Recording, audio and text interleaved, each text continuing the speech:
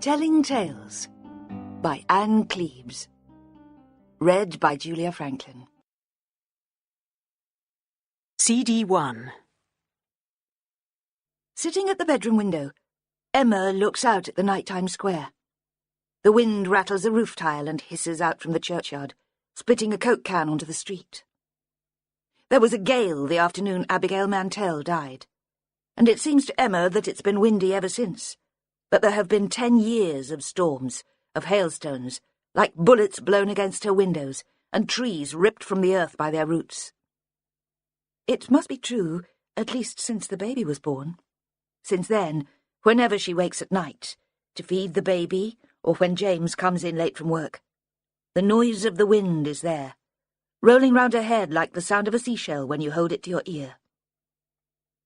James, her husband, isn't home yet, but she's not waiting up for him. Her gaze is fixed on the old forge, where Dan Greenwood makes pots. There's a light at the window, and occasionally she fancies she sees a shadow.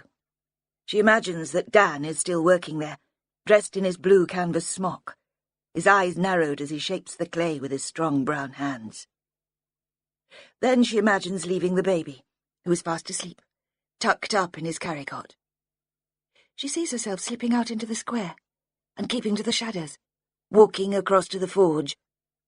She pushes open one of the big doors which form an arch like the door of a church, and stands inside. The roof is high, and she can see through the curved rafters to the tiles. In her mind she feels the heat of the kiln and sees the dusty shelves holding unglazed pots. Dan Greenwood looks up. His face is flushed, and there's red dust in the furrows of his forehead. He isn't surprised to see her. He moves away from the bench where he's working and stands in front of her. She feels her breath quicken. He kisses her forehead and then begins to unbutton her shirt. He touches her breasts, stroking them, so he leaves lines of red clay like war paint.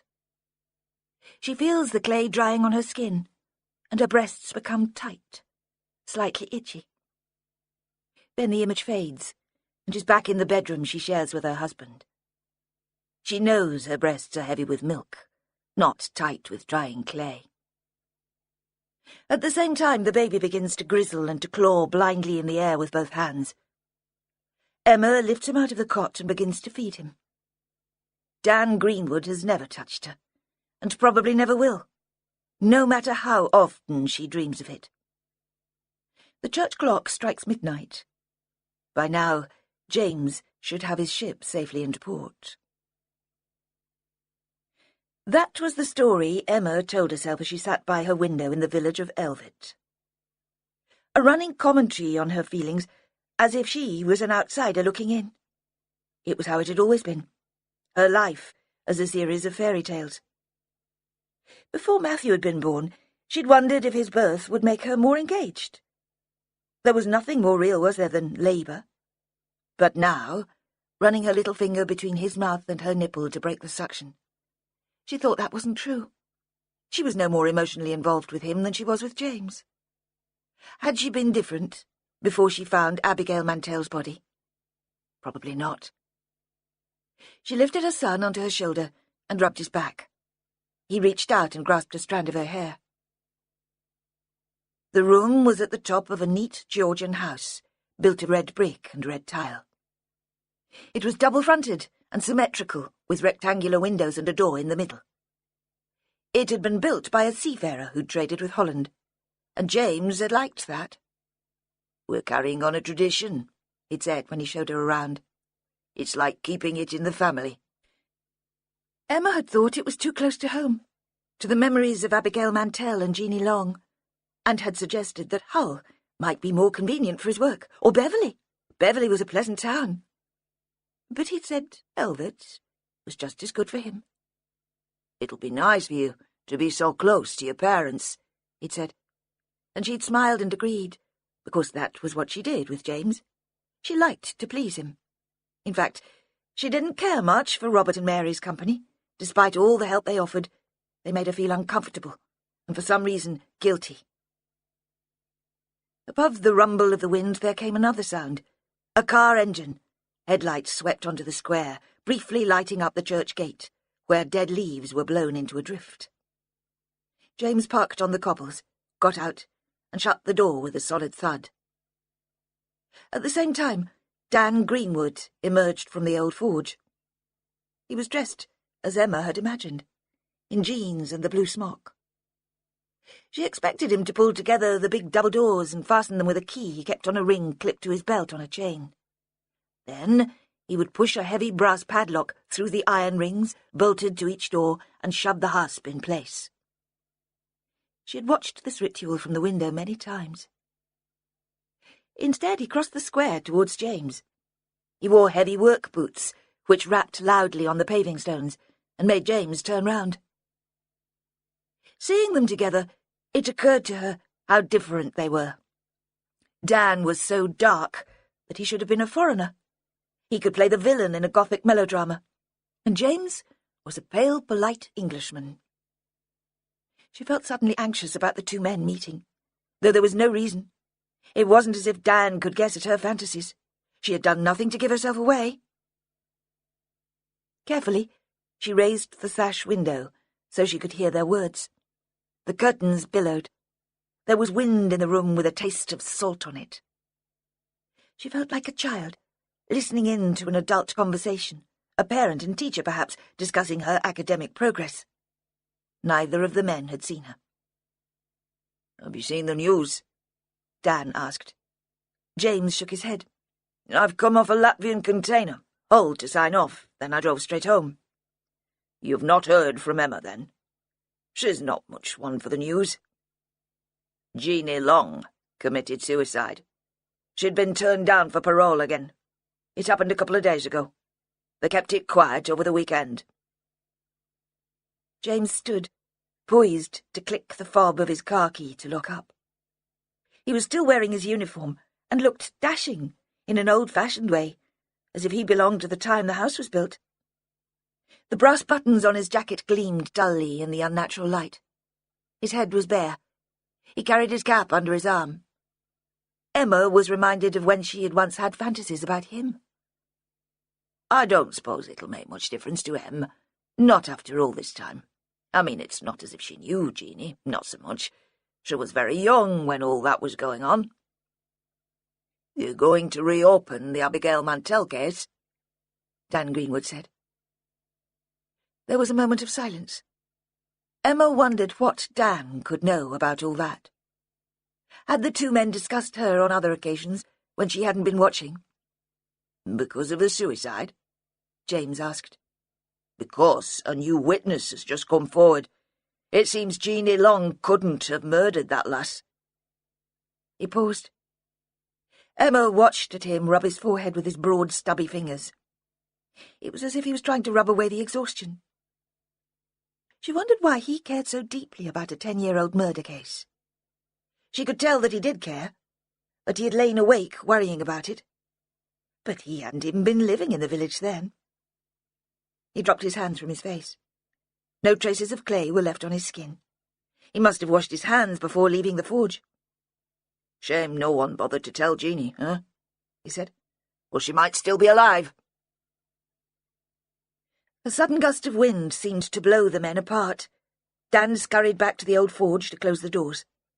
The Volvo locked itself with a click and a flash of sidelights, and James climbed the steps to the front door. Emma moved away from the window and sat on the chair beside the bed. She cradled the baby in one arm and held him to the other breast. She was still sitting there when James walked in. She'd switched on a small lamp beside her. The rest of the big attic room was a pool of shadow. The baby had finished feeding and his eyes were closed, but she still held him, and he sucked occasionally in his sleep. A dribble of milk ran across his cheek. She had heard James moving around carefully downstairs, and the creaking stairs had prepared her for his entrance. She was composed, with a smile on her face, mother and child, like one of the Dutch paintings he'd dragged her to see. He'd bought a print for the house, put it in a big gilt frame. She could tell the effect wasn't lost on him. And he smiled, too, looked suddenly wonderfully happy. She wondered why she had become more attracted to Dan Greenwood, who could be slovenly in his appearance and rolled thin little cigarettes from strings of tobacco. Gently she lifted the baby into his cot. He puckered his mouth, as if still looking for the nipple, sighed deeply in disappointment, but didn't wake. Emma fastened the flap in the unflattering maternity bra and pulled her dressing gown around her. The heating was on, but in this house there were always draughts. James bent to kiss her, feeling for her mouth with the tip of his tongue, as insistent as the baby wanting food. He would have liked sex, but she knew he wouldn't push for it. Nothing was so important to him that it warranted a scene, and she'd been unpredictable lately.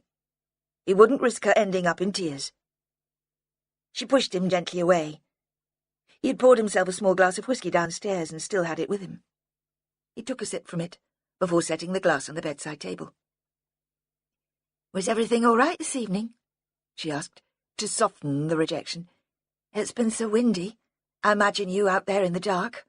The waves so high." She had imagined nothing of the sort. Not tonight. When she had first met him, she had dreamed of him out on the dark sea. Somehow now, the romance had gone out of it. "It was easterly," he said, "on shore, helping us in." He smiled fondly at her, and she was pleased that she had said the right thing. He began to undress, slowly, easing the tension from his stiff muscles. He was a pilot. He joined ships at the mouth of the Humber and brought them safely into the dock at Hull, Goole, or Immingham. Or he guided them out of the river. He took his work seriously, felt the responsibility. He was one of the youngest, fully qualified pilots working the Humber. She was very proud of him. That was what she told herself, but the words ran meaninglessly through her head. She was trying to fend off the panic which had been building since she had heard the men talking on the square, growing like a huge wave which rises from nothing out at sea. "I heard you talking to Dan Greenwood outside. What was so important at this time of night?" He sat on the bed. He was bare-chested, his body coated with fine blonde hair. Although he was 15 years older than her, you'd never have guessed. He was so fit. "Jeannie Long committed suicide last week. You know, Jeannie Long. Her father used to be coxswain on the launch at the Point. The woman who was convicted of strangling Abigail." She wanted to shout at him. "Of course I know. I know more about this case than you ever could." But she just looked at him. "It was unfortunate. A terrible coincidence. Dan says a new witness has come forward. The case has been reopened. Jeannie might have been released." "How does Dan Greenwood know all that?" He didn't answer. She decided he was thinking already of other things, a tricky tide, perhaps, an overloaded ship, a hostile skipper. He unbuckled his belt and stood to step out of his trousers. He folded them precisely and hung them over a hanger in the wardrobe. "Come to bed," he said. "Get some sleep while you can." She thought he'd already put Abigail Mantell and Jeannie Long out of his mind. For 10 years, Emma had tried to forget the day she'd discovered Abigail's body. Now she forced herself to remember it, to tell it as a story. It was November, and Emma was 15. The landscape was shadowed by storm clouds. It was the colour of mud and wind-blackened beanstalks. Emma had made one friend in Elvet. Her name was Abigail Mantell. She had flame-red hair. Her mother had died of breast cancer when Abigail was 6. Emma, who had secret dreams of her father dying, was shocked to find herself a little envious of the sympathy this generated. Abigail didn't live in a damp and draughty house, and she wasn't dragged to church every Sunday. Abigail's father was as rich as it was possible to be. Emma wondered if this was the story she had told herself at the time but couldn't remember. What did she remember of that autumn? The big black sky, and the wind laden with sand which scoured her face as she waited for the bus to school. Her anger at her father for bringing them there. And Abigail Mantell, exotic as a television star, with her wild hair and her expensive clothes, her poses and her pouting. Abigail, who sat next to her in class and copied her work, and tossed her hair in disdain at all the lads who fancied her. So, two contrasting memories. A cold monochrome landscape, and a 15-year-old girl so intensely coloured that it would warm you just to look at her. When she was alive, of course. When she was dead, she'd looked as cold as the frozen ditch, where Emma had found her. Emma made herself remember the moment of finding Abigail's body. She owed Abigail that, at least. In the room in the Dutch captain's house, the baby snuffled. James breathed slowly and evenly, and she retraced her footsteps along the side of a bean field, making every effort to keep the recollection real. No fantasies here, please. The wind was so strong that she had to force out each breath in a series of pants, much as she would later be taught to do during labour, before it became time to push. There was no shelter. In the distance, the horizon was broken by one of the ridiculously grand church spires, which were a feature of this part of the county.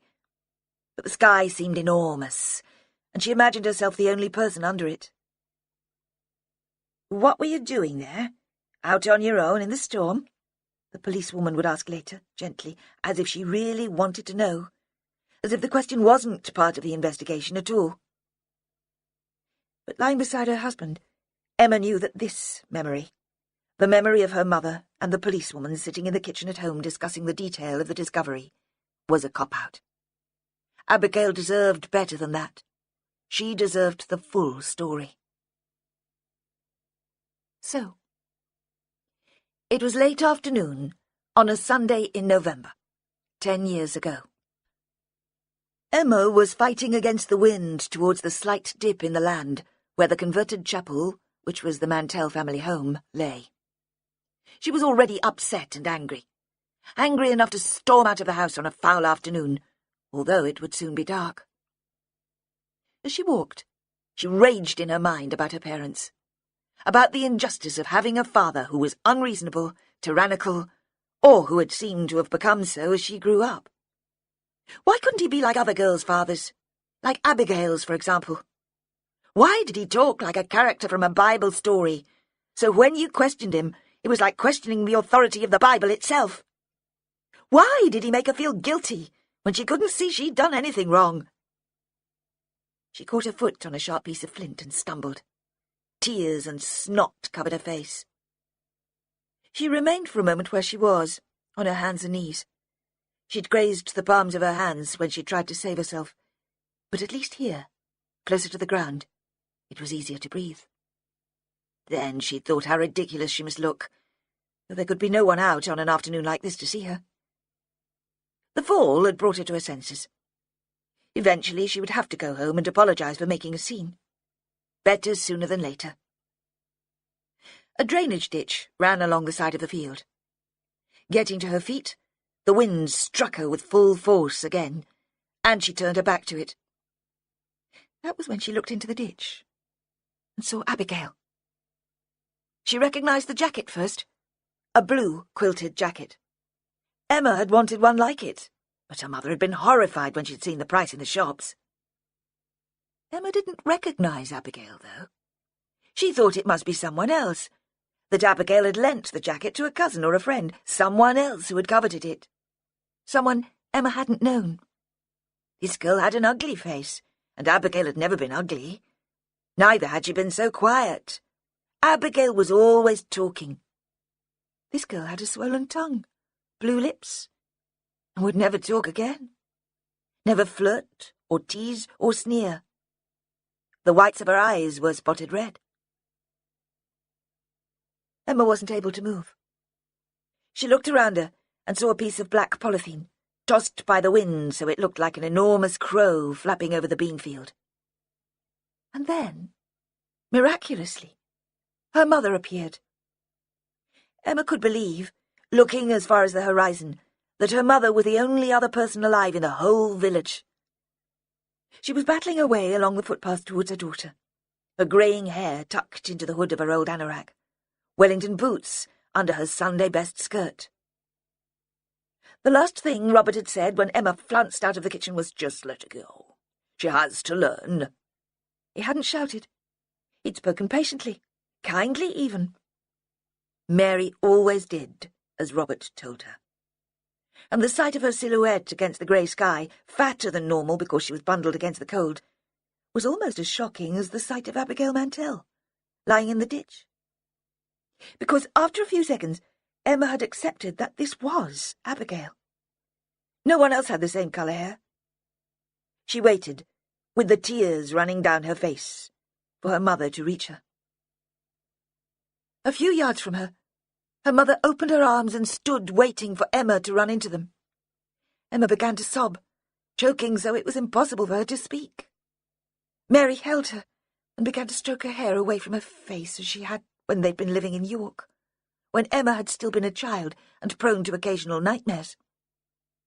"Nothing is worth getting that upset for," Mary said. "Whatever's the matter, we can sort it out." She meant, "You know your father only does what he thinks is right. If we explain to him, he will soon come round." Then Emma pulled her to the ditch and made her look down on Abigail Mantell's body. She knew that not even her mother could sort that out and make it better. There was a horrified silence. It was as if Mary, too, had needed time to take in the sight. Then her mother's voice came again, suddenly brisk, demanding a reply. "Did you touch her?" Emma was shocked out of the hysteria. "No."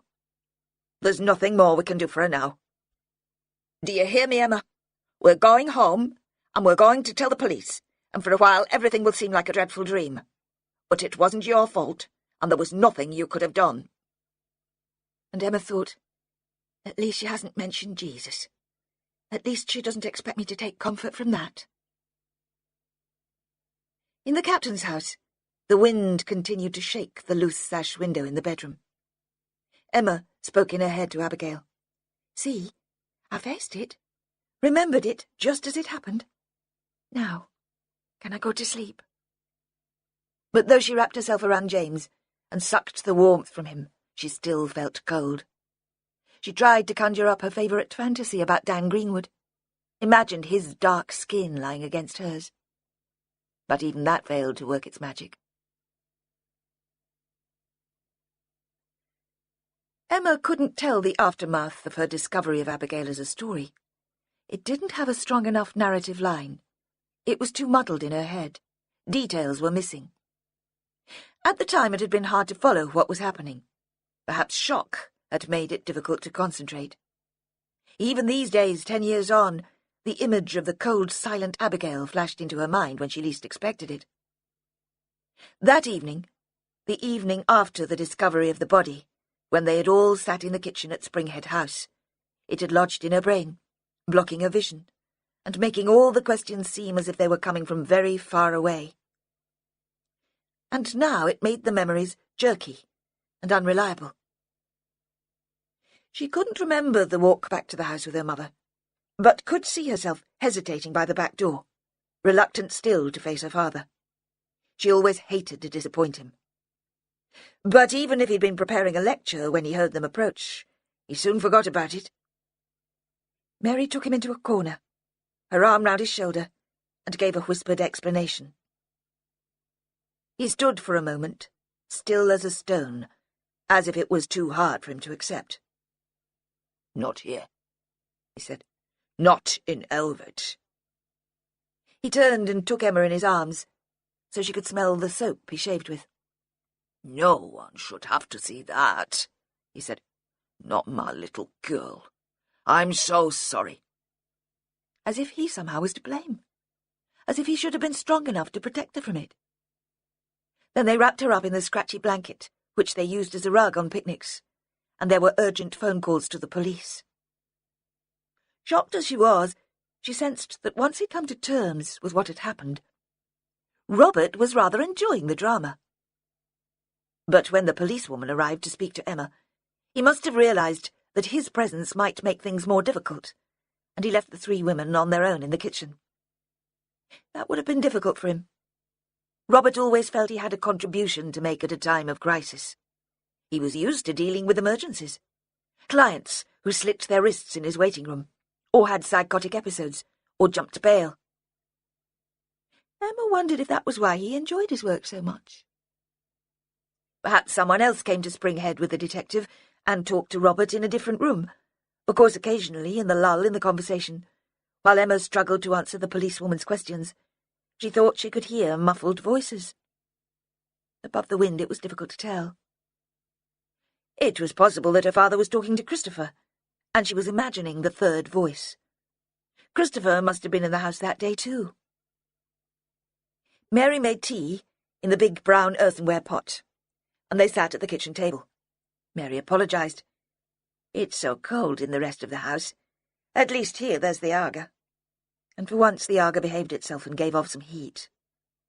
Condensation had been running down the windows all day and had formed lakes on the sills. Mary hated the Aga then, before she got more used to its ways. She faced it every morning as if preparing for battle, muttering under her breath the prayer. "Please get hot today, don't die on me. Please stay warm long enough to cook a meal." The policewoman, though, still seemed cold. She kept on her coat and clasped her hands round her mug of tea.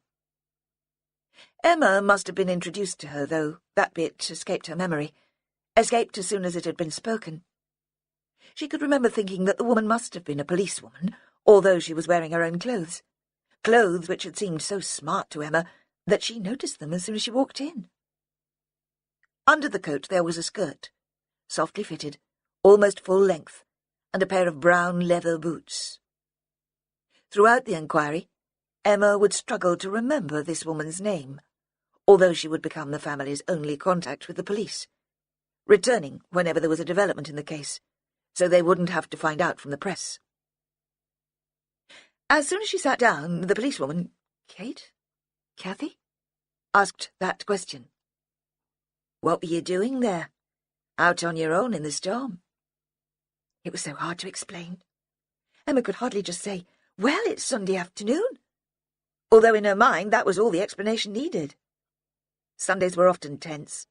All of them in, together, trying to be a model family. Nothing much to do after church. That Sunday had been worse than usual. Emma had some good memories of family meals at Springhead. Occasions when Robert was expansive, telling silly jokes that had them doubled up with laughter. When her mother waxed passionate about some book she was reading.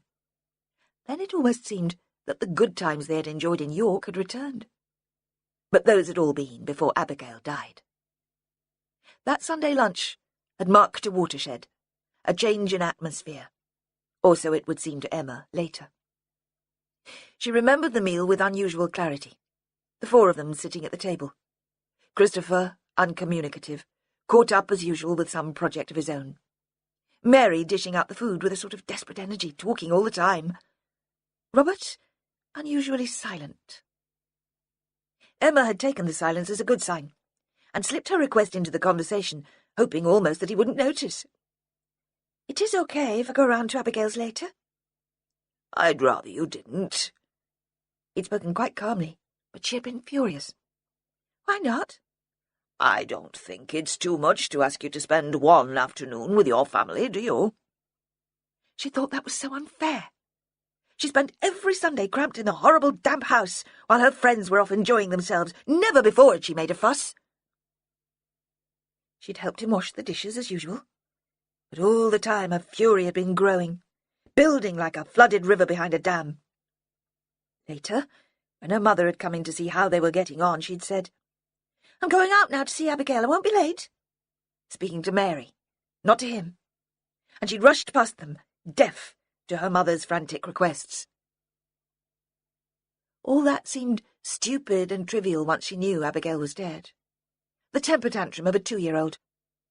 And with her mother sitting beside her, and the smart woman looking at her, waiting, it was even harder to explain her frustration, her need to escape. "I was bored," she said in the end. "You know, Sunday afternoons." The policewoman had nodded, seeming to understand. "Abigail was the only person I know. It's miles by the road.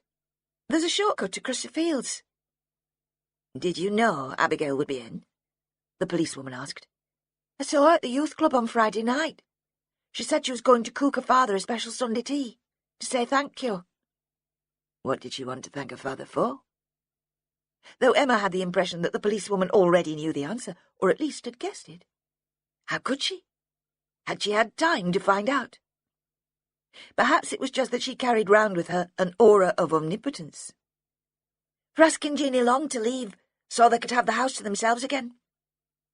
And at that, the policewoman nodded once more, satisfied as if she was a teacher, and Emma had answered a test question correctly. "Who is Jeanie Long?" she asked, and once more Emma had the impression that she already knew the answer. "She was Mr. Mantell's girlfriend. She used to live with him." The policewoman made notes in a book, but she made no comment. "Tell me all you can about Abigail." Emma, no longer the rebellious teenager, that had been shocked out of her, was eager to please, and started talking at once. Once she started, there was so much to say. "Abigail was my best friend. When we moved here, it was hard, different, you know. We were used to the city. Abigail had lived here most of her life, but she didn't really fit in either." It had been something they talked about at sleepovers, how much they had in common, how they were soulmates. But even at the time, Emma had known that wasn't true. They'd both been misfits, that was all. Abigail because she had no mother, and her father gave her everything she asked for. Emma because she'd moved from the city and her parents said grace before meals. Abigail lived on her own with her dad, until Jeanie came to stay at least, and Abigail couldn't stand her. There's someone to do the cleaning and the cooking, but she lives in a flat over the garage, and that doesn't really count, does it? Abigail's dad's a businessman. Those words still conjured up for Emma the same glamour as when she'd first heard them. They made her think of the big smart car with the leather seats, which had collected them sometimes from school. Of Abigail, all dressed up to go out to dinner with her father because he was entertaining clients. Of the champagne Keith Mantell had opened when it was her 15th birthday. Of the man himself, suave and charming and attentive. She couldn't explain that to the woman, though. To her, businessman would just be the description of an occupation, like probation officer or priest. "Does Abigail's father know?" Emma asked, suddenly feeling sick. "Yes," the policewoman said. She looked very serious as she spoke, and Emma wondered if she'd been the one to tell him. "They were so close," Emma murmured, but she felt those words to be inadequate. She pictured father and daughter cuddled on the sofa in the immaculate house, laughing at comedy on the television. She must have told the policewoman more about Jeanie Long at that first meeting, about why Abigail disliked her. But lying in the bed next to James, the details of that part of the conversation eluded her. Neither could she recall seeing Christopher in the house between lunch and much later in the evening. Now Christopher was a scientist, a postgraduate student, studying the breeding behaviour of puffins, and spending part of every year on Shetland. Then he had been her little brother, self-contained and annoyingly brainy. Had he always been like that, so distant and closed off from the rest of them? Or had that only happened after Abigail's death? Perhaps he'd changed then, too, although he'd only witnessed the drama second-hand, and it was her memory which was faulty. Had it been the move to Elvit that had changed him and made him so focused and intense? Or Abigail's murder? At this distance she couldn't decide. Emma wondered how much of that day Christopher remembered, and whether he'd be prepared to discuss it with her. Certainly in York he'd been more open, more... In her mind she paused, hesitating to use the word even to herself, more normal. She remembered a rowdy little boy, chasing round the house with his friends, waving a plastic sword in the air. Then, at another time, sitting in the back seat of the car on a long journey, giggling at a joke he'd brought back from school until tears had run down his cheeks. She was now certain that he was in the house on the day Abigail died. He hadn't been away on one of his solitary walks. Later, once the policewoman had gone, they sat together in his bedroom, which was in the roof, and which looked out over the fields. The wind blew a gap in the clouds, and there was a full moon. They watched the activity in the bean field, the flashlights throwing strange shadows, the men below them looking very small. Christopher pointed to two of them struggling through the mud, carrying a stretcher between them. "I suppose that's her." Then one of the stretcher-bearers tripped and fell onto one knee, and the stretcher tilted alarmingly. Emma and Christopher looked at each other, and both gave an awkward and embarrassed giggle. The church clock struck 2. The baby cried out in his sleep as if he were having a nightmare. Emma began to doze and remembered, as if she were already dreaming, that the policewoman's name had been Caroline. Caroline Fletcher. In the beginning was the Word. Even as a teenager, Emma hadn't believed that, literally. How could you have a word without someone to speak it? Impossible for the word to come first. She'd never had it properly explained, though. Not in the sermons she'd sat through during the family service on Sunday mornings. Not during the dreary evenings of the confirmation classes. What she'd thought it meant was, in the beginning was the story. The Bible was all stories. What else was there to it? The only way she could make sense of her own life was to turn it into a story. As she grew older, the fiction, was it fiction, grew more elaborate. Once upon a time there was a family, an ordinary family, the Winters, a mother and father and a son and daughter. They lived in a pleasant house on the outskirts of York, in a street with trees on the pavement. In spring, the trees were pink with blossom, and in autumn, the leaves were gold. Robert, the father, was an architect. Mary, the mother, worked part-time in the university library.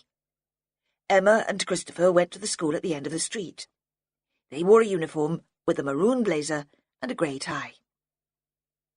And repeating the story in her head now, Emma saw the garden in the York house, a red brick wall with sunflowers in a row against it, the colours so vivid that they almost hurt her eyes. Christopher was squatting next to a terracotta pot with lavender growing in it, a butterfly trapped between his cupped hands. She could smell the lavender. And there was sound, too, the bubbling notes of a flute from an open window played by the teenage girl who occasionally came to babysit. I'll never be so happy again. The thought came unbidden into her head, but she couldn't allow that to be part of the narrative. It was too painful. So she continued the story as it was always told. Then Robert discovered Jesus, and everything changed. He said he couldn't be an architect anymore. He left his old office with the long windows and went to university to become a probation officer. Why not a vicar? Emma had asked. By now they had started going regularly to church. She'd thought he'd be a good vicar. Because I don't feel the calling, Robert had said. He couldn't be a probation officer in York. He wasn't called to stay, and anyway there wasn't enough money to keep the big house in the quiet street. Instead, they'd moved east to Elvet, where the land was flat and they needed probation officers. Mary had left the university and took a job in a tiny public library. If she'd missed the students, she hadn't said. She'd gone to the church in the village with Robert every Sunday and sang the hymns as loudly as he did. What she'd thought about their new life in the draughty house, the bean fields and the mud, Emma hadn't been able to tell. But of course, that wasn't the complete story. Even aged 15, Emma had known it couldn't be. Robert wouldn't just have discovered Jesus in a flash of lightning and a crashing of cymbals. Something had led up to it. Something had made him change. In the books she read, every action had a cause. How unsatisfactory if events came out of the blue, at random, unexplained. There had been some trauma in Robert's life, some depression. He had never discussed it, so she was free to create her own explanation, her own fiction. It was Sunday, and on Sunday the whole family went together to family communion in the church on the other side of the square. After Matthew had been born, Emma had been allowed a few weeks off. But a month after the birth, Robert had called at the house. It had been mid-morning, a weekday, and she'd been surprised to see him. "Shouldn't you be at work?" she'd said. "I'm on my way to Spinney Fen. Plenty of time for a coffee and a look at my new grandson." Spinney Fen was the women's prison with the high concrete walls on the cliff next to the gas terminal. He had clients there, offenders he'd been supervising in the community, and others about to be released on licence. Emma hated driving past Spinney Fen. Often it seemed shrouded in sea mist, so the concrete walls seemed to go up forever into the clouds. When they'd first moved to Elvet, she'd had nightmares about his going in through the narrow metal gate and never being allowed out. She had made him coffee and let him hold Matthew, but all the time she'd wondered what he was really doing in her home. On his way out, he paused on the doorstep. "Will we be seeing you at church on Sunday? Don't worry about the baby. You can always take him out if he cries." And of course on the following Sunday she'd been there. Because since the death of Abigail Mantell, she hadn't had the will to stand up to him, to stand up to anyone. And he still had a way of making her feel guilty. Part of her felt that if she hadn't disobeyed him that Sunday 10 years before, history might have been different. If she hadn't been there to find the body, Abigail might not have died. Robert and Mary always arrived at the church, St. Mary Magdalene, before Emma and James. Robert was church warden, and dressed up in a white robe himself when it was time, and served wine from the big silver chalice. Emma was not quite sure what he did in the half-hour before the service began. He disappeared into the vestry. Perhaps there were practical tasks. Perhaps he was praying. Mary always went into the small kitchen in the hall to switch on the urn and set out the cups for coffee afterwards. Then she went back into church and stood by the door to hand out hymn books and service sheets. When Emma had still been living at home, she had been expected to help. James hadn't been at all religious when Emma first met him. She had brought the matter up on their first date just to check. Even now, she thought, he didn't actually believe in God, or in fact in any of the things he claimed to believe when he was reciting the creed. He was the most rational man she had ever met. He laughed at the superstitions of the foreign sailors he met at work. He liked going to church for the same reason that he liked living in the captain's house. It represented tradition, a solid respectability. He had no family of his own, and that too had been a major attraction. Often Emma felt he was closer to Robert and Mary than she was. Certainly he was more comfortable in their company. They were late arriving at church. The story of Jeannie's suicide had been on the front page of the newspaper, which was always delivered on Sunday. Her staring face had looked up from the doormat at Emma, stopping her in her tracks. Then there had been a last-minute flap because Matthew threw up over his clothes just as they were leaving the house. In the end, they scuttled over the square like fractious children late for school. There was a sudden squall, and Emma tucked the baby under her coat to protect him from the rain. She realised it made her look pregnant again. A group of reporters who were standing, smoking, outside the church, ran for their cars. The first hymn had already begun, and they followed the vicar and the 3 old ladies who made up the choir up the aisle, forming an undignified tail to an already shambling procession. Mary moved up to let them into their usual places near the front.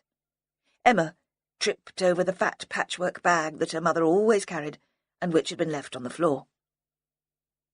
Only after she'd knelt for a moment of breath-catching, which passed as prayer, and was on her feet to sing the last verse, did she notice that the church was busier than normal.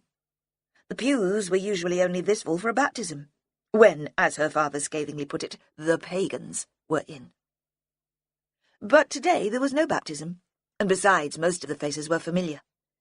It was not that the church was full of strangers, rather it seemed everyone had made the effort to turn out. In Elvet, bad news always generated excitement. If Jeannie Long's suicide could be considered bad news. The arthritic organist was coming to a close with a trembling chord when the door opened again. The wind must have got behind it, because it closed with a bang, and the congregation turned in disapproval. Dan Greenwood was standing at the back of the church, next to a large, formidably ugly woman.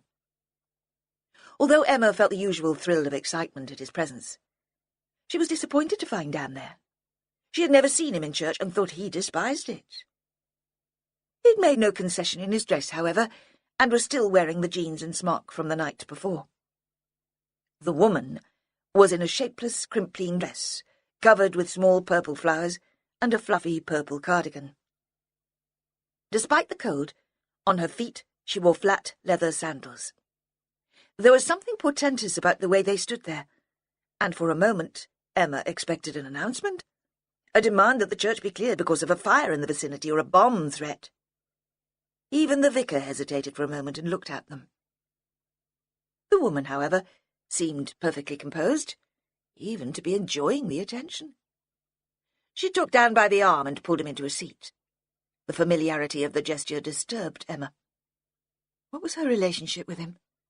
She was too young to be a mother, not 10 years older than he was, but her ugliness surely made it impossible that they could be romantically attached. Emma had many insecurities, but was always confident that she was physically attractive. She took it for granted that James would never have asked her to marry him if she'd been fat or had acne. During the remainder of the service, Emma heard the woman's voice above the others in the hymns and responses. It was clear and loud and quite out of tune. There was no mention of Jeanie Long in the sermon, and Emma thought perhaps the vicar had not heard about the suicide. But her name was there, along with Elsie Hepworth and Albert Smith, in the prayers for the deceased.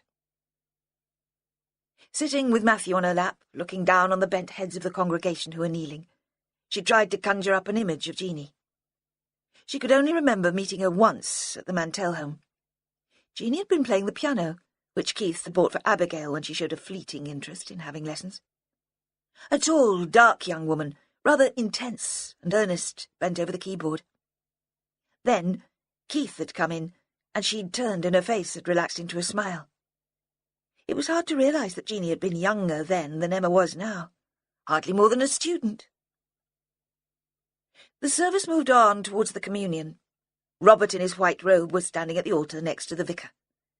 Mary was first to take the bread and wine, then rushed to the kitchen to spoon instant coffee into vacuum jugs.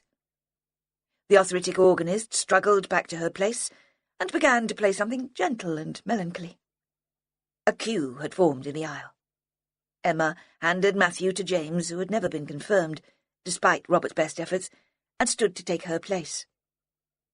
Ahead of her was a tall, stooped man in a shiny grey suit which was too big for him. He wasn't a regular worshipper, although she thought she might have seen him in the village. He had been sitting on his own, and no one had approached him, which was unusual. The parish ladies prided themselves on making strangers welcome. The line moved slowly forward. The man knelt awkwardly, and she took her place next to him, aware suddenly of the overpowering smell of mothballs. It had been a long time since the suit had been worn. He held out his cupped hands to take the wafer. They were hard and brown like carved wood. Strong, although he must have been at least 60. The vicar caught his eye and gave a small smile of acknowledgement. Then Robert approached with the chalice, wiping the lip with a white cloth. Automatically the man reached out his hand to steady it, before raising it to his mouth. Then he looked up into Robert's face, and there was a shock of recognition. As Robert moved on towards her, the man spat out the mouthful of wine in his direction. The white robe was splashed with red from the thick, sweet wine. It could, Emma thought, have been blood seeping from a wound. There was a gasp of excitement masquerading as horror from the woman on the other side of Emma. The vicar hadn't seen what had happened, and Robert took no notice. The man got to his feet, and instead of returning to his pew, continued down the aisle and left the church. The incident had happened very quickly, and hidden by the backs of the communicants, it wouldn't have been visible from the nave. But as the man passed her, Dan Greenwood's companion got to her feet and followed him out. Every week after church they went back to Robert and Mary's house for lunch. It was an immutable part of the ritual, like the reading of the epistle and the collect of the day. Emma thought it unfair that her mother, who spent an hour after the service pouring coffee and washing dishes, should immediately throw herself into domestic activity at home. Mary claimed to enjoy it. But the Mary she remembered from York hadn't been at all domestic. There'd been a cleaning lady then, and they'd eaten out a lot. Emma had memories of a family-run Italian restaurant, long Sunday afternoons of pasta and ice cream, and of her parents leading them tipsily home just as it was getting dark. James always brought a couple of decent bottles of wine with him to the lunch.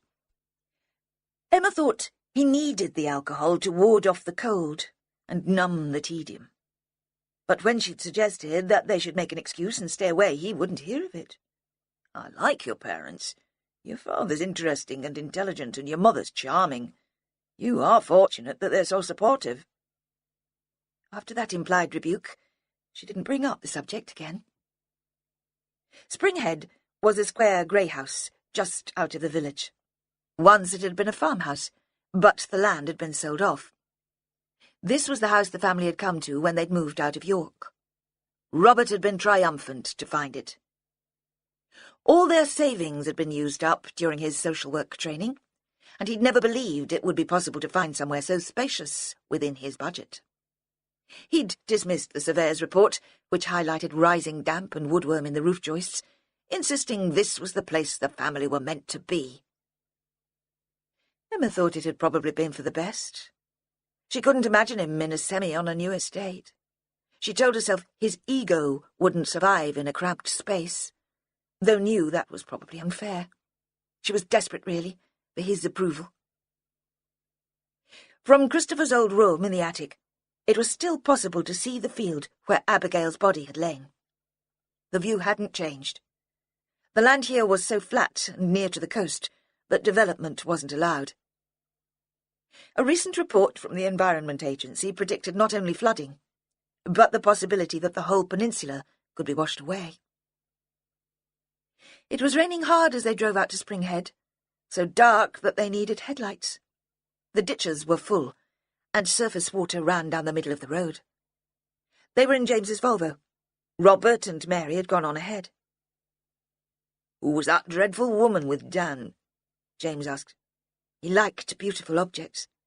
Emma believed that was why he put up with her moodiness now. I haven't a clue. I hadn't seen her before. I wondered if she could be a business contact. You could imagine her running a craft shop. Harrogate, perhaps, or Whitby. Oh, yes. Sometimes she was surprised by how perceptive he could be. That was when she liked him best, when he surprised her. But Whitby, surely. Not classy enough for Harrogate. She paused. Do you think that was why Dan was in church? To please her? In the hope of securing a sale? Seems an odd thing to do, and not like him. He always seems so straight. I can't imagine him manipulating a situation for his own ends. No. James slowed the car to a crawl. A ditch had burst its bank and formed a peaty stream across the road. I think he must have known Jeanie long.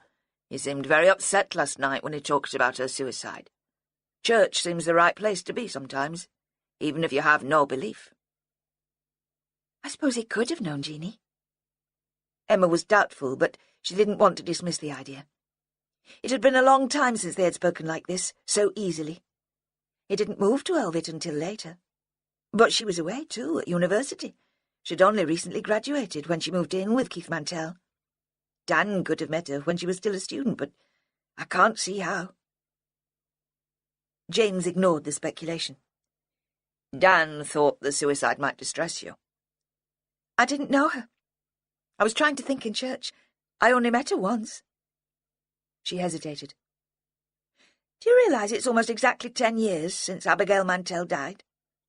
The suicide seems a horrible coincidence. Or do you think she realised and planned it? A dramatic gesture to celebrate the anniversary? Perhaps, James said after a pause. Then, I've always thought of suicide as a very selfish act. It's the people left behind who suffer. Of course they were being so companionable. She was tempted to tell him about the tall man who had spat out his communion wine at Robert. But the event still seemed so shocking that she couldn't bring herself to speak of it. James turned into the straight, bumpy track which led between two enormous fields to the house, and she sat beside him in silence.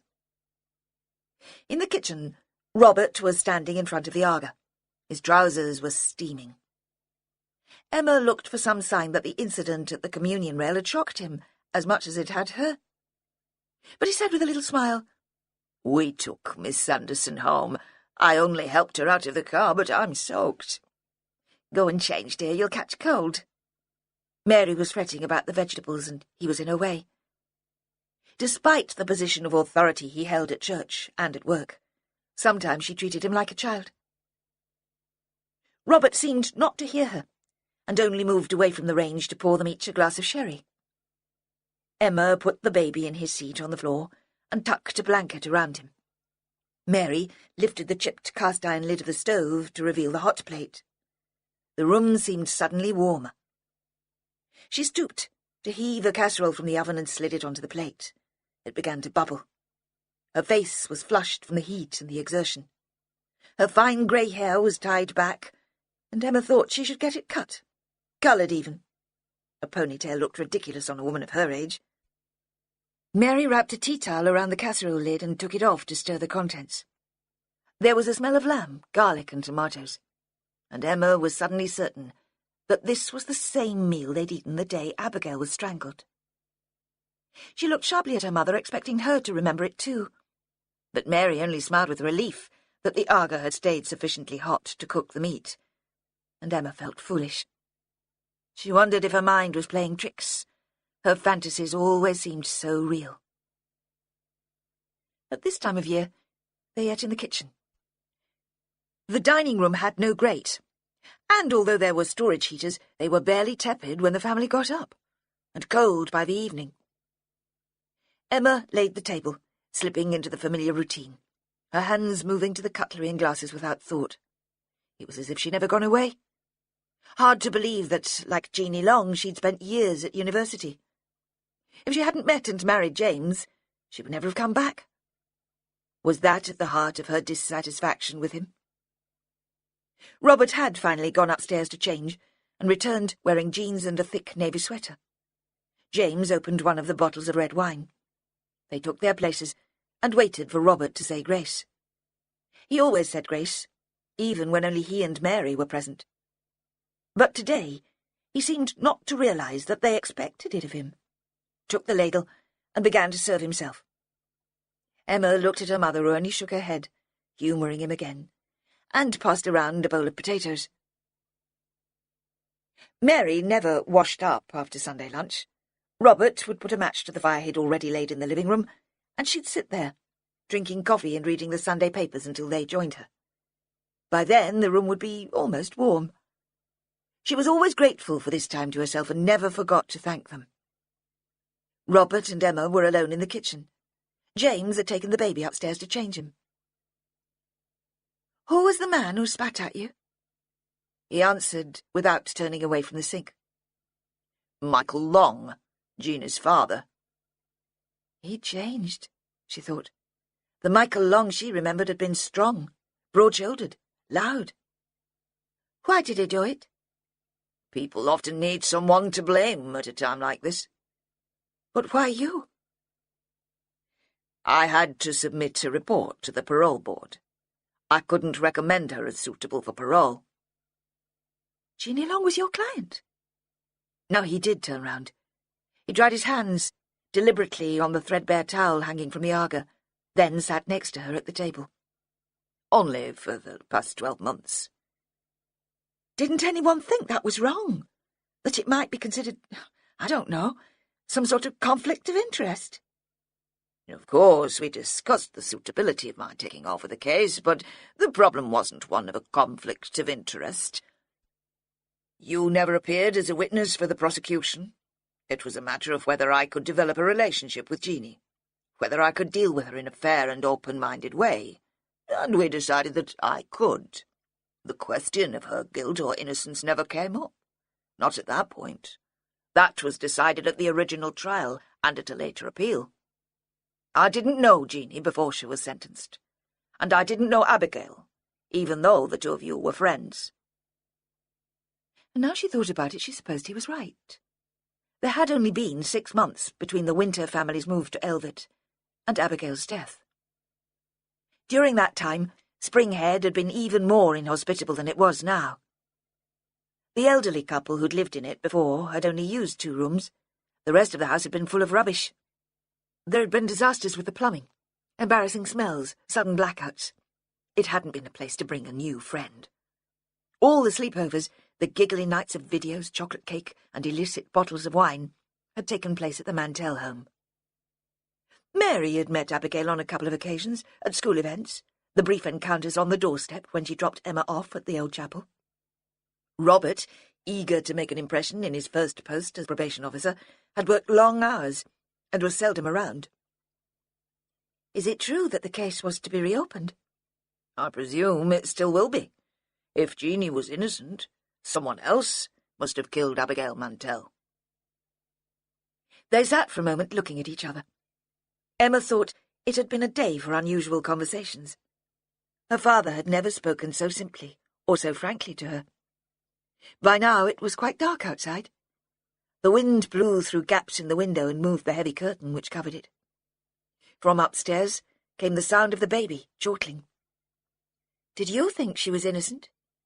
It wasn't my place to make that sort of judgment. I'm an officer of the court. I have to accept the court's decision. She always claimed she was innocent, but so do many of the offenders I work with. What was she like? He paused again, and his hesitation made him almost unrecognisable to her. He had always been a man of certainties. She was quiet, intelligent. There was another break in his speech, almost a stutter. Most of all, she was angry, the most angry person I've ever met.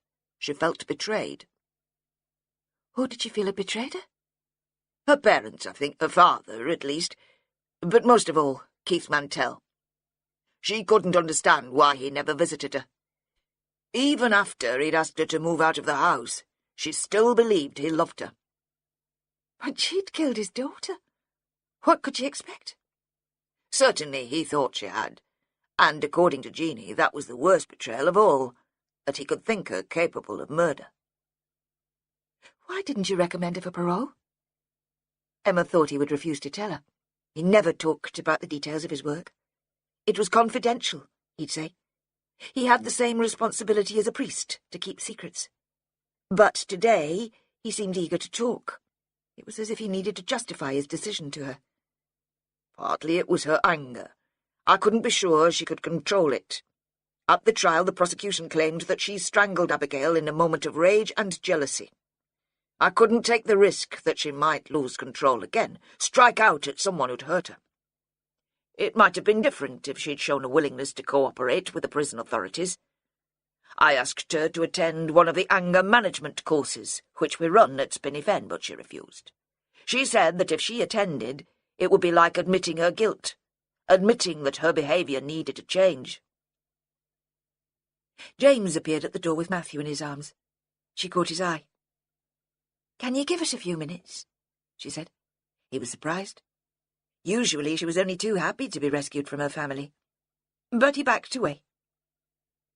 Robert, still engrossed in his own thoughts, seemed not to notice the interruption. He continued. Then there was the home circumstances report. I went to see Michael Long to discuss it. Jeanie's mother used to visit her in prison, but Michael never did. Since Mrs. Long died, Jeanie had no visits at all. I wanted to find out if there was a possibility of a reconciliation. If Michael had agreed that she could stay with him on release, even for a short period, that might have made a difference to the board. But he wouldn't. They said he couldn't face having her in the house. Robert looked up from the table. So you can see why he felt so guilty, why he needed to blame me. He had believed his own daughter to be a murderer. Michael slipped out through the church door and paused to catch his breath. He was shaking. The rain was blowing straight into the open porch. It stung his face and hit the grey fabric of his suit, each drop spreading as the communion wine had spread through the fibres of Robert Winter's white surplice.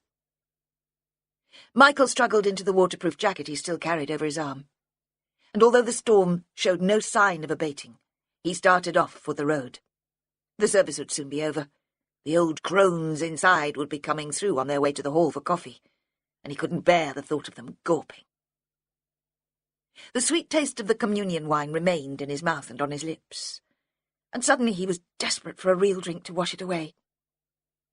He hesitated outside the Anchor. He hadn't been inside for years, but still he was tempted. Then he realised the place would be busy with men waiting for their Sunday dinners to be cooked, and he didn't want to meet anyone he knew.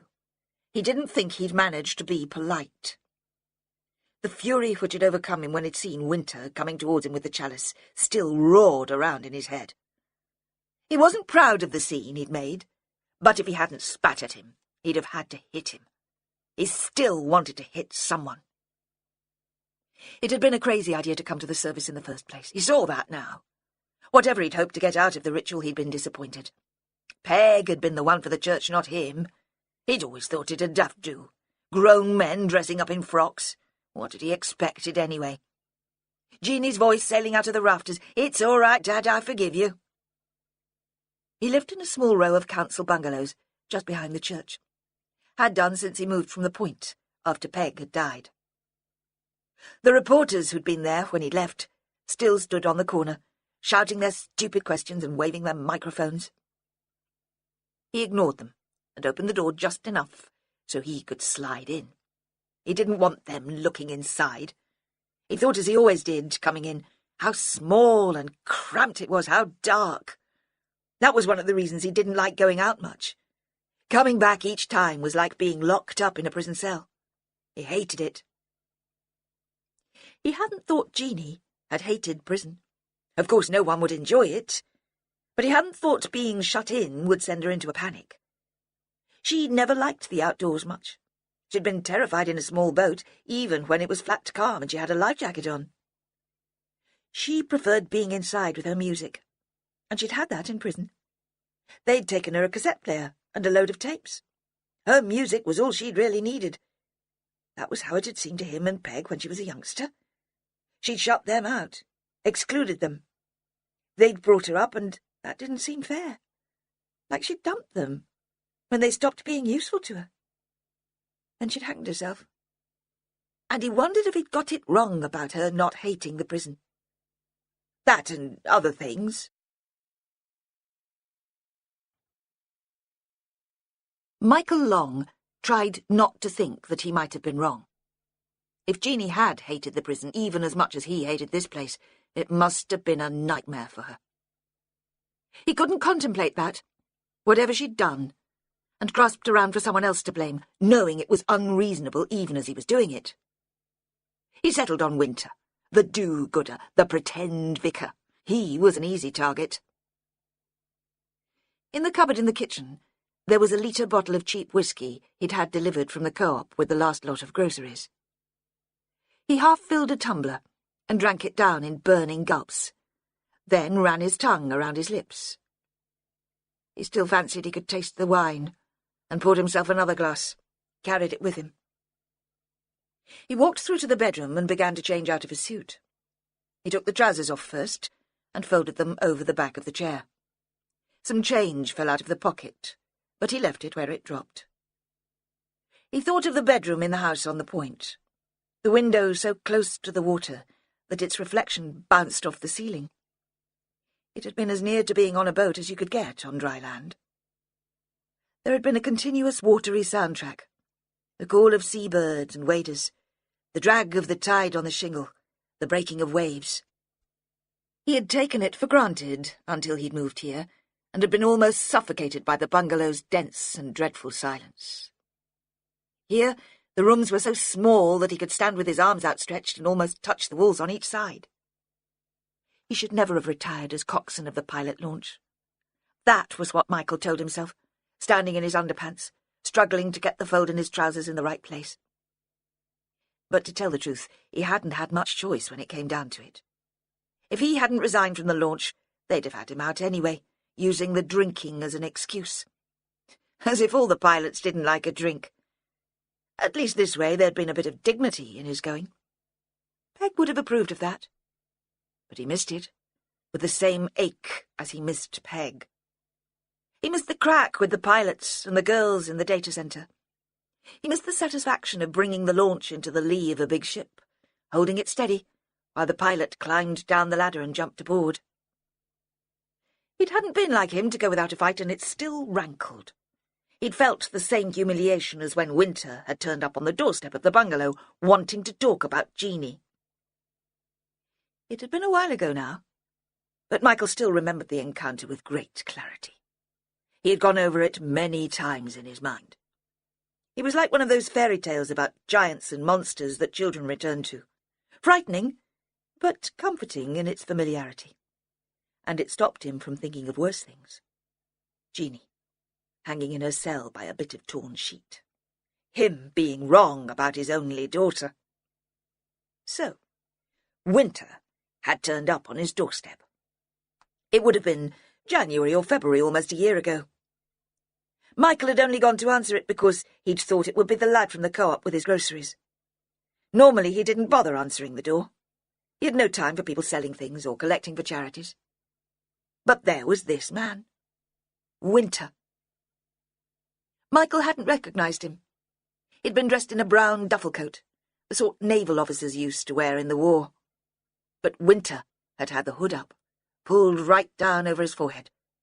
So Michael had been reminded more of a monk.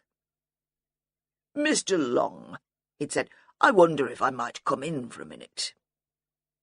Michael had been about to slam the door on him, to mutter something about it not being convenient. But the man had put his face very close, so Michael felt he couldn't breathe, and he'd said in a quiet, preachy voice, "It's about Jeanie." And it was the last thing he'd been expecting, so he'd stepped back in surprise. And Winter had taken that as an invitation to come in. "Perhaps I could make us both some tea," he'd said. And Michael had been so affronted by the cheek of the man that he couldn't speak. And again, Winter had taken the shocked silence as an invitation. He'd walked into the kitchen as if it were his own, and filled the kettle right to the top, with no thought for the extra electricity that might use. They'd sat in the little front room.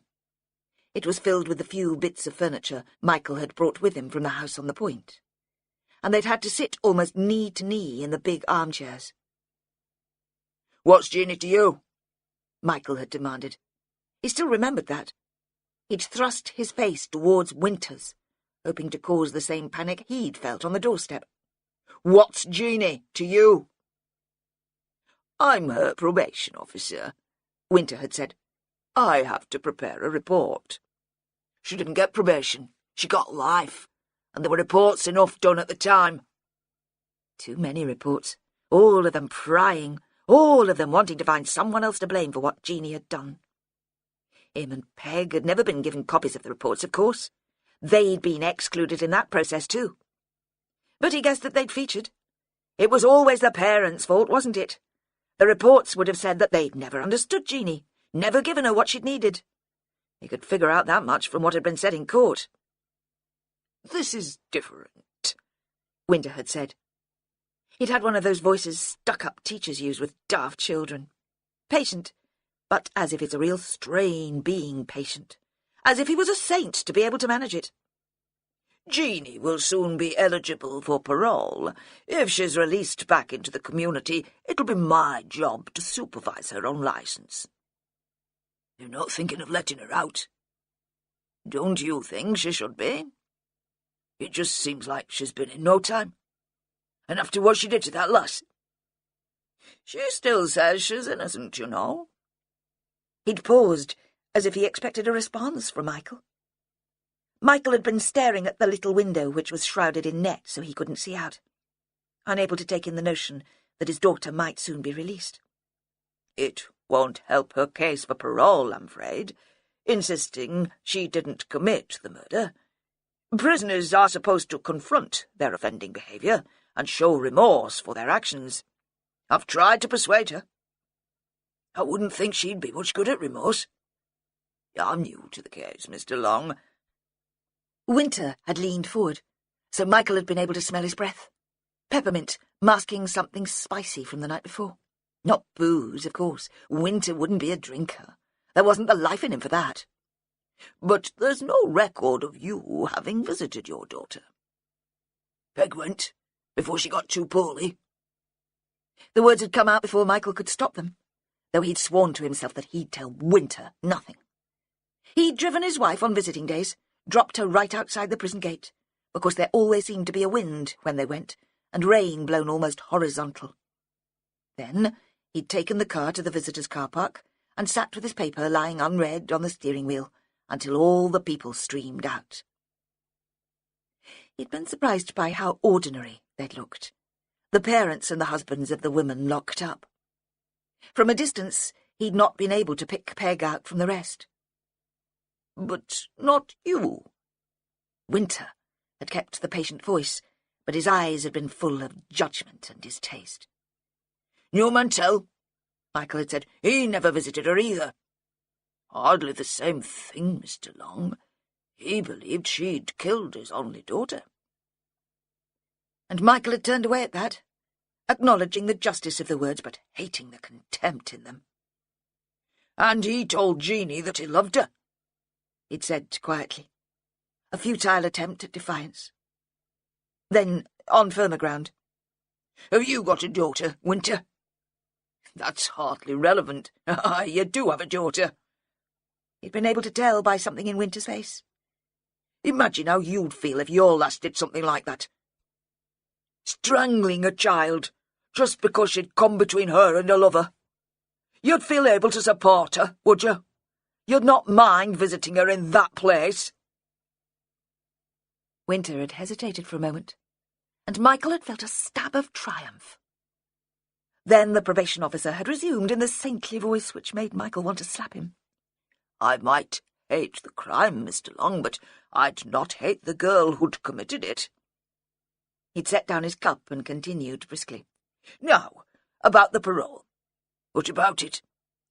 The parole board would need to know she had somewhere to come back to. Support. You're asking if she can move in with me? I know you found it difficult, but it need only be for a short time, until she's sorted out somewhere more suitable. Have you been listening to a word I've said, man?" Michael had discovered that he was screaming. "She killed that lass! And that killed my wife! How can I have her under the same roof as me?" Only now it seemed she hadn't killed Abigail Mantell. Sitting here on a wet Sunday after church, with nothing to cling on to but the remains of the whiskey, he kept coming up against the fact, and sliding away from it. It was too much for him to accept all at once. If Jeanie hadn't been a murderer, what sort of monster was he? He'd turned her away. Outside, the sky darkened, but he still didn't move. Only when the taped bells in the church tower started up again, scratchy and raucous for the evening service, so that he knew people would be walking past, did he get up and draw the curtains and switch on the light. The next morning, Michael was awake before 6, as usual. It was a habit he'd never get out of now. Activity was an addiction.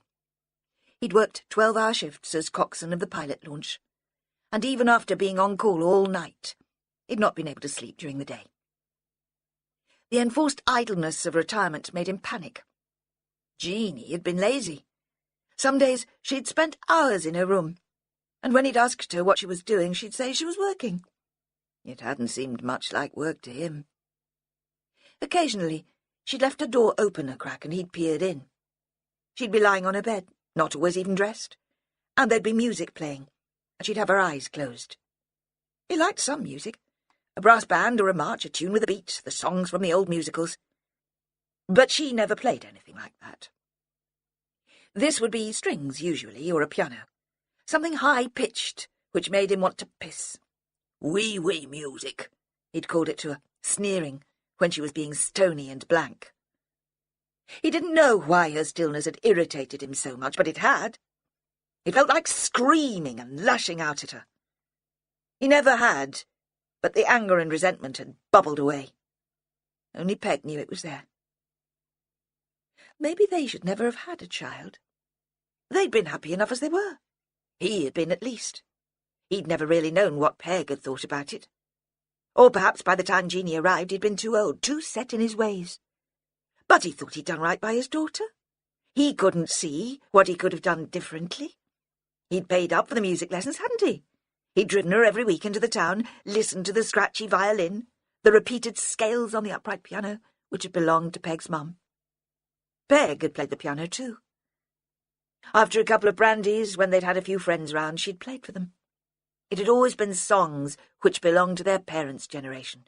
old music hall tunes, but they'd all joined in, making up the words as they went, collapsing in laughter before they'd finished. He couldn't remember ever having seen Jeanie laugh like that, even as a kid. At least that daughter of Mantell's had a bit of life about her, a bit of spirit. He'd seen it during the Sunday dinner when they'd all come to the point. You could tell by the way she'd tossed her head. She'd wanted you to look at her. If Jeanie had been a bit more like that, perhaps they wouldn't have fought so much. Except, he thought, there had never been much real argument. More a bad-tempered silence, with Peg acting as a buffer between them, squashed between Jeanie's surly resentment and his anger. The Sunday dinner had been Peg's idea. Jeanie is obviously mad about the man. He's older than her, but that's no reason to disapprove, is it? You're older than me. It's not like you're still married. He'd tried to explain to her that there was more to it than that, but she hadn't been able to see it. At 7 o'clock, Michael allowed himself to get out of bed and make some tea. Still, all he could think about was Jeanie, and how he might have got her wrong. The anger had become a habit, like waking up too early. Only now he had no one to turn it against except himself. Even conjuring up images of the probation officer didn't work any more. While the kettle was boiling, he thought of the whiskey in the cupboard under the sink, and it was a real effort not to reach down and fetch it out. Then he heard Peg's voice, had to stop himself from turning round because he could almost believe she was in the room with him. "Drinking before breakfast, Michael Long. I'd not put up with that." As he squeezed out the tea bag against the side of his cup, it occurred to him that he might be going mad. What he was going through would send anyone crazy. How could he stand the same thoughts and memories rolling around in his head until he died? That was why he'd gone to church, of course. He'd thought there might be magic, that when he put the round cardboard wafer on his tongue, they'd all disappear. It was nothing to do with repentance or forgiveness at all.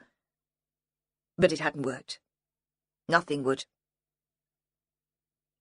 He took the tea to the bedroom, but he didn't get back into the crumpled sheets. He sat on the edge, holding the cup in one hand and the saucer in the other. He heard himself slurping the hot liquid, and imagined Jeanie's horrified face whenever he'd done that in public. Mantell's daughter had only laughed. It had been at the same lunch, the only time Mantell had stepped foot inside the house on the point as far as he knew. Peg had made a pot of tea after the meal, and he drank it as he always did. Only perhaps he was even noisier because he had been drinking before they arrived to give himself a bit of courage. There'd been a silence, the look of disgust on Jeanie's face. Then Abigail Mantell had thrown back her head and laughed. Somehow that had broken the ice and they'd all joined in. Even Jeanie had eventually managed a thin smile. The prison governor had come to tell him about the suicide. It had been about this time of day, maybe a little later. Michael had opened the door to fetch in the milk and he'd been standing there, a tall, grey man in a suit and a black overcoat. He must have been planning in his mind what he intended to say because his lips had been moving. The sight of Michael, still in his dressing gown, had surprised him. He'd recovered himself quickly, though. You had to think on your feet if you're a prison governor. "Mr. Long," he'd said, "I'm from Spinney Fen." Michael had interrupted. "You wasting your time. I told the other one. I can't have her here." "Jeanie's dead, Mr. Long. I think you'd best let me in." And he'd sat in the small front room for more than an hour telling Michael what had happened. How an officer had come to unlock Jeanie for the morning and had found her. How she'd already been dead for a long time, probably soon after lock-up the night before. How there'd been nothing anybody could do. "We're all dreadfully sorry, Mr. Long." Sounding as if he meant it. The bombshell had been dropped when he'd been about to leave. "It's possible that Jeanie was innocent, Mr. Long. I understand the police intend to reopen the Abigail Mantell case. Jeanie hadn't been informed. There was nothing official, you understand. Nothing we could do at this point. But I thought you should know." He'd paused in the hall. Would you like to see your daughter, Mr. Long? I can arrange that if you'd like it. For a moment, Michael had been tempted. Then he'd thought, I don't have the right. I wouldn't see her when she was alive. What right do I have to intrude on her now? He'd shaken his head without speaking. The man had walked out of the front door, stooping as he went, because he was so tall that he was afraid of hitting his head on the lintel. Michael had watched him go to his car, which was bright red and rather sporty, and had decided that he could kill himself too. There'd been one indulgent day when he'd fantasized how best to go about it. Hanging, like Jeanie herself, or pills, or drowning. He'd fancied drowning.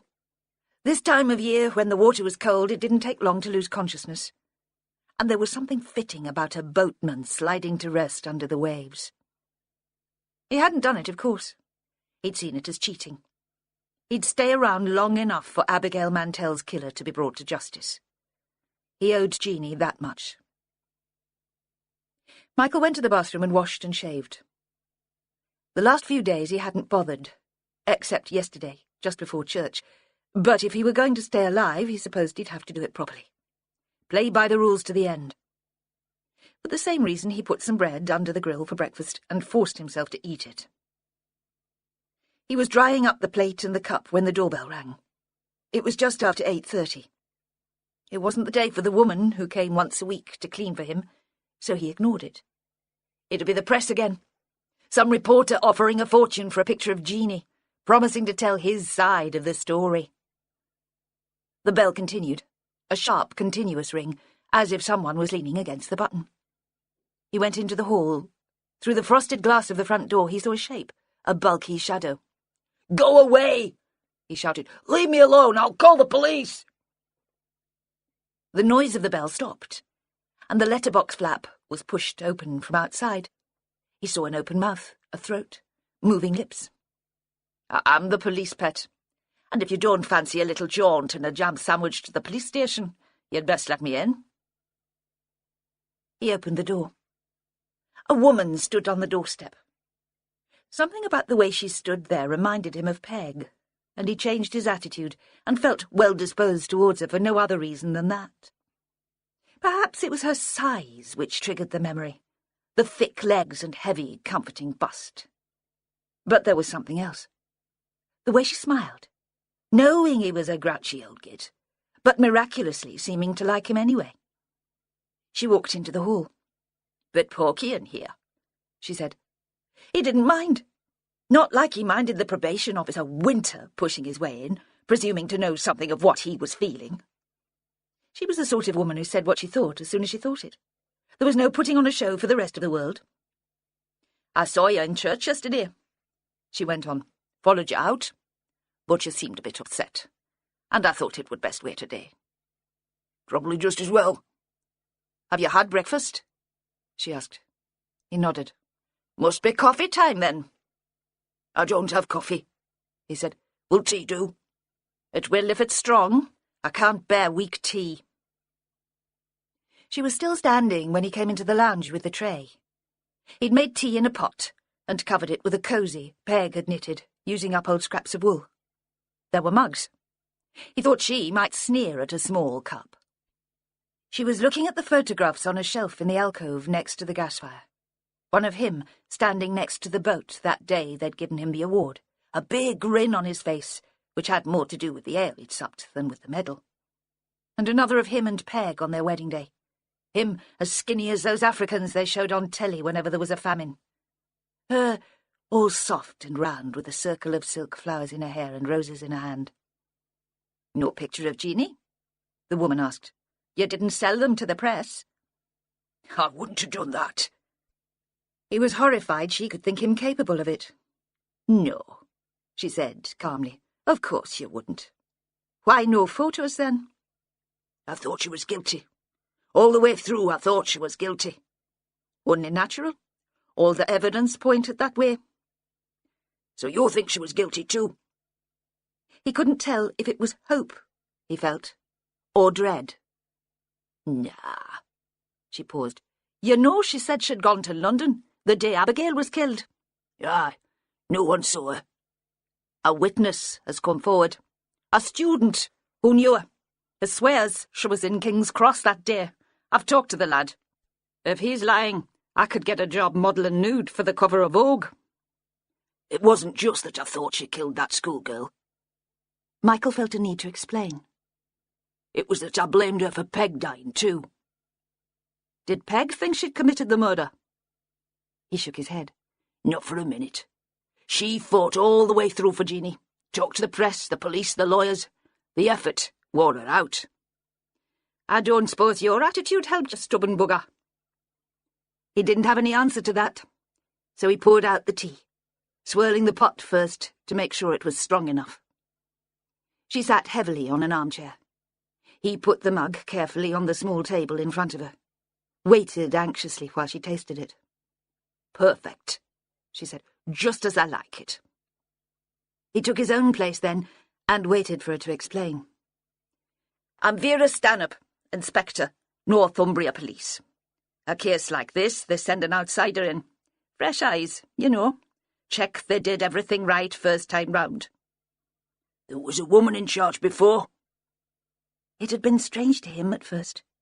A woman leading a team of men. But when he'd met her a couple of times, he could understand how she managed it. So there was. Vera was non-committal. What was she called? His memory was a sludge as he grasped for a name. All he could see was a woman in silhouette, sat in the kitchen at the house on the point. Light from a low winter sun was pouring through the window behind her. She was very smart in a black suit, short skirt, fitted jacket. He'd noticed the legs in sheer black tights. Even then, when they'd thought Jeannie was a murderer, he'd found himself looking at the legs and wondering what it would be like to stroke them. Fletcher, Vera said. Caroline Fletcher. She thought Jeannie was guilty, right from the start. Not that she wasn't polite with us. Perhaps that was how I could tell. The sympathy, you know, the pity. She knew what we'd have to go through when it came to court. She left the service a while back, Vera said. You'll have to make do with me this time. Not so nice to look at, huh? Easy to talk to, though.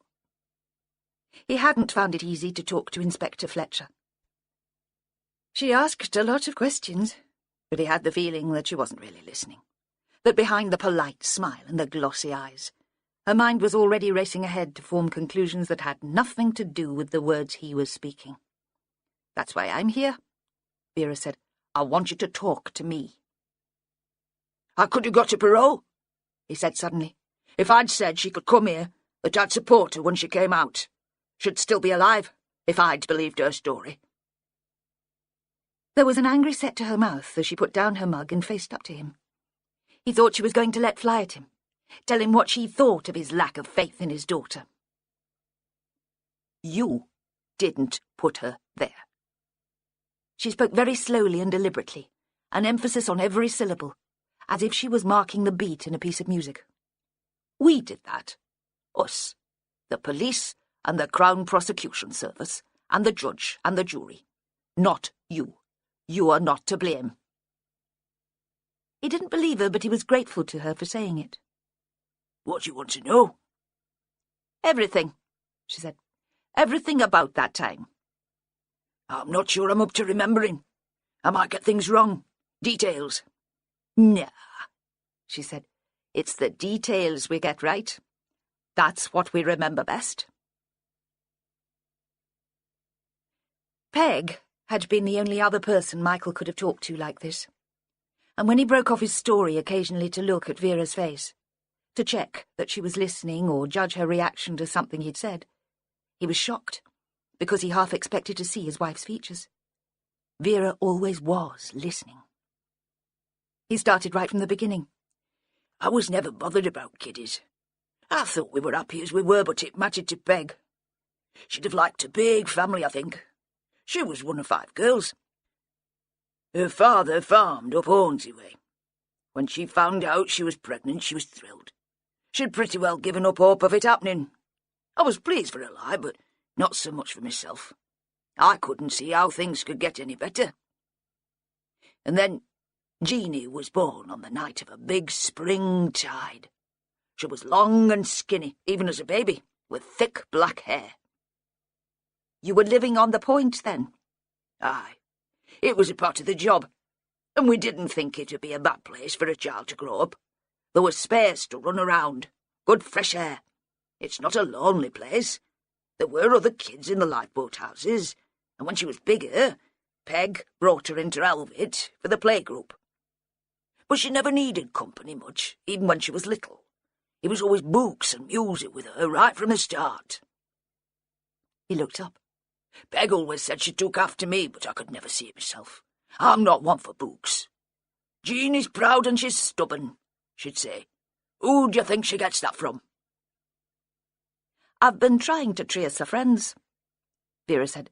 I'd like to talk to other people who knew her. There must have been girls at school. There were friends, I suppose. Lasses from school, like you said. She'd go to their birthday parties, and Peg'd invite them back to the point for tea. He remembered those days. The house had seemed full of them, pretty little girls in party dresses who giggled and chatted and chased each other around the garden. But I could tell Jeanie was never close to them. There was something solemn about her. She took life too seriously. I don't know where she got that from. Peg and I always enjoyed a laugh. What about boyfriends?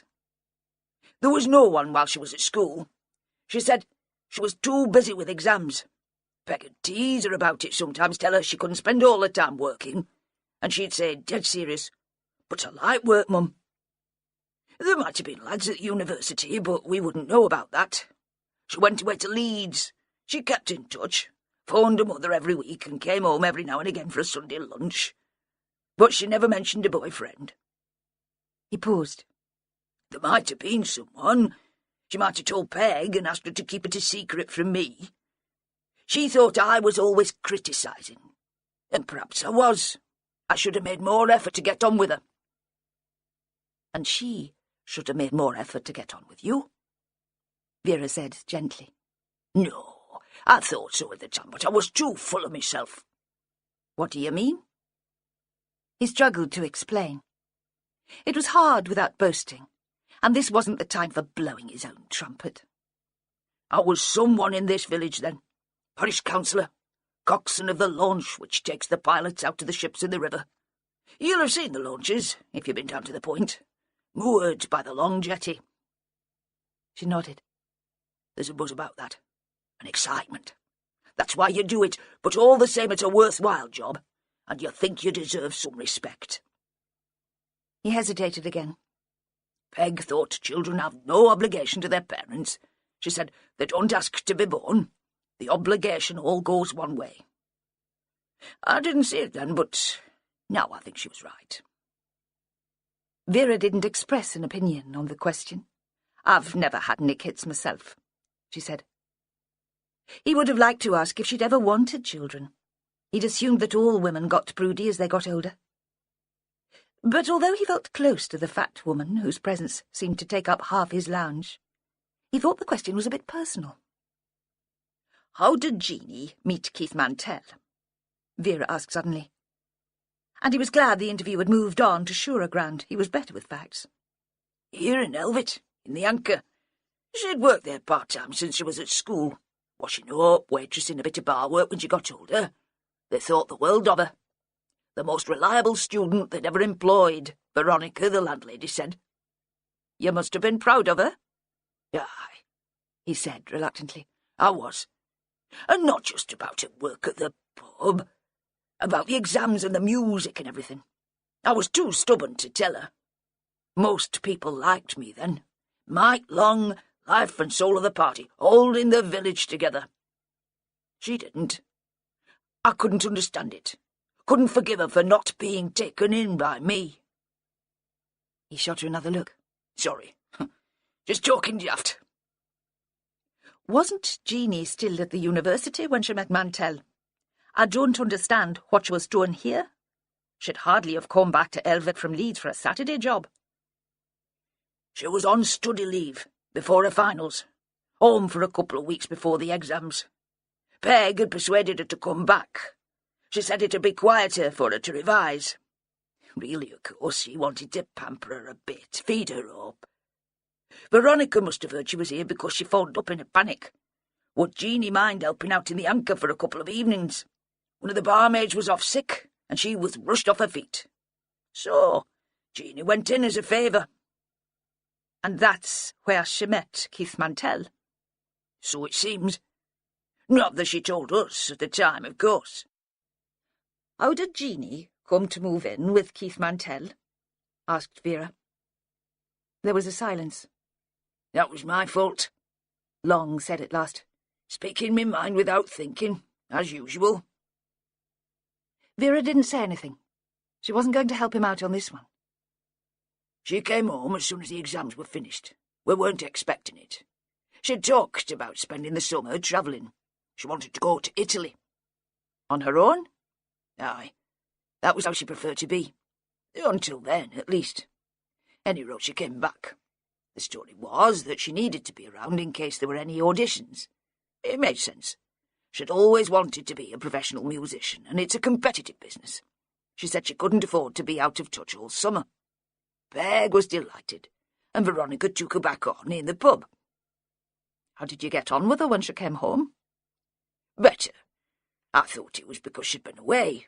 She didn't seem so touchy, and maybe I was getting a bit more mellow in my old age. But really, it was because she was in love. He shot a furious look at her, but she wasn't mocking him. There was nothing amused about her face. She looked very sad. I saw them together, Michael said. Her and that Mantell. He must have given her a lift home from work after the lunchtime shift. She'd have thought I'd be out. They were sitting in that flash car of his. The roof was down. They were all over each other like a rash. He had his hand up her shirt. He felt himself blush like a girl. It was broad daylight. Why did you disapprove so much? Vera asked. I mean, he was older than her, but he wasn't married. And you'd wanted her to lighten up a bit. She must have been 21 then, not a child anymore. He didn't answer, and she persisted. You did recognise him when you saw them in the car together. If he was a regular in the Anchor, you must have known who he was. I knew him all right. He had a reputation, did Keith Mantell. Still does come to that. What as? She asked innocently. As a crook, he said. That's what. I've checked his record. He's never been charged with anything. There've been a couple of motoring offences, speeding mostly, but nothing serious. He's never been caught, that's all. Like I say, he's a crook. And why do you say that, Mr. Long? She grinned at him, and he sensed a challenge in her words, but sympathy too. She had her own ideas about Keith Mantell. What do you know about work, Keith? The cramped little room seemed more airless than before. He felt his chest tighten, and his breathing was shallow and fast. What was going on here? This woman was bringing him painfully back to life. She was the first real human contact he'd had since Peg had died, the first person to take him seriously. He's a charmer, Long said. He had everyone fooled when he first moved here. But not you.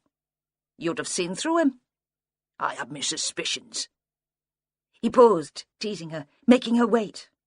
There was that house for a start. He wasn't the first to apply for planning permission to convert the old chapel, but it had always been turned down before, not just because of the risk of flooding and erosion. There was no access road, see, and this area's not zoned for housing, only building for agricultural purposes allowed. There's nothing agricultural about that mansion Mantell put up for himself. It must have greased a few palms to get that through the planning committee. There'd have been bad feeling in the village about that. She was playing straight man to him, stooge. He knew, and he didn't mind. At first, maybe. Then there he was in the Anchor, buying drinks all round, a donation to the cricket club to mend the pavilion roof, another to the village school to buy a couple of computers. He had them eating out of his hand, and he got the sympathy vote for bringing up the little girl on his own. It was soon forgotten he was here under false pretences. But not by you. You didn't forget. Michael knew what she was doing. making him feel clever, special. But all the same, he loved it. I never took to him. He got himself elected onto the parish council. We didn't see eye to eye. She let that go for a moment. You must have had more reason to dislike him than that.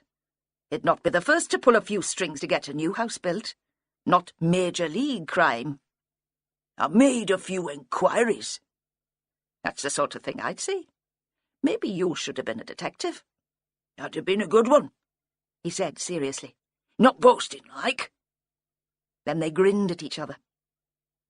What did you come up with then? She leaned forward so her elbows were resting on her broad knees. The dress, which his peg had not have had in the house as a dish rag, was stretched between them. Michael leaned back in his chair and half closed his eyes. All this he knew by heart. He'd just never had the chance to share it. Mantell grew up locally, in Krill, the town up the coast. Father was a schoolmaster. Mother worked in the post office. A nice family by all accounts, but it was never enough for Mantell. He had expensive tastes even when he was a lad. He was still at school when he started working for an elderly widow who lived close by. A bit of gardening, odd jobs, shopping. A companion, he called himself. Kind? Aye, you could call it that. When she died, she left him all the money in her will. She had no family. A nephew in Surrey. He tried to contest it, but it seemed to have bored. Mantell had her charmed, then? Oh, scared her witless. They sat for a moment in silence. They could hear the ticking from the fat, round clock on the mantelpiece. That's when he started investing in property. Still not 20. And he bought a couple of terraced houses in the town. Let them out to students. Bought a few more. One of them burnt down. Probably faulty electrics, but no proof, and he collected the insurance anyway. He was lucky no one was trapped inside. The college authorities weren't happy, though, and by then he'd decided the students weren't ideal tenants. Too lippy, too ready to complain. They knew their rights. So he started taking in families on housing benefit. Lots of scope there for a scam, especially when the benefits paid straight to the landlord. Right. And if money was tight, he'd offer his families a bit to tide them over. Like I said. Vera's eyes were shining. He could see she was enjoying herself. Kind. Not at the rate of interest he was charging. They stared at each other. I knew some of that, she said at last. I'd heard he was into benefit fraud, loans. Not for years, of course. Now he's a respectable businessman. Urban regeneration's his thing. Working with the community. He has lunch every other week with the Prince of Wales. Almost a saint. She paused for breath before continuing. I never knew where he got his money in the first place. It must have taken a bit of digging around to get at that. I'm a stubborn bugger. I don't give up. It must have been personal, though. You must have started checking up on Mantell before he took up with your Jeannie. I'd found out some of it before then. Took it more seriously later. What made you start? He challenged my authority in the village. Made me look a fool. I couldn't have that. I thought if I told the others where his money had come from, the sort of man he really was, they'd drop him. Did you tell them? I didn't get the chance. In the beginning, I didn't have the proof. And when Jeannie moved in with him, they'd have thought that that was what it was about. A grudge because he was screwing my daughter. Then his little girl died, and it didn't seem so important anymore. But you did try to tell Jeannie? He nodded. That afternoon when I'd seen them together in his car outside my house, I was angry. It all came out wrong. She didn't believe me. She packed up all the things and stormed out. That was when she moved in with Mantell? Yes. So it was all my fault. The girl's death, Jeannie's imprisonment. If I'd kept my temper, none of that would have happened. We don't know that. Not yet. When Mantell asked Jeannie to leave, she came back to you? She didn't like it, but she'd nowhere else to go. She was still infatuated with Mantell. She wouldn't move away, and we'd mended things a bit between us. That was Peg's doing. I know you don't like it, but we'll lose her altogether if we don't make the effort. Peg invited them round for Sunday lunch. Mantell, Jeanie and the daughter. You'd have thought we'd had royalty in the house, the effort that went into that meal. It was one of the hardest things I've ever done. Sitting down at the table with that man. Watching him smiling. Knowing damn well he knew exactly what I was going through. Michael paused. I've wondered over the years if that was why he took up with Jeanie. Why he stayed with her so long, at least. If he did it just to spite me. After the Sunday lunch at Springhead House, James was surprised to see Emma huddled in conversation with Robert in the kitchen. He knew he enjoyed these family occasions better than she did, and she wasn't usually easy in Robert's company. James had never been able to work out what objection she could have to her parents. They were perfectly reasonable and civilized. They made few demands. He knew better than to say so, but when Emma complained about Robert and Mary, he thought she was acting like a spoilt child. He didn't mind too much.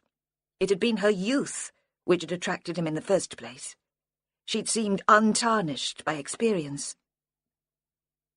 They were sitting in the living room at Springhead, drinking tea and eating fruitcake, when the subject of families came up. James had known it would happen sometime, but now he was unprepared. The conversation began safely enough. It's Mary's 50th birthday next month, Robert said. We were thinking of having a party. Were we? Mary was crouched by the fire trying to poke life into it.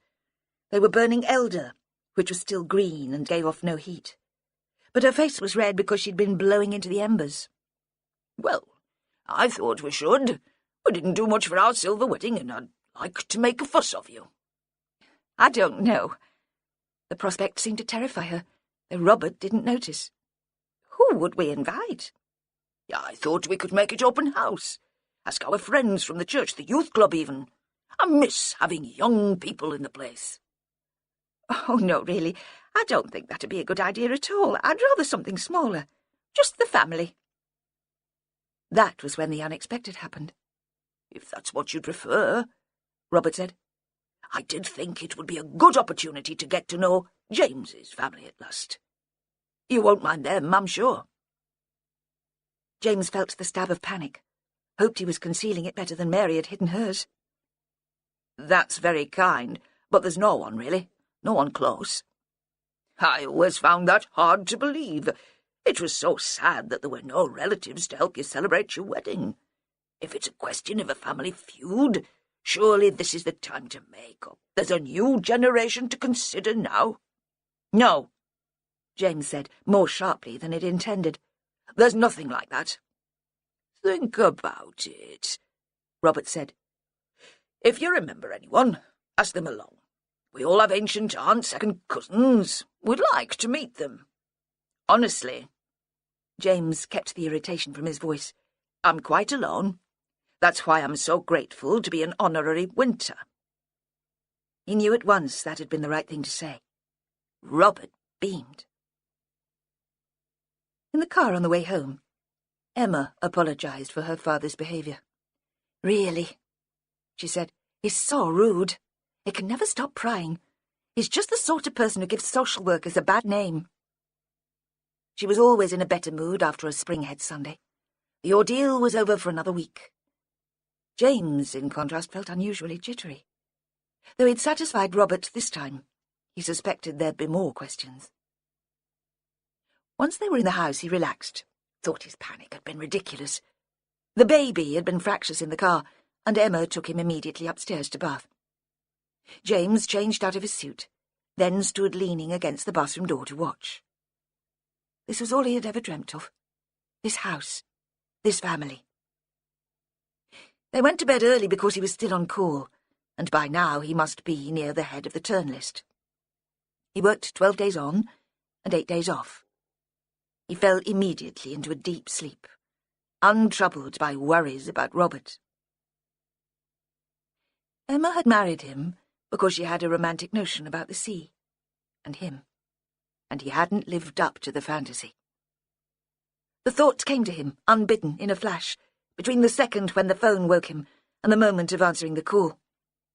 Then it disappeared from his mind, like the remnants of a dream once you're properly awake. It was a summons to work as he had known it would be. 2 women worked in the data centre collecting calls from ship's agents, then contacting the next pilot on the turn list to join the vessel, which was either approaching the mouth of the Humber or preparing to leave port. He recognised the voice at once. Marcia. He preferred her to Jo. Marcia was efficient and always respectful. He switched on the bedside light and jotted down the few details he needed. "It's a ship out of call, Mr. Bennett." Her voice was calm. She made him think of a hospital sister in charge of a ward at night. "Russian, a cargo of wood."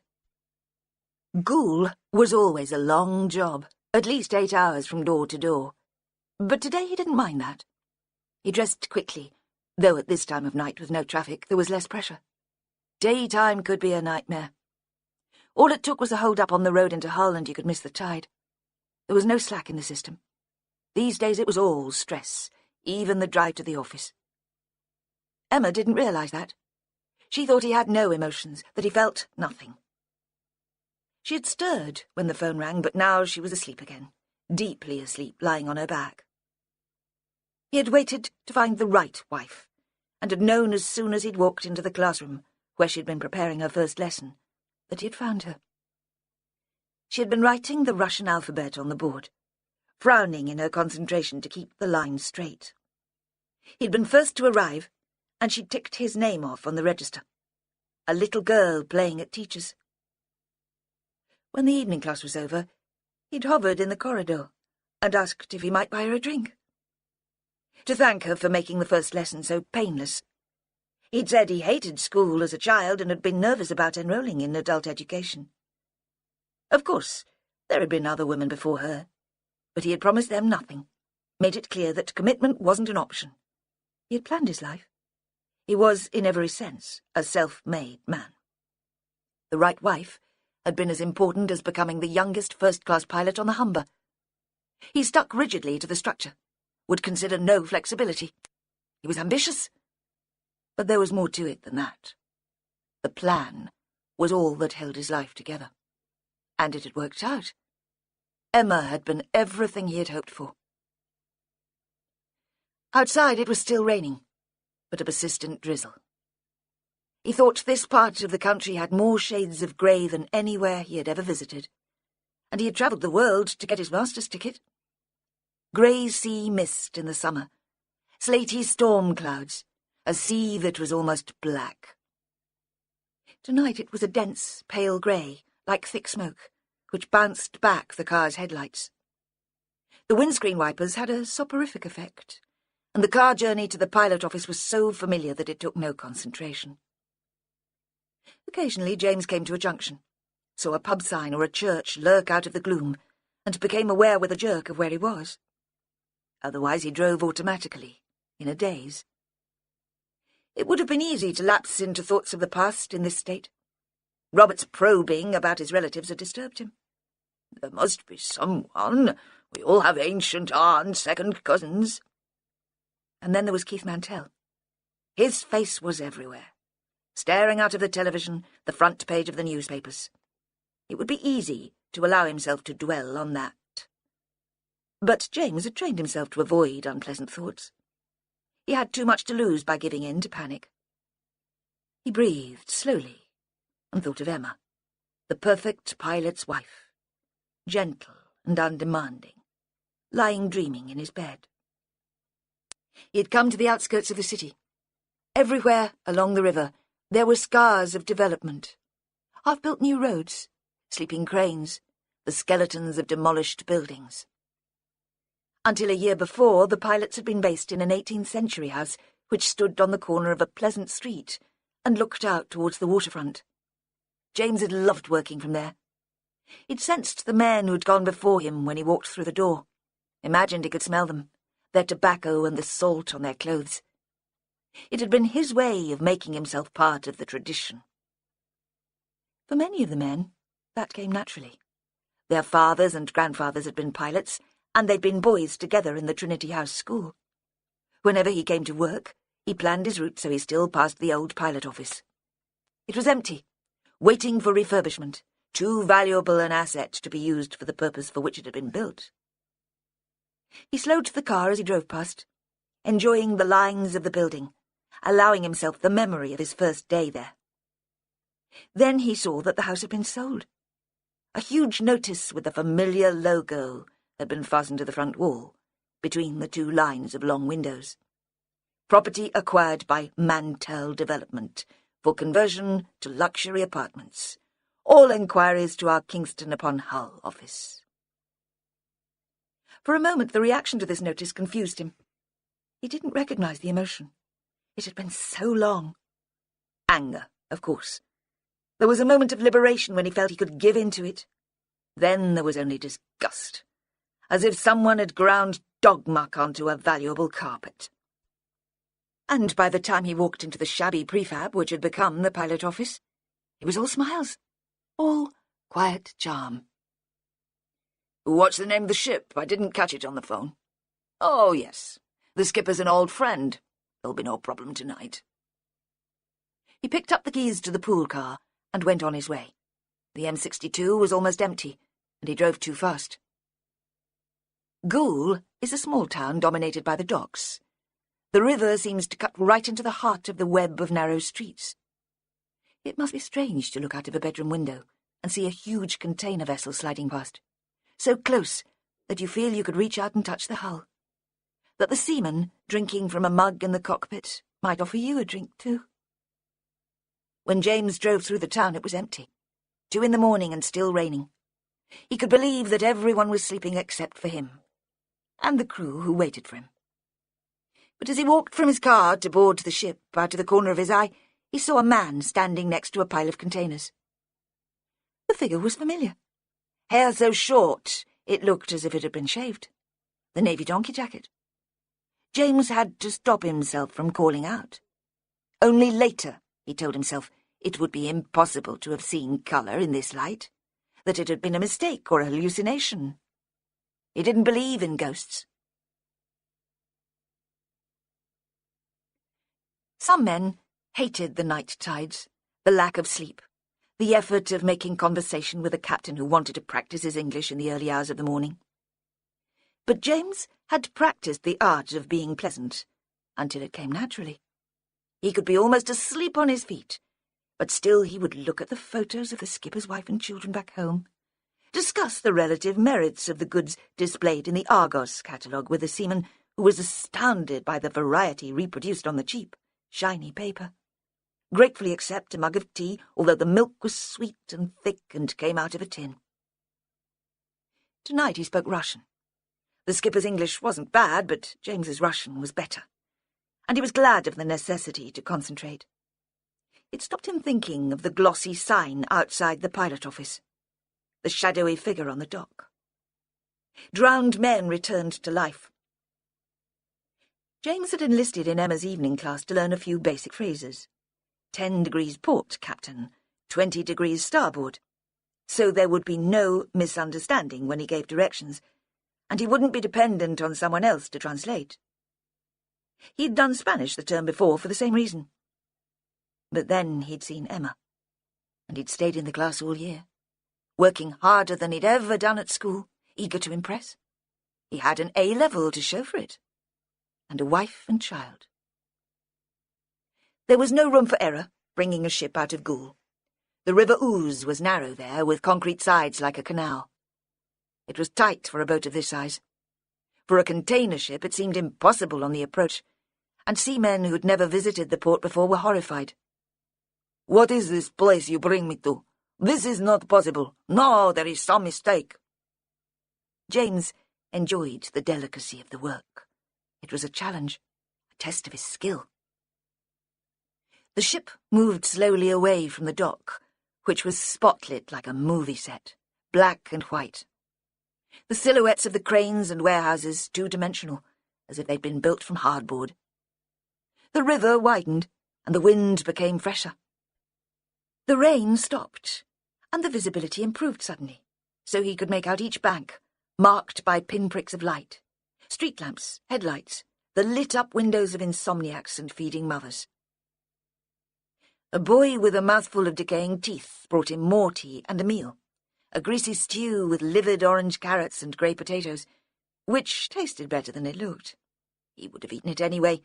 It seemed a long time since lunch with his in-laws at Springhead, and it would have been bad manners to turn the food away. At the mouth of the estuary, the wind increased again into sudden gusts, which whipped the river into little pointed waves and sent spray over the deck. In the daylight, it would be possible from here to see the spire of St. Mary Magdalene Church in Elvet, the track along the shore where sometimes James took the baby in his pram, to walk and remember.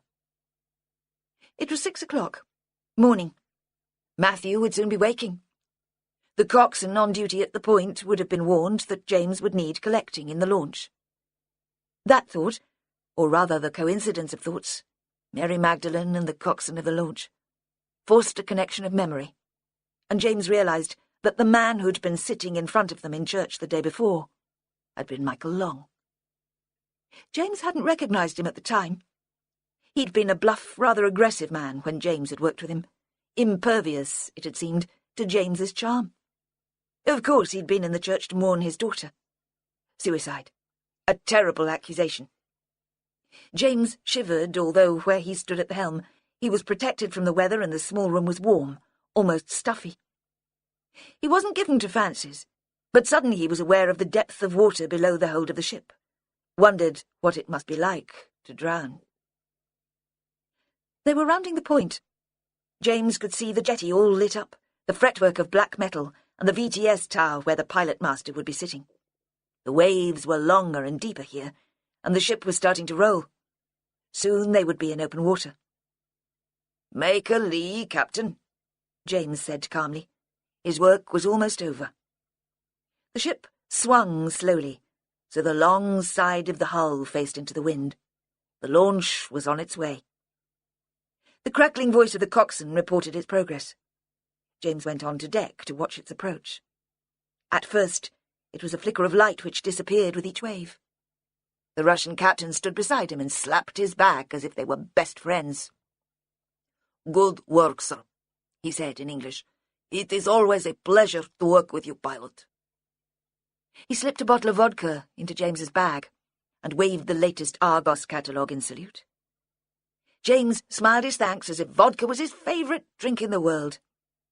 The launch was circling the Russian boat, so it came alongside, sheltered from the wind. James climbed down the pilot ladder with his bag over one shoulder, checked that the launch was in position, and jumped aboard. The coxswain was a woman called Wendy, slight and dark and determined to do well. Michael Long hadn't liked that, James remembered. Being replaced by a woman had been the final straw. She turned to see that he was safely in his seat, opened the throttle, and they started back to the point. "Good passage down, Mr. Bennett," she shouted above the engine noise. "A bit murky over the Wittens," he said. "All right once the ebb got away." It was 8 o'clock, and light now. Faint sunshine penetrated the cloud. On the south bank of the river, refineries and chimneys glowed silver through the mist, looking in outline like a great city. Venice, perhaps, or St. Petersburg. James had the cold, empty feeling which comes from having too little sleep. After the swaying of the ship, his first couple of steps along the jetty seemed unnatural, as if the boards had lifted and hit the soles of his feet a beat too soon. He saw there was no pool car waiting for him to drive back to Hull. Thought that if he had to get a taxi, at least there'd be a chance of sleep. Wendy seemed to guess what was going through his mind. "Bert'll be here soon. There's a tanker due for Immingham. He says if you hang on, you can take his car back. Go on in. You look as if you could use a coffee." "I could use a couple of hours' sleep." But it wasn't a real complaint. The steward in the pilot office made him a hot drink and a bacon sandwich. There was a Cala gas stove which hissed and smelled, and immediately after eating, James must have dozed, because when Bert did arrive, it was light outside. James emerged into a daytime world of children's voices and a woman in one of the lifeboat houses hanging washing on the line. It was an odd community here on the point. 6 families, cut off from the mainland, only attached by a thin strip of sand, mud and concrete, which could be breached by the next high tide. And most of their life was spent waiting. The coxswains of the pilot launchers waited for the tide, and the crew of the sole permanently manned lifeboat station in the country waited for a collision, for someone stranded on a sandbank.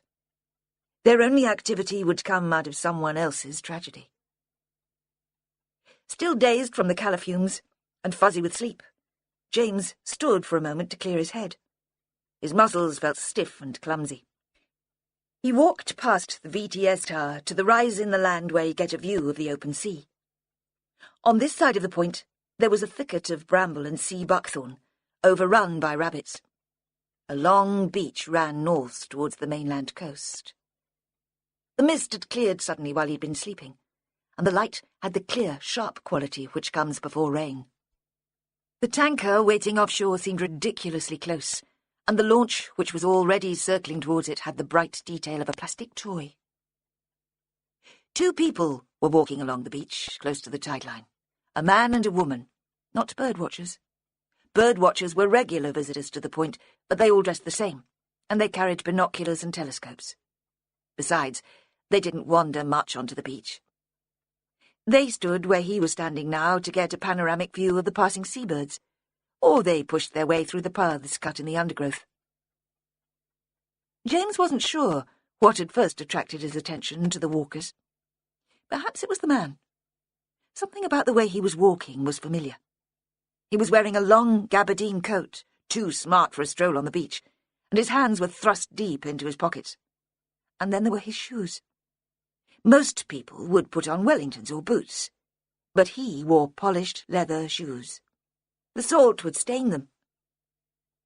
James crouched so he couldn't be seen, and continued watching. The man stopped suddenly, but he was still talking. The abrupt halt had only added emphasis to the words, demanding that the woman stop too, and give him her full attention. It was Keith Mantell. Since he and Emma had moved back to Elvit, James had managed to avoid him. And he looked older than when James had last seen him. His hair was grey, cut very short. Perhaps he'd put on a bit of weight. James wasn't sure, but he thought the face was fatter. Then the man turned, and the couple continued on their walk, and immediately James thought he must have been mistaken. He'd been thinking too much of Mantell recently, and in his tiredness had dreamed him up. This was a respectable couple, taking the air before going into the city to resume their stressful lives. Or a not-so-respectable businessman, snatching a few illicit moments with his mistress. Though there seemed to be nothing romantic about this encounter. Rather, it was confrontational. The woman deliberately allowed a space to grow between them, stooped and picked up a pebble, and threw it into the water with a violence which suggested anger. James turned away and walked back to the road where the company car was parked. Emma had enough stories and fancies for both of them. In the car, the heater was full on, blasting hot, stale air. James switched it off and backed away from the river.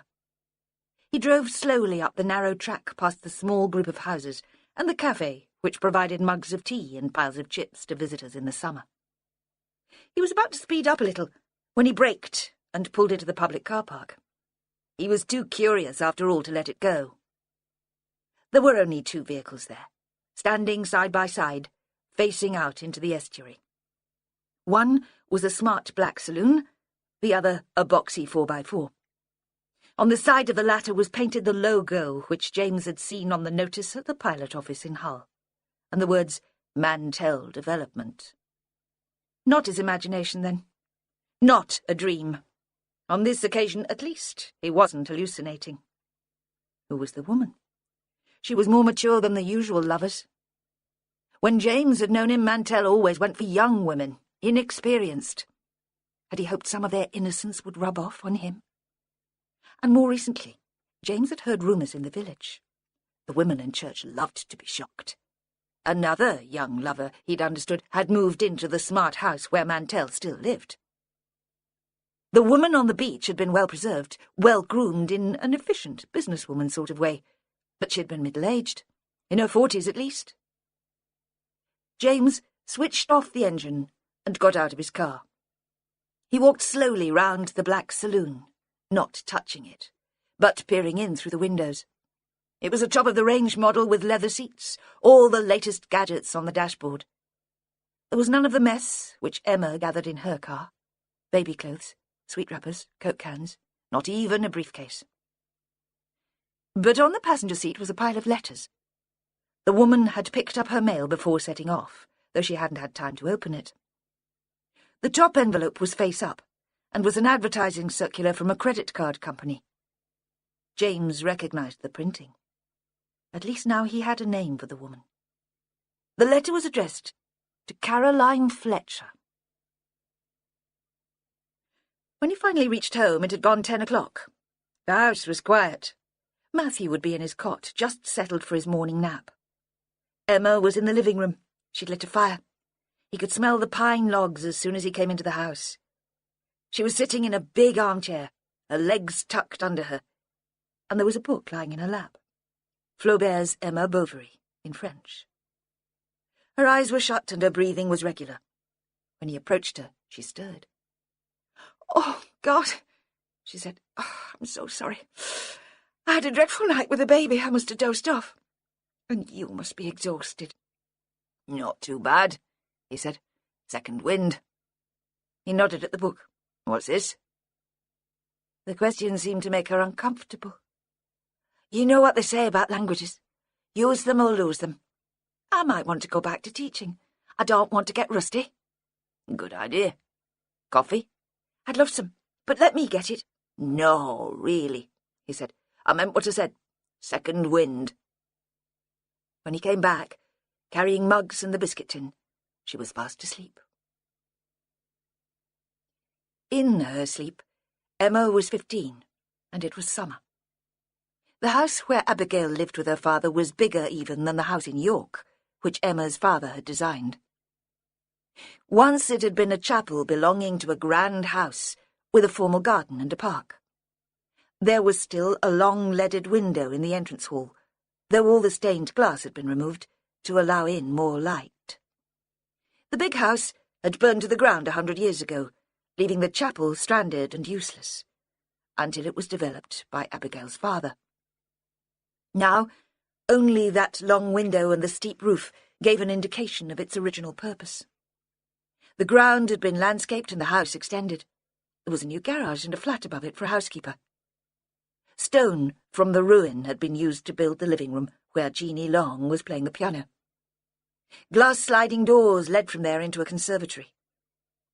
The living room was furnished in a style which Emma knew her father would despise. Reproduction sideboards in dark wood, overstuffed sofas, mirrors with gilt frames. He would approve, she felt, of the conservatory. There the table and chairs were plain and functional. Big plants stood in terracotta pots, which reminded Emma immediately of the garden in York. A striped hammock swung from the roof. Jeannie Long was practising. Since she moved to the house to be Keith Mantell's lover, it seemed she hadn't stopped playing. Often the same piece was repeated over and over. This seemed to drive Abigail to fury. It provoked a continuous battle, or rather maintained the hostilities which had begun with Jeannie's arrival. Abigail refused to speak to the woman. She banged doors, had stopped eating, burst into tears whenever her father was around to see. Jeannie fought back with the only weapon she had, her music. She would begin as soon as he left in the morning, and continue until his return. There were other rooms, of course. Abigail could avoid the sound if she wanted. There were rooms in the old part of the chapel which had televisions, a sound system, a computer, and because the piano was in an extension separated from the rest of the house by thick walls, the sound of the playing was barely audible from those. But that didn't matter to Abigail. She threatened to take an axe to the piano late at night, and Emma believed that she might do it. She imagined the splintered wood and the twanging strings. Emma and Abigail were in the conservatory. Abigail was swinging on the hammock, one leg hanging over the edge. It was the last day of the school summer holidays, and Emma wanted to enjoy it. The sun was shining. She could have been on the beach, topping up her suntan so she wouldn't seem so different from the girls who'd been to a Greek island or Tenerife. Keith had flown Abigail to Florida before Jeanie had taken up residence, but she didn't have the sort of complexion which tanned. Her skin was as white and smooth as wax. Abigail had refused the beach, and to take the bus to Hull to look at the shops. Instead, she'd insisted on staying in, to stoke up her fury. She pushed against the one stone wall of the conservatory with her foot, making the hammock swing violently. The ropes creaked where they were mounted on the ceiling. The noise was loud and regular like the braying of a donkey. But still Jeanie bent over the piano keys. Either she was so absorbed that she didn't hear, or she was determined not to react. Then the door opened, and Keith Mantell was standing there. He was nearly twice Jeanie's age, but even Emma could understand the attraction. His hair was a sandy blonde, and his face did show the effect of the Florida sun.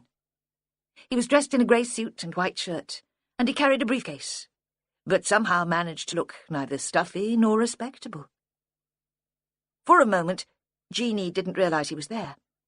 Then perhaps he moved, or there was a breeze through the open door, because she stopped playing in the middle of a phrase and looked round.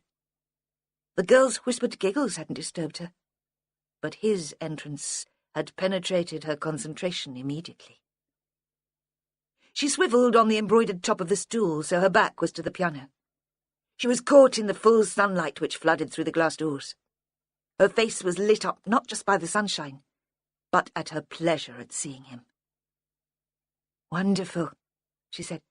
"You're home early." He set down his briefcase and walked up to her. He put his hands on her shoulders, which were bare because she was wearing a thin, strappy top, and he kissed the top of her head. Beside Emma, Abigail was making noises like someone being violently sick. Emma felt a violent stab of envy. She didn't believe anyone would kiss her in that way. Emma had been trying to remember more of her encounter with Jeanie Long since that one flash of recollection in the church. When she woke, it was almost lunchtime, and her book had slid to the floor, so the place was lost. Upstairs, Matthew was lying awake in his cot, reaching out occasionally towards a bare branch moving just outside his window. James had gone to bed. His uniform cap lay on the dressing table. His breathing was soft and regular. He claimed never to dream, and looking at him there so calm and still, she could believe that was true. Emma changed Matthew, then took him into the living room to feed him. She zapped on the television for the local news and caught a piece on the reopening of the Mantell case. "A witness has come forward who can place Jeanie Long in London on the day attractive teenager Abigail Mantell was killed. Miss Long always claimed she was in the capital on the day the crime was committed, but until now there has been no evidence to support her. Officers from a neighbouring force have been brought in to reassess the case. The Chief Constable of Yorkshire and Humberside Police denies that this shows a lack of confidence in the original investigation. Often, he says, it's useful to look at a case with fresh eyes." There followed a piece of old news footage showing witnesses leaving the court after Jeanie Long's trial. Emma buttoned up her shirt and pulled down her sweater. She put the baby in the pram which lived in the hall and went upstairs to prepare to go out. She opened her wardrobe door very quietly so as not to disturb James, and saw all the clothes she used to wear before she was pregnant. The jackets and skirts and smart little blouses she dressed in for the classroom. None of these seemed suitable today, and she chose instead a pair of black trousers and a lambswool sweater with a big collar, and her long black coat, which she lay on her side of the bed. She sat in front of the dressing table, wondering about makeup, compromising finally with a splash of red lipstick, but nothing more. She wrote a note for James. Needed some fresh air. Taken Matthew for a walk. In the pram, the baby looked out at her. He was wearing a bright red hat and red mittens. She pulled up the hood, forcing the hinges into place. She didn't want the wind to blow it down as soon as she stepped outside. Matthew chortled when she opened the door and bounced the pram by its back wheels down the steps to the square. She knew Dan Greenwood was in the pottery. The doors weren't padlocked, and anyway, she'd seen him arrive at 9 o'clock. She knew the best time to look out for him. She'd watched him arrive and leave most days since she'd stopped work. In the summer, he left the big double doors open, and then she'd seen inside. But this would be the first time she would fulfill her fantasy and go in. At the far end of the building, there was a corner which he seemed to use as an office. Behind an old desk was a filing cabinet and a computer table, and today Dan was there too, sitting at the desk, lit by an Anglepoise lamp. He was looking at some papers and frowning, and she could tell the contents irritated or annoyed him. He wasn't a man who hid his feelings easily. Once, in the summer, when the big door had stood open, she'd seen him take hold of a pot he was painting and hurl it against the far wall of the building. Frustrated, she supposed, because he hadn't managed to achieve quite the effect he'd wanted. The scene had shocked and fascinated her. James would never have given way to such a spontaneous show of feeling. Now the lamp gave the scene a contrived, staged look. Little natural light came through the dusty windows in the roof, and the strip tubes fastened to the rafters had been switched off. Emma, the audience, was in shadow. She closed the door behind her, and Dan looked up. "Emma?" He half rose, then sat back in the chair, which looked as if it had been rescued from a village school. His movements were always sudden. His hands were so big that she wondered they were capable of holding the small brushes, the more delicate pieces. There was the tension she'd always sensed between them. She'd thought it was the frisson of mutual attraction. Now she wasn't so sure. She'd met him first when he'd thrown a party to celebrate the opening of the pottery. He'd held it in the pub and they'd all been invited, everyone who lived on the square. She'd been newly married, realising even then, perhaps, that it wouldn't be the escape she'd hoped, but not looking for adventures. She'd had adventures enough in her life already, and she had her work then to satisfy her. Dan Greenwood had been at the door to greet them all, and she still remembered the first encounter. She'd lifted her face so he could kiss her cheek, and had seen the shock in his eyes, felt it in the brief press of lips and the brush of his hair like a feather on her skin. It had been as if he were meeting an old lover, although she had been sure they had never met. And all evening, as the locals grew more rowdy on the free beer, she had been aware of his gaze on her, flattered, but not surprised. She had known the effect she could have on lonely men. He must have approached everyone else in the room to introduce himself, inquire about his neighbours. His manner was reserved, but overhearing the conversation, she thought there was something very blunt about his questions, direct, like a child. He wasn't much good at flattering small talk. Certainly he had talked to James that evening. She had watched them laugh together, but he had made no effort to come up to her. It was as if he'd sensed that there would be a danger in their being physically too close. That was what she'd thought then. Now, she wondered if she'd been deluding herself. He and James had become friends in that easy, casual way that men do. They often met up for a pint on Friday nights. They both played cricket for the village team. She didn't know what they talked about. Their work, she supposed, sport, gossip. Now she felt awkward, tongue-tied. She'd often dreamed about coming here, confronting him with how she felt. But this would be a different confrontation. "Emma!" This time he did stand up, and he walked round to the front of the desk. He was frowning, anxious. "Is anything the matter?" She ignored the question. "You never told me you used to be a policeman." "It was a long time ago. Something I tried to forget." "You worked on the Mantell case. I've just seen you on the television." He seemed to be forming an explanation, but she didn't allow him a chance to speak. "You recognised me when we first met." "Did you come to Spring Head the day I found Abigail?" "I don't remember." "I spoke to your father." "But you saw me?" "Through the kitchen door, briefly. And then later James confirmed who you were." "Does he know you're an ex-cop?" "It's not something I feel I have to hide. It came up recently in conversation." "How?" she wondered. "Does James use that incident in my past as an excuse for my behaviour?" "We'd have you round to dinner, but Em's not very good in company. She found the body of her murdered best friend." As if one had any relevance to the other. Didn't you think I'd be interested to know that you'd worked on the case? I didn't think you'd want reminding of it. It's hard to forget, she said. Now, with all that's going on. Have you been bothered by the press? No. They'll track you down. I know you use your married name, but it might be worth changing your phone number. We're ex-directory. That won't stop them. The exchange seemed unnaturally loud and fast. The words seemed to ricochet off the walls. They looked at each other for a moment in silence. Look, he said, I can make you coffee. He wiped the seat of the chair with his sleeve. Why don't you sit down? I want to know what's going on, she cried. No one's been to see me. It's not fair. I'm involved. She had the argument clear in her head. The grievance had been growing all night. She hadn't thought it would be directed towards Dan Greenwood. That Inspector Fletcher, Caroline, made the effort then. She kept us sweet while the police were preparing the case for court, while I could still be of use. She came every day to see what I could remember. Now I have to hear about developments on the news. Though that wasn't true. Dan had warned her, through James, of Jeannie's suicide, and that the case might be reopened. While she hesitated, wondering what tone to take, her thoughts were interrupted by a voice behind her. That seems fair enough to me, pet. The voice was very close.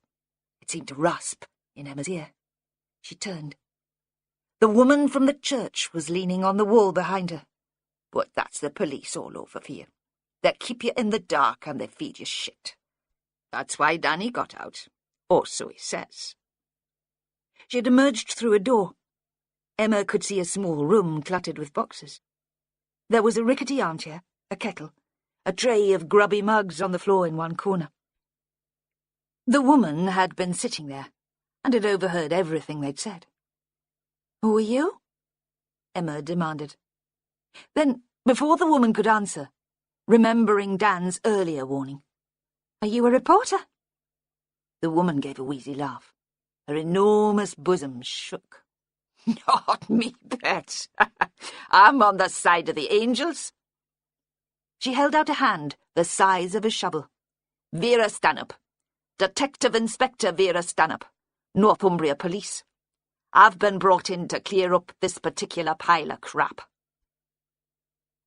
Emma thought Vera Stanhope was the most thick-skinned person she'd ever met. It was not only in that she was impervious to embarrassment or offence. She was literally thick-skinned. Her face was scaly and uneven, covered in places by crusted blotches. Her hands were hard and worn. Some sort of allergy or disease, Emma thought, but couldn't bring herself to pity. She wasn't the sort of woman you could feel sorry for. Vera stood, looking at them both, narrowing her eyes. Did you say something about coffee, Danny? But not here, eh, pet? Let's go somewhere a bit more comfy. She directed her gaze towards Emma. Don't you live just over the square? Emma knew what was expected. She was supposed to invite them in, sit them in the best room, brew coffee, set out fancy biscuits. Then answer this extraordinary woman's questions. Go over the old ground. And all the time, Vera's reptile eyes would be taking in the surroundings, probing, as curious as the old ladies from the church had invited themselves in to see the baby when she'd first come home from hospital. She couldn't bear it. "We can't go to my house," she said quickly. "My husband's asleep. He's been working all night." Dan Greenwood rescued her. Perhaps he sensed her panic, though she could no longer persuade herself that they had a special understanding. "Why don't you come back to my place? I'd be breaking for lunch about now anyway." Vera turned a wide smile on him, as if that was what she'd been hoping for all the time. Outside the rain had stopped, and there were jagged splashes of sunlight reflected in the puddles and the wet pavements. Emma waited for Dan to look up. Even now she found herself watching him. He had dark hair on the back of his hands. His sleeve fell back from his wrist as he clamped together the padlock, and she imagined what it would feel like to touch his arm. "I'll drive round," she said. "Matthew always falls asleep in the car. It'll mean we can talk in peace." It wasn't far to Dan's house, but she didn't want to be seen traipsing after them along the narrow pavements, part of a strange procession, a circus freak show. He lived in a crescent of 1930s semis on the edge of the village. Once there'd been council houses, and there were still one or two belonging to the local authority, identifiable by the uniform green paint. The rest had been bought by their owners or sold on to incomers like Dan. They had long, thin gardens at the back, fanning out towards farmland. Emma took her time. She let herself into her own home and watched them set off before carrying Matthew to the car and strapping him in. She didn't want to arrive ahead of them, and thought if she passed them on the way, she might feel obliged to offer them a lift. The thought of Vera Stanhope in her car gave her the same threat of violation as if she'd been forced to ask her into her home. When she arrived at the Crescent, Dan's door was open and she went in without knocking, lifting the car seat with Matthew into the narrow hall. She'd never been inside the house, though she knew James had. It was one of his excuses for lateness during the cricket season. "I just called into Dan's for a beer after the match." Hovering outside the kitchen, it occurred to her that James had probably known all along about Dan Greenwood's role in the Abigail Mantell murder. The subject of Dan's previous career must have come up during those boozy Friday night discussions. It wasn't something to be ashamed of, as he'd said. There was a tiny living room and a kitchen of a similar size with a door leading into the garden. The kitchen wall had been painted a deep green, and there was one of Dan's jugs with some chrysanths on the windowsill. But everything else could have belonged to the previous owners. You wouldn't have guessed an artist lived here.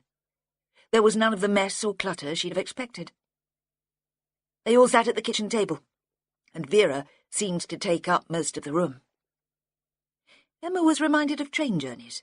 Strangers cramped around a table, trying to make sure their knees and feet don't touch. Dan had changed from his work boots and was wearing the sandals climbers wear. His feet were brown. He'd made filter coffee and set out chocolate biscuits on a plate. Emma couldn't tell what he made of this invasion. Had Vera Stanhope been foisted onto him, or were they allies, old friends? His attitude towards her was affectionate but cautious. It was as if she were a large dog, generally well-behaved but given to lashing out at strangers. He seemed to be trying very hard to sit still. Vera leant back in her chair, her eyes covered with thick, inflexible lids. "Well, pet, what is it you'd like to know? Just fire away. Dan and me'll do our best to help." "Are you sure Jeannie was innocent?" "Positive." "What makes you so certain?" Vera slowly sat forward, reached out for a biscuit. "She always claimed she went to London that day. An impulse, she said. She wanted to get away from the area, hide in a big city, be anonymous. Keith had asked her to leave the old chapel, and she was devastated. She'd thought she was in love." Vera munched the biscuit, wiped the crumbs from her chin, continued to speak, though she'd not finished chewing. "She got the train from Hull, so she said, wandered round the South Bank and listened to the free lunchtime music, went to the Tate Gallery, then got the train home.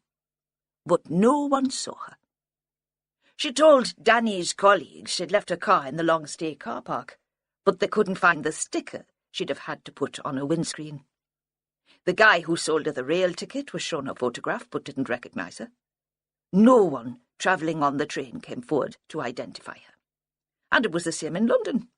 You can't believe anyone can be that invisible. It was a Sunday, not such a busy day for travelling, but nobody had noticed her. Even more strange, she never mentioned her trip to her parents. Not before she went, or when she got back. Her car was gone from outside her parents' house on the Point from 8 in the morning until 7 in the evening. That was all they could be sure of. She eyed the remaining biscuit, but left it where it was. Perhaps they could have done more, gone national, appealed for witnesses.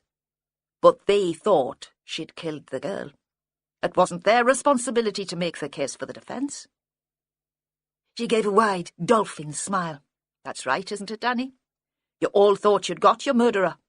What is it they call it? Noble cause corruption. And who could blame you for being corrupted? The motive was clear from the beginning. Jeannie hated Abigail Mantell because she could persuade her father to do anything, and she'd persuaded him that the two of them were happier on their own." Dan didn't reply, seemed not even to hear. He was looking out of the window, so Emma couldn't tell what he made of Vera's words, what he'd thought at the time. So, it's precisely 10 years on, and there's a small piece in The Guardian about Jeanie Long. Not claiming she's innocent. Not exactly that. But claiming she was turned down for parole because she refused to admit her guilt. And that she would have been moved to an open prison years before if she hadn't stuck to her story. The article gave a bit of background to the case and mentioned that she'd never found an alibi to support her story. The next thing that happens is that a witness comes forward. You wouldn't believe it could happen, would you? Not after 10 years. But this is for real. She paused. What's his name, Danny? Emma knew that Vera remembered the man's name quite well. The pause was for dramatic effect. Stringer, Dan said. Clive Stringer. Clive was at university with Jeanie. It seems he had a bit of a crush on her.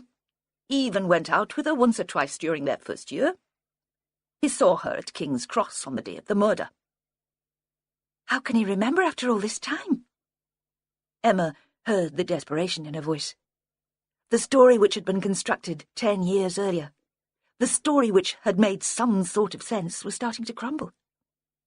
The date meant a lot to him. He was on his way to Heathrow. Had been offered a postgraduate research post at a university in the States, and that was the day he flew. Even if there had been an appeal for witnesses, he wouldn't have been around to hear it.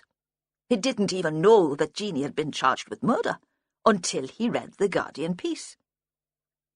Couldn't you have made a mistake? You see someone in a crowd, it's easy to convince yourself. I've spoken to him, Vera said. He's down to earth, not given to flights of the imagination. They looked at each other across the table. Emma didn't know what to say.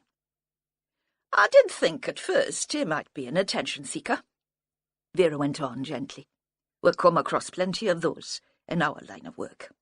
But he keeps a diary. Has done since he was a bairn. It's a bit sad, I think, summing up your life in a few lines scribbled at night. There must be more to it than that. In this case, though, it's a blessing. I've seen the entry for November the 15th, 1994. Do you know what it says? Saw Jeanie at King's Cross Station, looking lovely in a bright red sweater. Red always suited her. We checked. Jeanie was wearing a red jersey when she returned to her parents' house that night. Forensic took it. Of course, they didn't find anything to link her with the murder, but it didn't really matter. She was charged anyway. For the first time, Emma realised that Vera was angry. Volcanically, terrifyingly angry. Vera must have seen that Emma sensed her fury. She shifted in her chair and smiled again to prove she wasn't dangerous. Became confiding and folksy. I'm from up country, she said. Nothing to do with Yorkshire and Humberside police. I'm impartial. That's the theory. It's my job to look at the Mantell case again. See what went wrong. And the sooner I can get it done and go home, the better, as far as I'm concerned. I'm used to the hills. There's nowhere to hide here, is there? You can see some buggers washing on a line in the next county. It gives me the creeps. What do you want from me? Your memories, Vera said immediately. I'm not sure how reliable they are after all this time. Don't worry, it's what I'm best at. Working out what's real and what's fantasy. Joe Ashworth, my sergeant, thinks I'm a witch. Emma looked up sharply, but couldn't tell from Vera's face whether she was mocking herself or her audience. Because that was what Dan and Emma had become. Vera was playing them as if she was the best stand-up in the business. And already she'd moved on, taking them with her. Suppose today we just start with a few questions, things that have been troubling me, and no one else has been able to answer, not even Danny here. Like, why did Keith Mantell ask Jeanie to move out? Because Abigail asked him to. If she can't understand that, Emma thought, she might as well piss off back to her hills now. But he must have realised there'd be a problem before he moved Jeanie in. I mean, he and Abigail had lived in that place on their own since her mum died. Everyone says he treated her like a princess, spoilt her rotten. If they were that close, he wouldn't have brought his lover into the home without mentioning it to the girl. What would you say if Jeanie came to live with us? They say men aren't the most sensitive beasts in the universe, but he'd have managed that. And if she hated the idea, Abigail would have said, wouldn't she? She doesn't strike me as the shy type. No way, Dad, it won't work. Something like that. And he'd have listened to her and made some excuse to Jeanie, even if only to spare himself the hassle. Sorry, love, but Abigail needs more time. Listening to the detective, Emma thought she was some sort of witch. Of course, even if those precise words hadn't been used, it was just what each of them might have said. But Vera was continuing. So that's my problem. I don't see how he got himself into that mess. I don't think he had a lot of choice. What do you mean? Emma hesitated. This is what Abigail told me. I don't know if she was telling the truth. Because Emma knew now better than anyone that Abigail could be the biggest liar in the world. Vera nodded encouragingly. Like I said, you can leave that for me to decide. According to Abigail, Keith hadn't really wanted Jeanie there in the first place. She'd had a row with her parents and just stormed out of her home. She turned up on the doorstep of the chapel with a rucksack of clothes and a violin. He couldn't turn her away. Too kind-hearted for his own good, I dare say, Vera said. And Emma could tell. She'd already formed an opinion of the man and disapproved of him. The first thing Abigail knew about it was when she found Jeanie in the kitchen cooking supper. Abigail had recounted the story the next day. It had been another hot afternoon, sultry, airless. There must have been rain that summer, sea fog, but Emma couldn't remember it. That day, Abigail had agreed to go with her to the beach, and they'd walked there together down the path between the sandy fields. Already, most of the harvest had been in, but in the distance she'd heard the churning of a baler, and there'd still been a patch of barley left to cut. The feathery fronds had brushed their legs as they walked. There had been a row of swallows on the Wa, and clouds of insects, and Abigail, striding in front along the narrow path, had shouted to Emma, following behind. She hadn't stopped talking all the way. Her voice had been incredulous, and she'd repeated herself often to show that she still couldn't believe the cheek. I mean, she was just standing there, rooting through the cupboards, and then she started on the freezer. I thought I'd do risotto. Is that okay with you, Abby? I mean, no one calls me Abby. You don't call me Abby, and you're my best mate. And still I didn't get it. I thought it was a one-off, one night. Then I went up to Dad's room, and there were the things she'd already unpacked. Like she'd been there an hour, and already her clothes were hanging in his wardrobe, and her knickers were in his drawer. Well, I know he won't stand for it. She'll be out by the end of the week. Dad likes his space. Even I'm not allowed into his room without asking. Why did he stand for it? Vera asked. That's the question. More relevant than why he asked her to leave in the end. Gina was there for 3 months. Why didn't he boot her out sooner? He loved her, Emma said. Didn't he? Oh, no. Vera replied, quite certain. Love didn't come into it. Not on his part. Abigail was certainly surprised that she didn't get her own way immediately. Emma smiled, remembering her friend's frustration, the strategies which all seemed to fail. There had seemed some justice in the fact that Abigail had been forced to suffer an upset in her life. Emma had looked on at the rows with the same mixture of sympathy and pleasure as if Abigail had sprouted an enormous pimple on the end of her nose. Why did Keith suddenly give in? Vera demanded. After 3 months? Perhaps she just wore him down with her persistence. Aye, maybe. Why don't you ask the inspector who worked on the case at the time? She must have spoken to people, come to a conclusion. Caroline Fletcher doesn't work for the service anymore, Vera said briskly. Like Danny here. She paused. Strange, isn't it, that the 2 officers most actively involved in the investigation retired from the police soon after Jeanie Long went to court. She turned a wide smile on Dan, inviting him not to take offence. Outside, the sun was still shining. A gusty westerly promised more rain. Cloud-shaped shadows were blown across the fields where the green shoots of winter wheat were already showing. In the little house, Vera was still holding forth and Dan was still listening. Emma made her excuses and left them to it. She drove to the end of the crescent. Then, instead of turning towards the village, she took the opposite direction towards the coast. Wendy, the coxswain of the pilot launch, was the nearest thing she had to a friend here, and liked it when she dropped in with Matthew. Emma felt she needed an excuse to be out of the house, away from the television and the local news. She couldn't face seeing Dan again on the screen. He'd been thinner then, his hair shorter. But the way he'd been glowering at the camera, you could still imagine him letting his temper get the better of him. She couldn't imagine him taking orders easily, and wondered if that was why he'd left the police. Every year in the autumn, there were predictions that the point would be washed away by the tides of the equinox. One big gale, people said. That was all it would take. And certainly it was skinnier than it had been.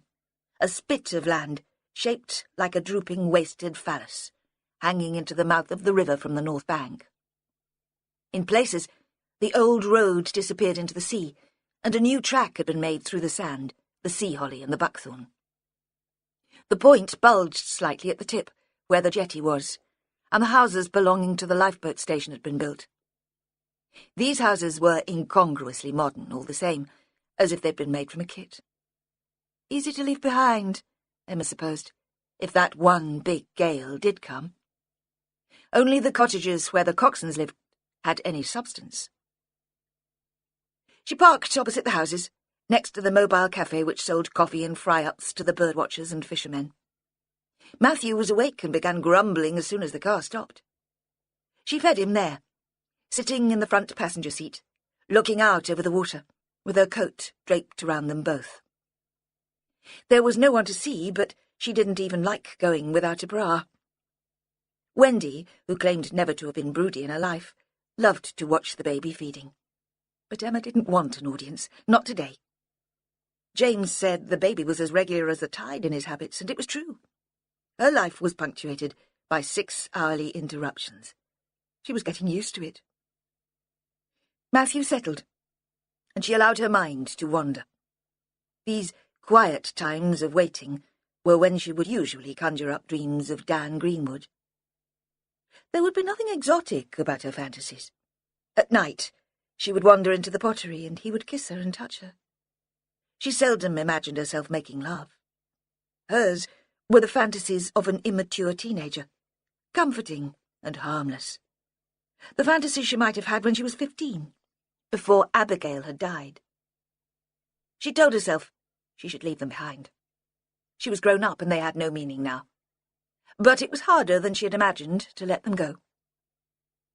As she pulled down her jumper, 2 teenage lads raced from one of the houses and began to kick a ball against the sea wall. Still carrying Matthew, she got out of the car and looked down the river. The smell of mud and seaweed mixed with the frying bacon and chip fat from the cafe. The cafe was a relatively new arrival on the point. Before it, there had been an ice cream van, but only on fine days and at the weekends. And thinking of the ice cream van, Emma suddenly remembered that this was where she had first met Abigail Mantell. She hadn't thought of the encounter for more than 10 years. Even relating the history of their friendship to Caroline Fletcher, it had slid somehow out of the story. Perhaps it had been too trivial.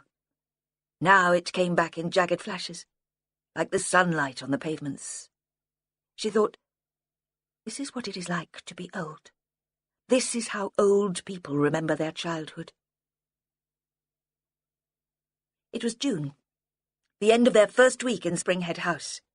Robert was still elated by the new purpose in his life, optimistic about the house, his work, the whole deal of living in the country. A new start, he'd say over and over again. Really, we are so blessed. Though Emma didn't feel blessed.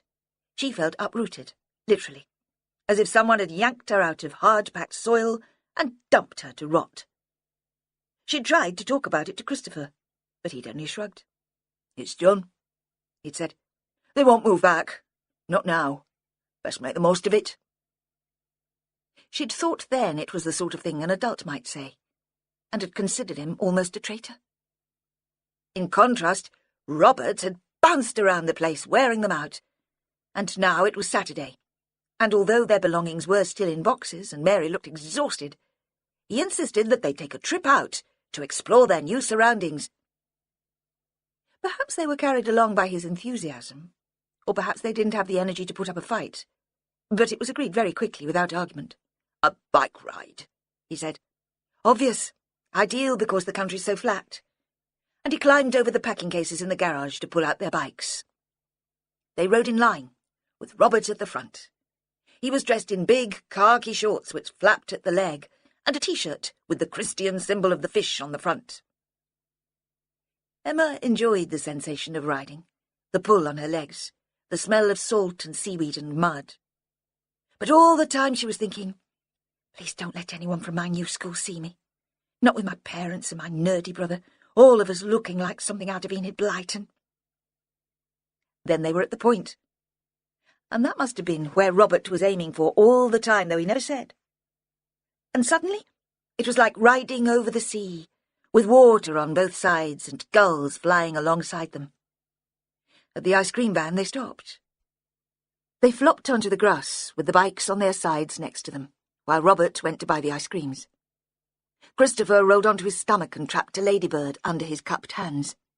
He'd always captured insects that way. He was looking at it through a hole he'd formed between his thumbs and first fingers. Then there was a roar of an engine.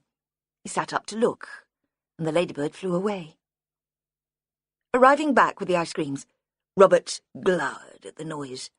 His perfect family afternoon had been disturbed. He muttered about hooligans.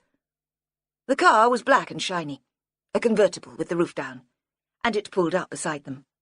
Loud music, which Emma failed to recognise, continued even after the engine had been turned off. In the passenger seat was Abigail Mantell, her red hair in effective disarray. At first, Emma thought the car must belong to a boyfriend.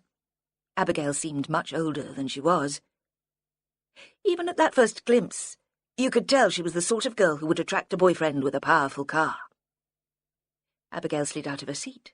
Let's take a brief moment to unwind, around 1 minute of peaceful rest. Thank you for allowing us to be part of your day. The story will resume shortly.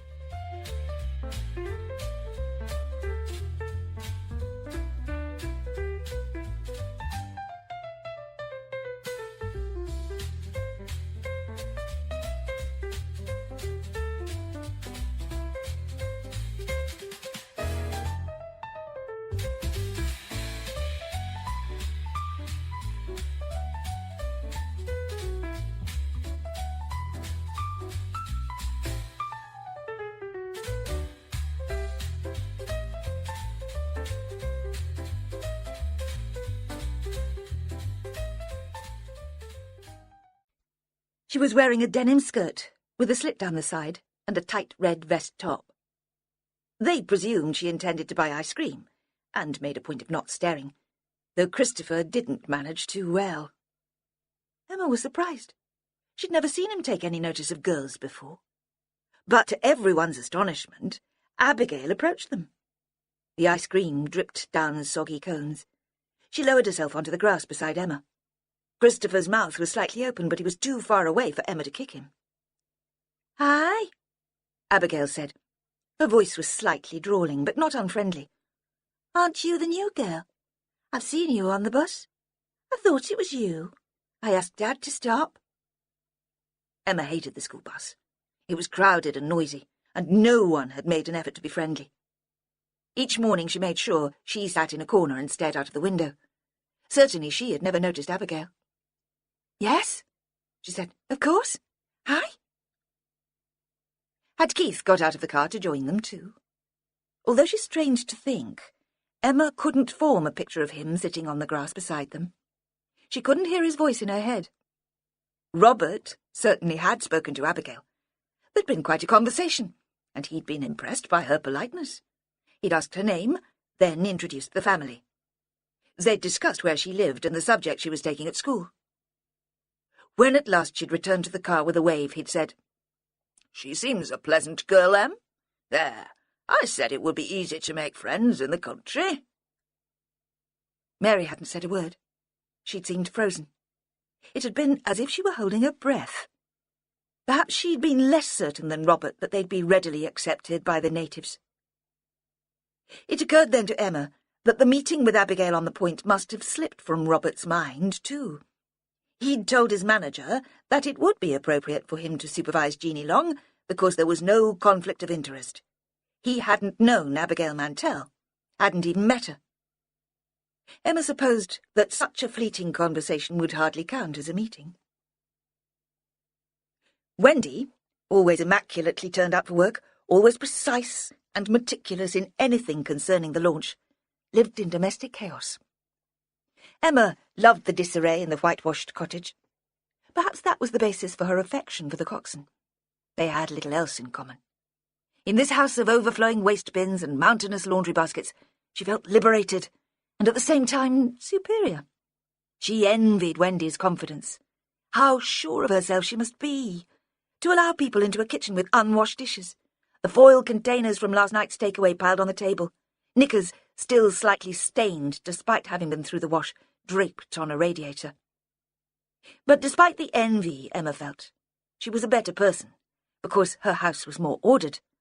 She was proud of the clean windows, the boiled dishcloths, the washed curtains. "I'm really not sure how Wendy would cope with a baby," she'd once said to James, knowing as she spoke how smug she must sound. Today, Wendy had finished her 12-hour shift at midday, but Emma had known she'd still be about. She seemed not to need sleep. Cigarettes and caffeine kept her going, she said, and today there was a cigarette drooping from the corner of her mouth, as she used both hands to rewire the plug of an iron. She always kept busy, despite the mess. When Emma brought in the baby, she stubbed out the cigarette and opened a window. But the smell of smoke lingered, hiding something more unpleasant, which Emma couldn't quite identify. Rotting vegetables, perhaps, or sour milk. It appeared to come from the larder. Wendy seemed not to notice.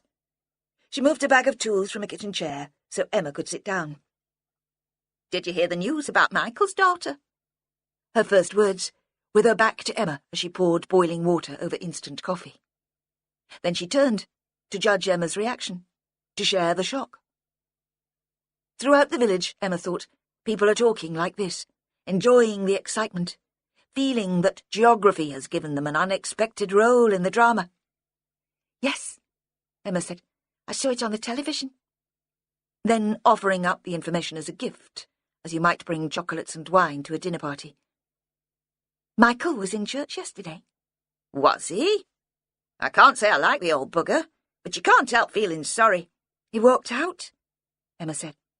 "I suppose he didn't want to face people after." She couldn't bring herself to mention the scene he'd made, spitting wine at her father. "You realise what this means, don't you?" Wendy leaned forward. She'd changed from her uniform into jeans and a big, hand-knitted sweater.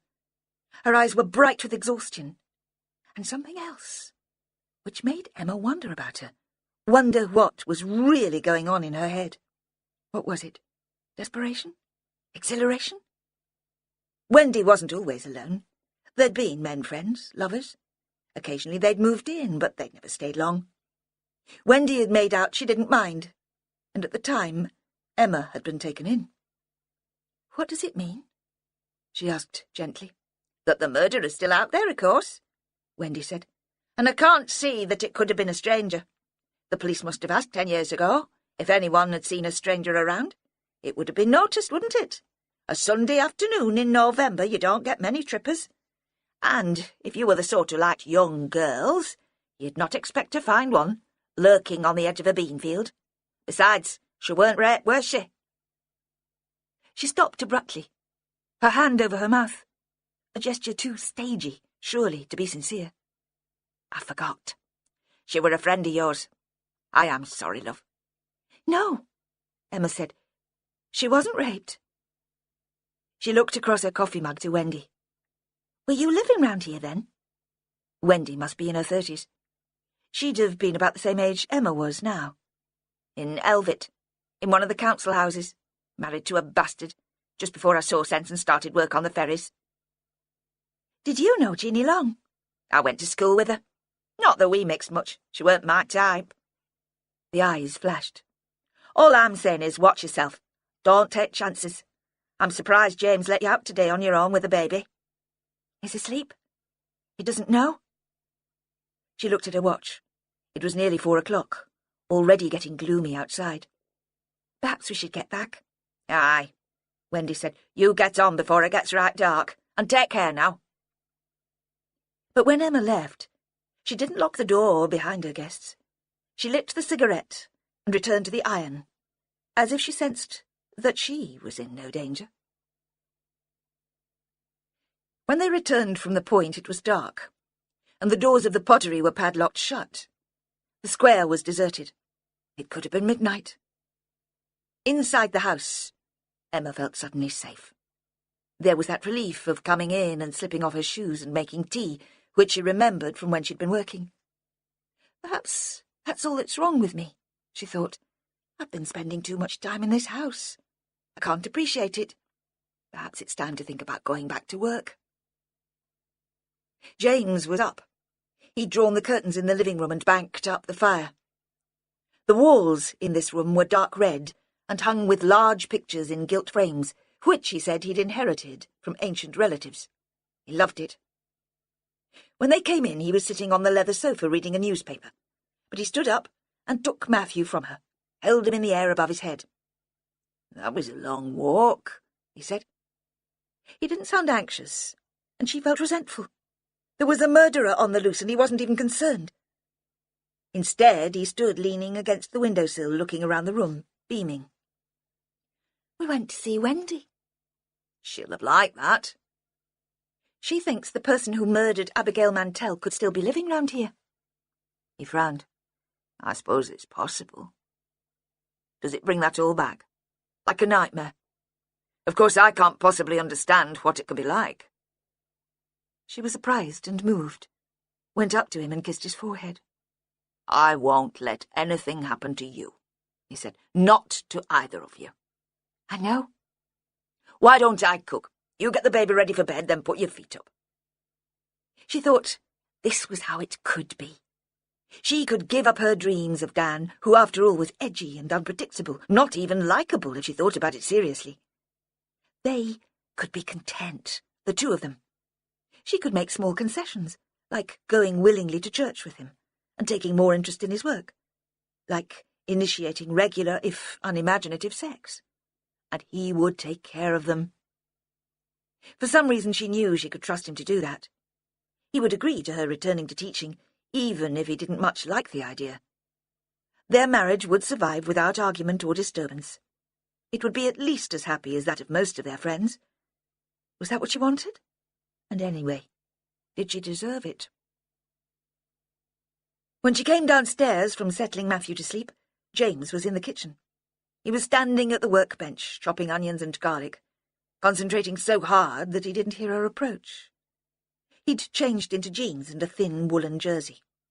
There was nothing between the jersey and his skin, and Emma found herself thinking with an odd excitement about the faint irritation this must cause. She stood behind him and slid her hand beneath the jumper, moved her fingers down the knots of his spine, inside the waist of his jeans. He turned, still with the knife in one hand, a bulb of garlic in the other. Disarmed. He bent and kissed her forehead, ran the tip of his tongue over her eyelids. "Why don't you leave that?" she said. "We can have it later." It was an experiment.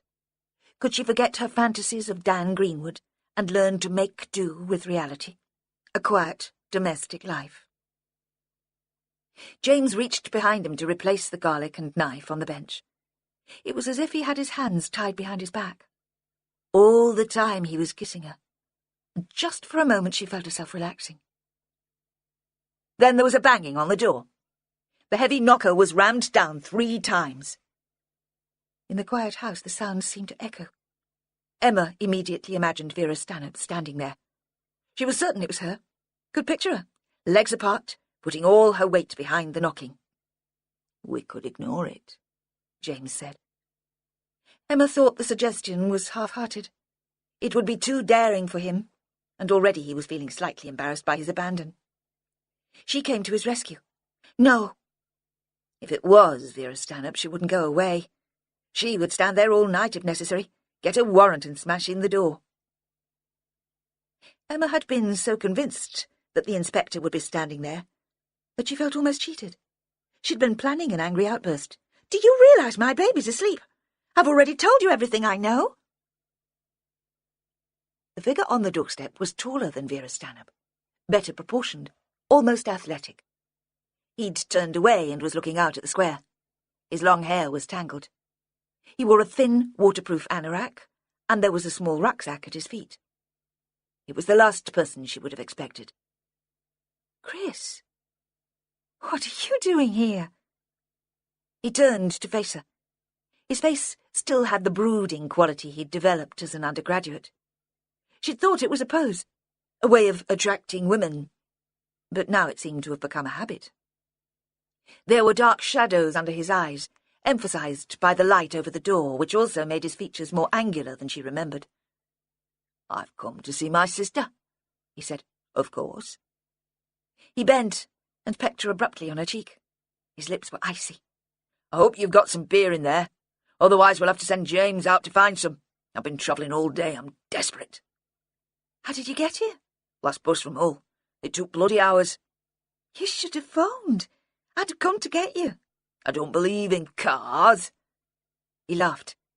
She couldn't work out if it were a joke at his expense for having such uncomfortable principles, or if he were mocking her for taking him seriously. She'd never known how to react to him. Although she'd been the older one, she'd always been intimidated by his intelligence. The gap between them had grown wider since Abigail's death. Neither of them had made the effort to bridge it. She realised she was still standing in the doorway, blocking his way into the house. She moved aside. "Come in. James is cooking supper. I'm sure there's some beer." The kitchen was at the back of the house, and she led Chris through. During the day it seemed dark and rather gloomy, but now, after the chill of standing on the step, it was warm, even welcoming. James had returned to chopping onions. He sliced them into fine, almost translucent semicircles. "Will there be enough food for 3? Look who's come to supper." Her voice sounded unnaturally bright. She wasn't really sure how well the two men got on. They seemed pleasant enough to each other, though once, in an unguarded moment, James had told her he thought her brother arrogant. It was true, she thought.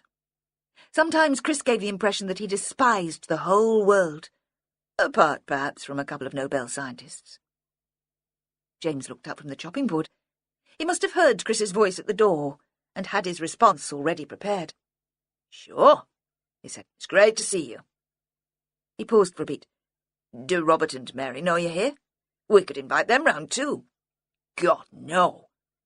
Chris was horrified. "I need a good night's sleep before I can face that." James slid the onion from the board into a frying pan. "There's beer in the fridge," he said. "You can get me one too." When Chris had his back to them, James rolled his eyes and pulled a face. What was that about? Chris's attitude to his parents, or his own disappointment that they would no longer have the evening to themselves? Emma couldn't tell. They would eat in the small, narrow room which led immediately from the kitchen. Emma lit candles and set the table, while Christopher went upstairs for a shower. James moaned gently at her through the open door while he prepared a salad. "Really?" he said. "Chris could have given us some warning. We might have been busy. Who else would just turn up on the doorstep like that?" "He's very focused," she said. "He decided he wanted to visit, and that was it. He wouldn't think much of anything other than how he'd get here once the decision was made." Christopher had always been like that, even when he was quite young. He would become obsessed with an object of study or a project. All his energy would be taken up with that. Other school subjects would be dealt with in a cursory, detached way, but his teachers would know that his mind was elsewhere. The fixation would end as suddenly as it had begun, and he would move on to something else. Dinosaurs or gravity or an obscure composer. He had stuck with seabirds for a surprisingly long time. Perhaps the puffins had come to bore him, and that was why he was here.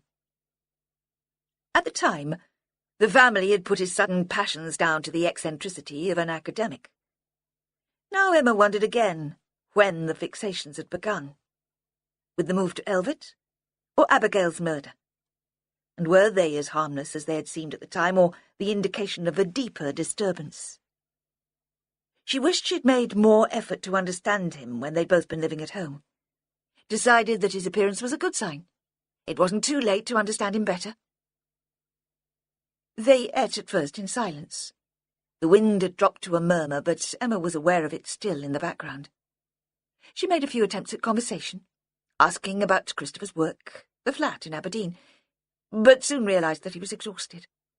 He sat with his left elbow on the table, resting his head on his palm, holding his fork in his right hand, pushing pasta into his mouth. She could tell James disapproved. He had an obsession about table manners. Occasionally Chris's eyelids would droop. Then something would jerk him awake and he would stare wildly at them for a moment, as if he'd forgotten who they were. He had drunk the beer and most of a bottle of Australian Red. Emma considered what problem might have brought him home. Could he have become addicted to drugs? Is this how someone who was suffering withdrawal might behave? She had no idea. Perhaps his depression, she thought he probably was depressed, was the result of the end of a love affair. It didn't occur to her that Chris's arrival in Elvet could have anything to do with Abigail Mantell. They'd moved on to the cheese and fruit. James said to him quite gently, "Look, you're obviously tired. Go to bed whenever you like. We won't mind." "No!" Christopher's head jerked back in spasm again. "It's no good. I won't sleep yet." "Well, I think I'll go. I've got an early start in the morning." He gave Emma a meaningful look. Perhaps he thought they could carry on where they'd left off, when Chris interrupted them. "I won't be long." But she was careful to keep any hint of promise from her voice, and she knew him. Once James was in bed, he would go straight to sleep. She waited until he'd gone upstairs, then fetched more wine from the kitchen, opened it, and poured each of them a glass. It was the most she'd drunk since she'd found out she was pregnant. She'd never had to play big sister before. As a child, she'd been the needy one. Chris had been independent, self-contained. "What is it, Chris?" she asked. "What's the matter?" He sat upright for the first time, looked directly at her. "Don't you know?" Brutal, cruel. "Really, are you so thick that you never realised?" She felt her eyes prick with tears. "I'm sorry," he said. "I'm a mess. I haven't slept since it all started again." "What?" she demanded. "What started?" "Abigail Mantell, all that."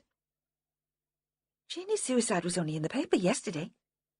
She couldn't make sense of it. "That was what made me come, of course," he said. "But it started long before that. There was that piece in The Guardian. It seems as if people have been talking about her for weeks." "I didn't realise she meant anything to you." She thought of the evening after she had found Abigail's body. The two of them looking out of his bedroom window at the moonlit image of the stretcher-bearers. He hadn't seemed upset then, had he? Or had she been so absorbed by her own place in the drama that she hadn't noticed?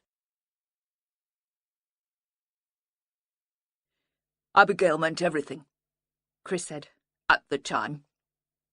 "You were young," said Emma. 14, he said, "given to obsessions." "You can't have gone out with her." Abigail had considered herself too sophisticated for the lads in their own year. Certainly she would never have deigned to go out with someone like Chris.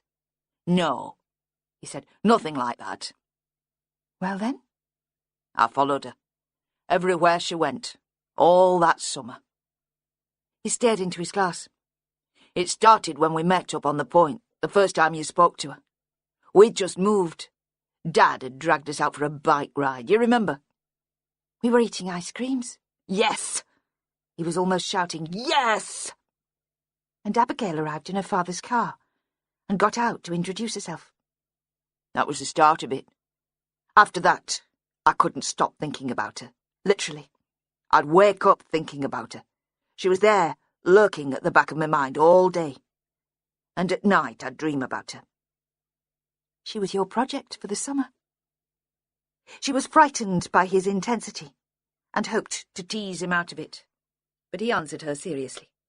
No. Projects are intellectual. Abigail was more than that. I can't explain it even now. I don't expect you to understand. Look at you. Married. A mother. Too sensible to have dreams. Marriage doesn't stop you dreaming, she said. But very quietly, and anyway, he wasn't listening. She thought suddenly, if Abigail had heard me say that, she'd have pretended to be sick. So predictable. So cheesy. For the first time in years, she missed the girl who had been a real friend, despite all the later misgivings. He went on. It's never gone away, you know.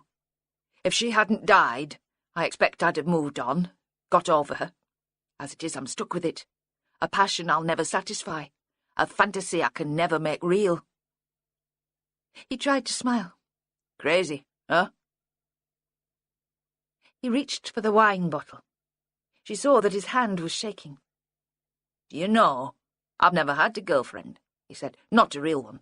The occasional fumbled one-night stand, usually when I'm drunk, usually with a girl with red hair.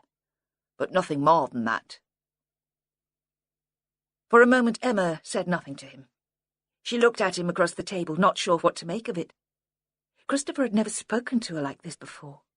He had never spoken to her about anything important. She wasn't even sure she believed him. I never realized, she said in the end. Why are you telling me now?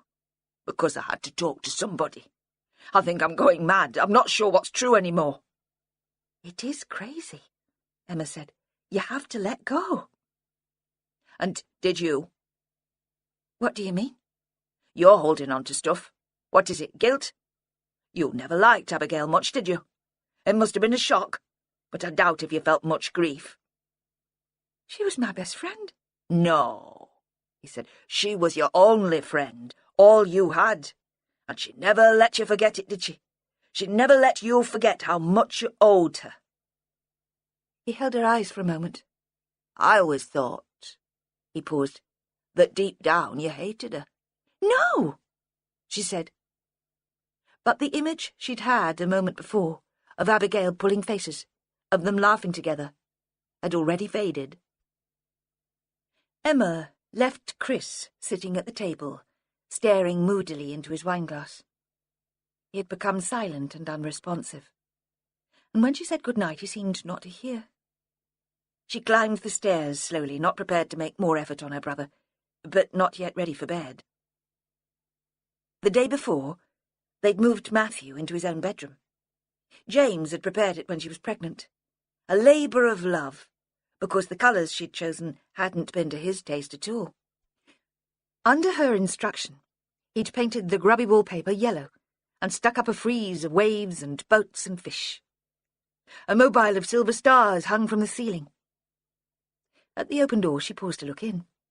The baby was lying on his back in his cot, his arms flung out, relaxed and floppy as a rag doll. As she'd expected, James was already asleep. She stared down at him, trying to recreate something of the excitement she'd felt when she touched him earlier. But it had quite gone. He didn't stir when she moved around the room. She began to undress, but still felt too restless for sleep. The wooden floorboards were uncarpeted, stained and varnished, and the feel of them on her bare feet always reminded her of PE lessons in the gym at school. One of the teachers had been keen on contemporary dance, and dressed in black leotards, they'd leapt and writhed around the hall to weird electronic music, expressing themselves. Abigail had thought the exercise ridiculous and made her feelings clear. Emma had been torn. Secretly, she'd enjoyed the freedom of the movement. It was like running across a beach towards the sea, the same exhilaration. But because of Abigail, she'd had to sneer too. Chris had been right in one sense. After Abigail's death, school had become more bearable. In the few weeks before the summer holidays, and in the first half of the Christmas term, she was known only as Abigail's mate. Afterwards, She had become an object of interest in her own right. The pupils had been curious about the murder investigation, the teachers sympathetic. Under their attention, she had flourished. Was it that autumn term she'd discovered her facility for languages? It had been a piece of translation, German into English, and when it had come to her turn, she'd rattled it off, understanding immediately what the writer had been trying to say. "Very good, Emma," the teacher had said automatically. Emma had come in for a lot of praise since Abigail's death. As if that was some compensation for the shock of finding a strangled body. Then the teacher had repeated, meaning it, surprised. Really, that was very good. So language had become her thing. French and German to A-level, and Spanish as an extra GCSE in the 6th form, then Russian for her degree. She hadn't been brilliant. She'd just scraped a 2-1. But it had been more than her teachers would have predicted when she was 15. Her parents, too, had been surprised by her success, though they tried not to show it. How could she explain it? Well, it's much easier to speak in other people's voices. It's more comfortable. How would they understand that? That had led to her meeting James. After university, she'd taken a job with a small shipping company based in Hull. Why had she come back?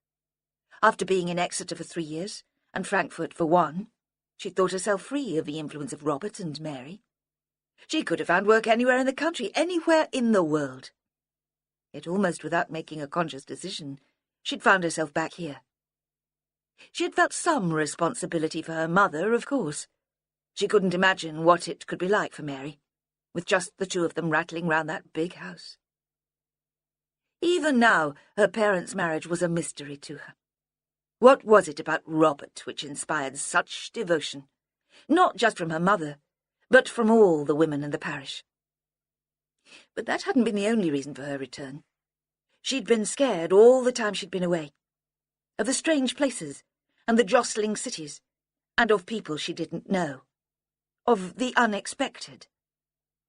Perhaps that had been the legacy of discovering Abigail's body. She was terrified of stumbling across another horror. She knew she wouldn't cope with it on her own. Here, her parents drove her to distraction, but they'd be there to support her, as they had the first time. There'd been some translation work in the Hull office, but she'd felt her grasp of the languages slipping away through lack of use. When she'd been approached to teach an adult education class, she'd taken it on reluctantly, just as a way of keeping Russian at least real in her mind. And at the first class, James had walked in, straight from work, still in his uniform. Her dreams about him had been just as vivid as those about Dan Greenwood, hadn't they? She moved across to the window, had to fight against the compulsion to relive her favourite daydream. Emma sees herself slipping out into the square and keeping to the shadows, walking across to the forge. She pushes open one of the big doors which form an arch, like the door of a church, and steps inside. It would be so hard to let this go. But how could she continue, now she knew there was no attraction, just an embarrassed recognition of a schoolgirl who had once been on the edge of one of his cases? She would miss those languid afternoons when she lost herself in daydreams, the nights when she looked out to see if he was there. A light was on in the pottery, and the door was not padlocked. Dan was working late. Emma supposed Vera Stanhope had demanded his time all day and he had to catch up. Or perhaps the night shifts with the police had given him a taste for working late. The light went off. Dan emerged from the pottery and stood for a moment, looking up and down the square. He locked the door and fixed the padlock, but still he stood where he was. Emma had a sudden and irrational certainty that he was waiting for her. She stared down at him, willing him to look up. But as there was no light in the bedroom, how would he notice her? The orange street lamp would be reflected in the glass, forming a barrier he'd not be able to see through. She considered pushing up the sash window as she had on the night when he and James had discussed Jeannie's suicide. Wondered if she could do it without waking her husband. A car drove into the square. It was black and long. It pulled up smoothly beside Dan and he climbed in. Emma couldn't see who was driving. She supposed it could be Vera Stanhope with more questions, though there had been something furtive about the way Dan looked all around him before getting in. Perhaps it was a woman, a lover he'd managed to keep secret from the rest of the village. The car revved its engine and drove off very fast. Emma climbed into bed and lay with her back to James. She woke to light, in a panic. "Where's Matthew?" James was dressed. The light came from the lamp on the dressing table. He was stooped in front of the mirror, knotting his tie. "Asleep," he said. "It's still early." "Are you sure? He never sleeps through." Her heart was thudding. She felt clear-headed, wide awake. "I checked." He pulled a face to confess that he'd panicked, too. As if on cue, there was a grizzle from the monitor they'd bought. Then a small cry. "You stay here," James said. "I'll get him." She propped herself against all the pillows on the bed and wondered why she couldn't be happy with this. A good husband and a baby to feed. She kept Matthew with her and read until the light came through the window and the traffic started moving. James had long gone. She changed the baby and put him back in his cot, and went downstairs to make tea. She half expected to find Chris where she'd left him, slumped over the table amidst the remains of the meal. But there was only the debris. He must have roused himself sufficiently to drag himself to the spare room. It would have been late, though. She hadn't heard him. She filled the kettle, then stacked the dishwasher and switched it on. When the tea was made, she decided to share it with Chris. She pictured herself, sitting at the end of his bed, the duvet tucked around her feet, continuing the conversation of the night before. It wasn't too late for them to become close. She had to set the tray on the table on the landing, so she could knock at the door. There was no reply. She wasn't surprised. He must be practically unconscious after all that booze and so many nights without sleep. Still she persisted. She knocked louder, then opened the door. The bed was empty and still made, though it was slightly crumpled, as if Chris had lain on top of it.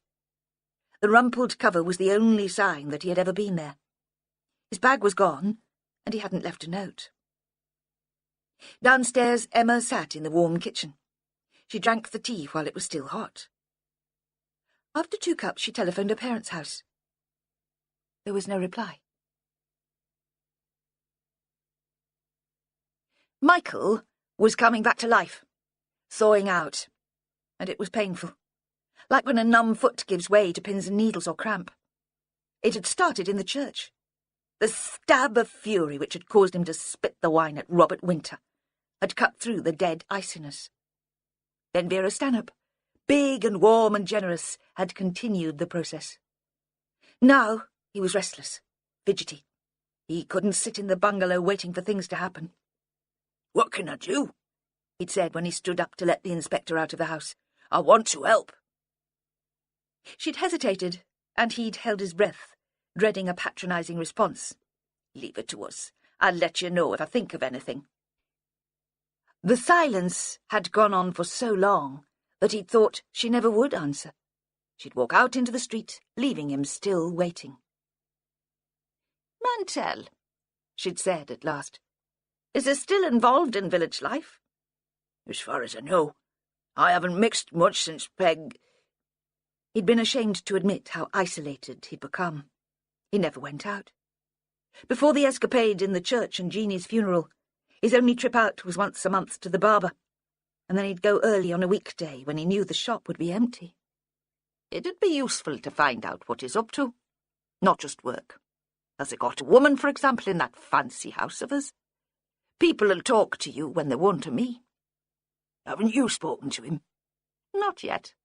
I will do, of course, but I want to know what I'm dealing with first. You don't think he killed his daughter? Michael had felt dizzy at the thought. Was that where Vera's enquiries might be leading? She hadn't answered. She had stood for a moment just inside the door. Then she'd said very formally, "Goodbye, Mr. Long," given him a big wink, and walked out into the street. At lunchtime he got ready to go out.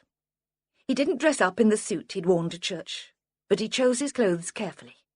An actor, intent on giving the right impression through his costume.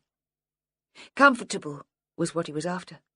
Comfortable and relaxed, as he'd been in the old days before Abigail Mantell had died and Jeanie had been locked up. He chose a pair of corduroy trousers which still had a splash of varnish on one knee, and a fawn-ribbed jumper, then a waterproof because there were still flecks of rain against the window. Outside he fumbled a bit with his keys when he locked up, but there was none of the usual panic. He walked past the knot of reporters on the square with his back straight and his head high. At the door of the Anchor, he stopped and marvelled at the change that had come over him. Then he opened the door, and the smell was the same as it had always been. Hops and cigar smoke. Veronica's husband, Barry, smoked fat, stubby cigars.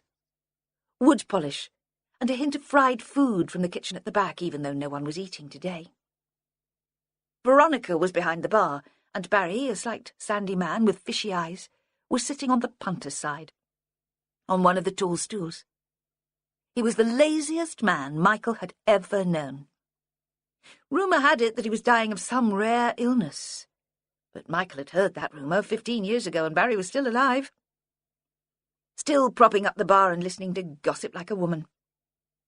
His name was over the bar, but everyone knew it was Veronica who ran the place. It was Veronica who saw Michael first. She looked up from the glass she was polishing and gave him a quick, polite smile as if he were a stranger, a tourist who'd wandered in for a bar meal. Then she registered who he was. There was a moment of wonder, as if she could hardly believe her eyes. "Hello, love," she said. "The usual." All those years, and she remembered. That was a landlady for you. She was wearing a white blouse of some silky material, and he could see the more dense white of her bra through it. He remembered suddenly that he'd fancied her, even when Peg was still alive, just as, in a very different way, he'd fancied Abigail Mantell. But all men would be the same, wouldn't they? There was no need for the sinking sense of shame in the pit of his stomach. Veronica was staring at him. "It is the Eakstons, isn't it, love?" "Please," he said. Barry swivelled on the plastic seat of the bar stool as if the effort was too much for him. He was always curious, and usually sat half-turned to face the door, so he could see who was coming in.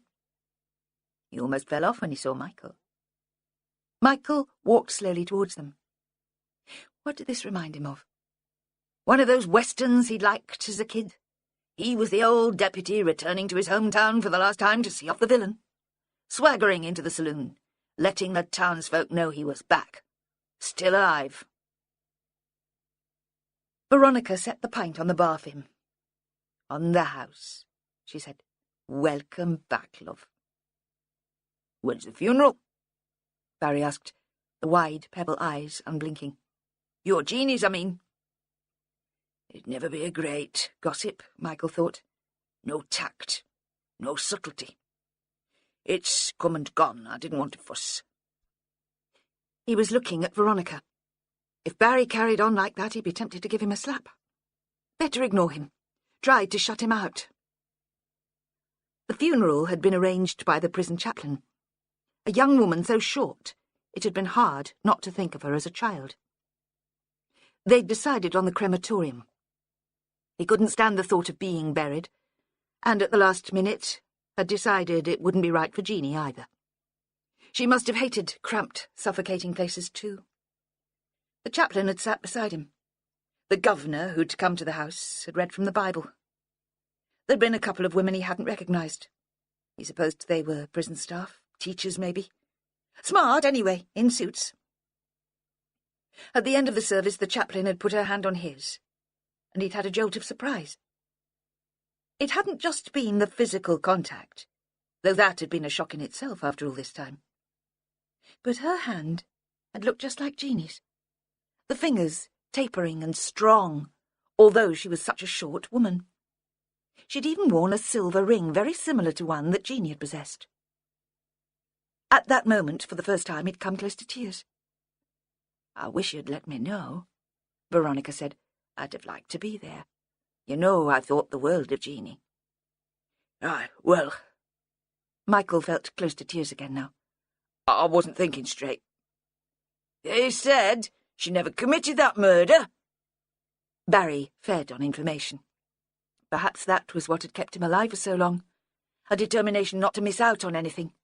The joy of sicking it up to the gang of cronies who gathered round the bar every night. Now, his mouth was slightly opened and he was breathing hard. Michael wondered what Veronica had ever seen in him. She spoke before Michael had a chance to think up an answer. "Of course, Jeanie never killed that lass," she said firmly. "None of us ever thought for a moment that she had." Michael met her eyes. He hoped she couldn't tell what he was thinking. "I thought I'd better make an effort to get out more. I couldn't sit wallowing in the bungalow forever." Again he was speaking just to her. "Quite right, love. Another pint?" He saw with surprise that his glass was already empty. He nodded and slid a £10 note across the bar. "Get something for yourself," he said. "Barry, too." The pub was quiet. Outside the rain was stopping and the sky was lighter. There was a cobweb, which had been invisible in the gloom, stretched across a corner on the ceiling above the bar. Barry lit a cigar. He puffed out his cheeks to blow away the smoke. "So," Michael said, "what's been going on then?" He hardly recognised his own voice. It sounded jolly. Not the voice of someone who'd buried his only daughter the week before. "What have I missed? I heard the lifeboat was out last month in that gale." "A trawler from Grimsby," Barry said. "Engine failure. Casualties?" "None. They got everyone off safe. Nice work in that weather." Michael tried not to think too closely about the rescue. If he imagined himself there, if he could hear the straining engine and the wind and the creaking wood, taste the salt and the diesel, he'd only realise how much he missed his work on the launches. Barry returned the cigar to his mouth, sucked so his cheeks were hollow and his eyes more prominent than ever. Michael waited in silence. "Keith Mantell's trying to raise money for an inflatable," Barry said at last, "for inshore work. Anglers stranded on the mud banks. Kids who get out to their death swimming." The mention of Mantell was mischievous. On top of everything else, the landlord was a stirrer. He wanted to see what sort of reaction he could provoke. Michael sipped his pint, seemed to consider before replying. "Makes sense. It'd be quicker to launch, cheaper to run, more use in the shallows. Keith's still a leading light on the committee, then?" Keith, as if they were mates, bosom pals. "They'd never survive without his fundraising. They managed before he turned up here," Michael thought, but he only nodded in agreement. "You need someone to look after the money side." "You've changed your tune," Barry said sharply, stung by the lack of response. "I thought you couldn't stand the man." Well, maybe I've learned a bit of sense in my old age." "He's having a fundraiser at his house." Barry was getting desperate. "I can sell you a ticket if you like." "I tell you what, Barry, let me have 2. I think I'll bring a friend." "You're joking." "Not at all. It's a good cause." Barry didn't know what to say to that, and plugged his mouth again with his cigar. "Is Keith still living in the old chapel?" Michael asked. "Yes," Veronica said cautiously. "He's still there." "Everyone thought he'd move out after that tragedy with his daughter." Barry tried another tack. Michael thought he was like one of those snidey kids there'd been in every class. The sort who'd pick away with jibes and insults until they got thumped. Then they'd burst into tears until the teacher came. "But he stayed on in the end. He said he needed the memories." "Aye, well," Michael said, "I can understand that." But his memories of Jeanie in their old house on the shore were unpleasant. Fights, sulky silences, shut doors with music like sobbing seeping out from under them. He envied Mantell his memories. "Does he live there on his own, or is there a woman?" "Of course there's a woman," Barry chortled unpleasantly. Veronica gave him a warning look which he ignored. "You'd not expect Keith to do without for long. This one's called Deborah. Debs.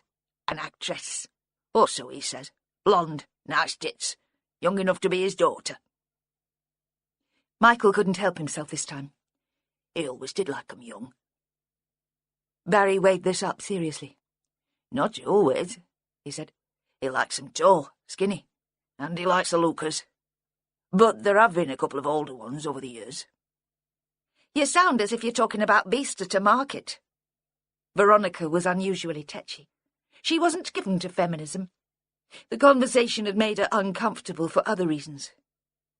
Michael thought she wasn't as easily taken in by his conversation to the Keith Mantell fan club as Barry.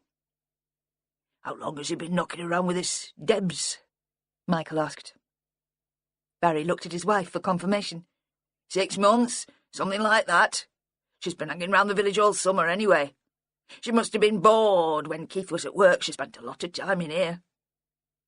Is he in the same line of business? I never knew what line of business that was. It's not something you can pin him down on. Property. Leisure. That's what it tells you. Could mean anything. We own the Anchor, so we're in property and leisure too, when you come to think about it. It seemed to be a point he'd made before. He thought it was clever. Expected that to be acknowledged. You're right. Michael gave a little smile. So you are. Can I get you another pint? Veronica asked. She had her back to him, returning some glasses, and spoke over her shoulder. The bra strap at the back was very thin. Only one catch, he reckoned. When he was young, he'd have had that undone in seconds. The third pint was tempting, but he shook his head. He had things to do. It struck him again how things had changed. He was walking away from a drink. And for the first time since Peg had died, he had things to do. "Best get back," he said. "Don't want to overdo things first time out." He grinned to show he was joking, that there was nothing of the invalid about him. He pulled out his wallet from his jacket pocket. "Now, how much are these tickets for the lifeboat going to set me back?" Barry slid off his stool and mooched into the back room to find the tickets. Veronica leaned right across the bar so he could smell the shampoo on her hair. She whispered, "You know what you're doing, don't you, love? You won't make a scene." Before he could stop himself, he reached out and patted the back of her hand, just as the little chaplain had done in the crematorium. "Don't worry about me. I know just what I'm doing." The next morning, Michael woke very early again. The darkness was still thick, and there was no traffic moving on the road outside. Today, he realized, he didn't have to force himself to stay in bed. He could get up. He repeated the comforting mantra which he'd started in the pub. He had things to do. The things he had to do were still vague in his head, but that didn't matter. The clothes he'd taken off the night before were still folded on a chair at the end of his bed. Peg hadn't been a house-proud woman, but she'd liked him neatly turned out. Her last couple of months, when she'd not been able to get out of bed, she'd worried about that. She'd pulled him close to her, made him listen to the rasping whisper. He'd thought it would be something important, significant, a declaration of love, and perhaps it had been in a way. "Are you managing? With the washing and ironing?" He'd taught himself to do it so she'd have less to fret about. Now the memory made him think he might be running short of underpants. He gathered up the dirty washing from the basket in the bathroom and stuck it in the washing machine. A week ago, the laundry would have been a full day's occupation. He'd plan it in advance, sit in the kitchen, watching his Y-fronts tumble around in the suddy water, feeling he was doing something useful. Today it was a chore to get out of the way. He had things to do. He was hungry. Had he eaten the day before when he'd arrived back from the Anchor? He couldn't remember.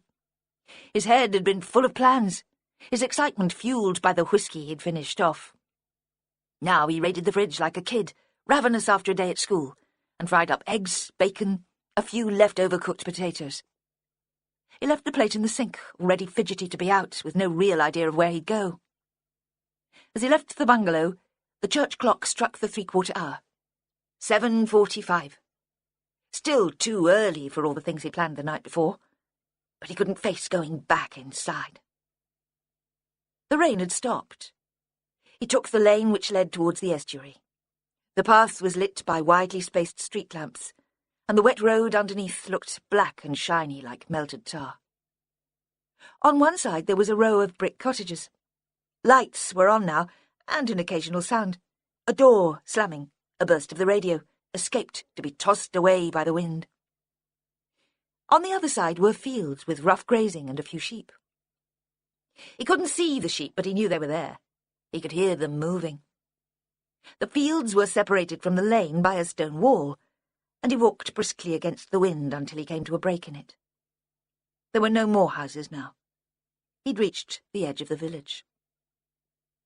The gap in the wall was blocked by a gate, and he thought for a moment that it might be locked, and that he'd be forced to scramble over it. He'd been here before, but only in daylight.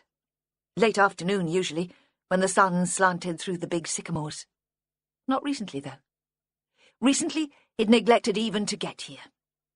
Sycamores always held their leaves well into the autumn, and some of the trees were still in leaf even now. The wind made a sound in them, so he was fooled briefly into thinking he could hear the tide ebbing in the estuary. The gate was on a latch and opened easily. He was inside, surrounded on 4 sides by the trees. He didn't stop to read the notice on the gate. He knew it read, Elvert Parish Cemetery, established 1853. In the east, the sky was starting to lighten, and he could make out the pale slabs of the headstones.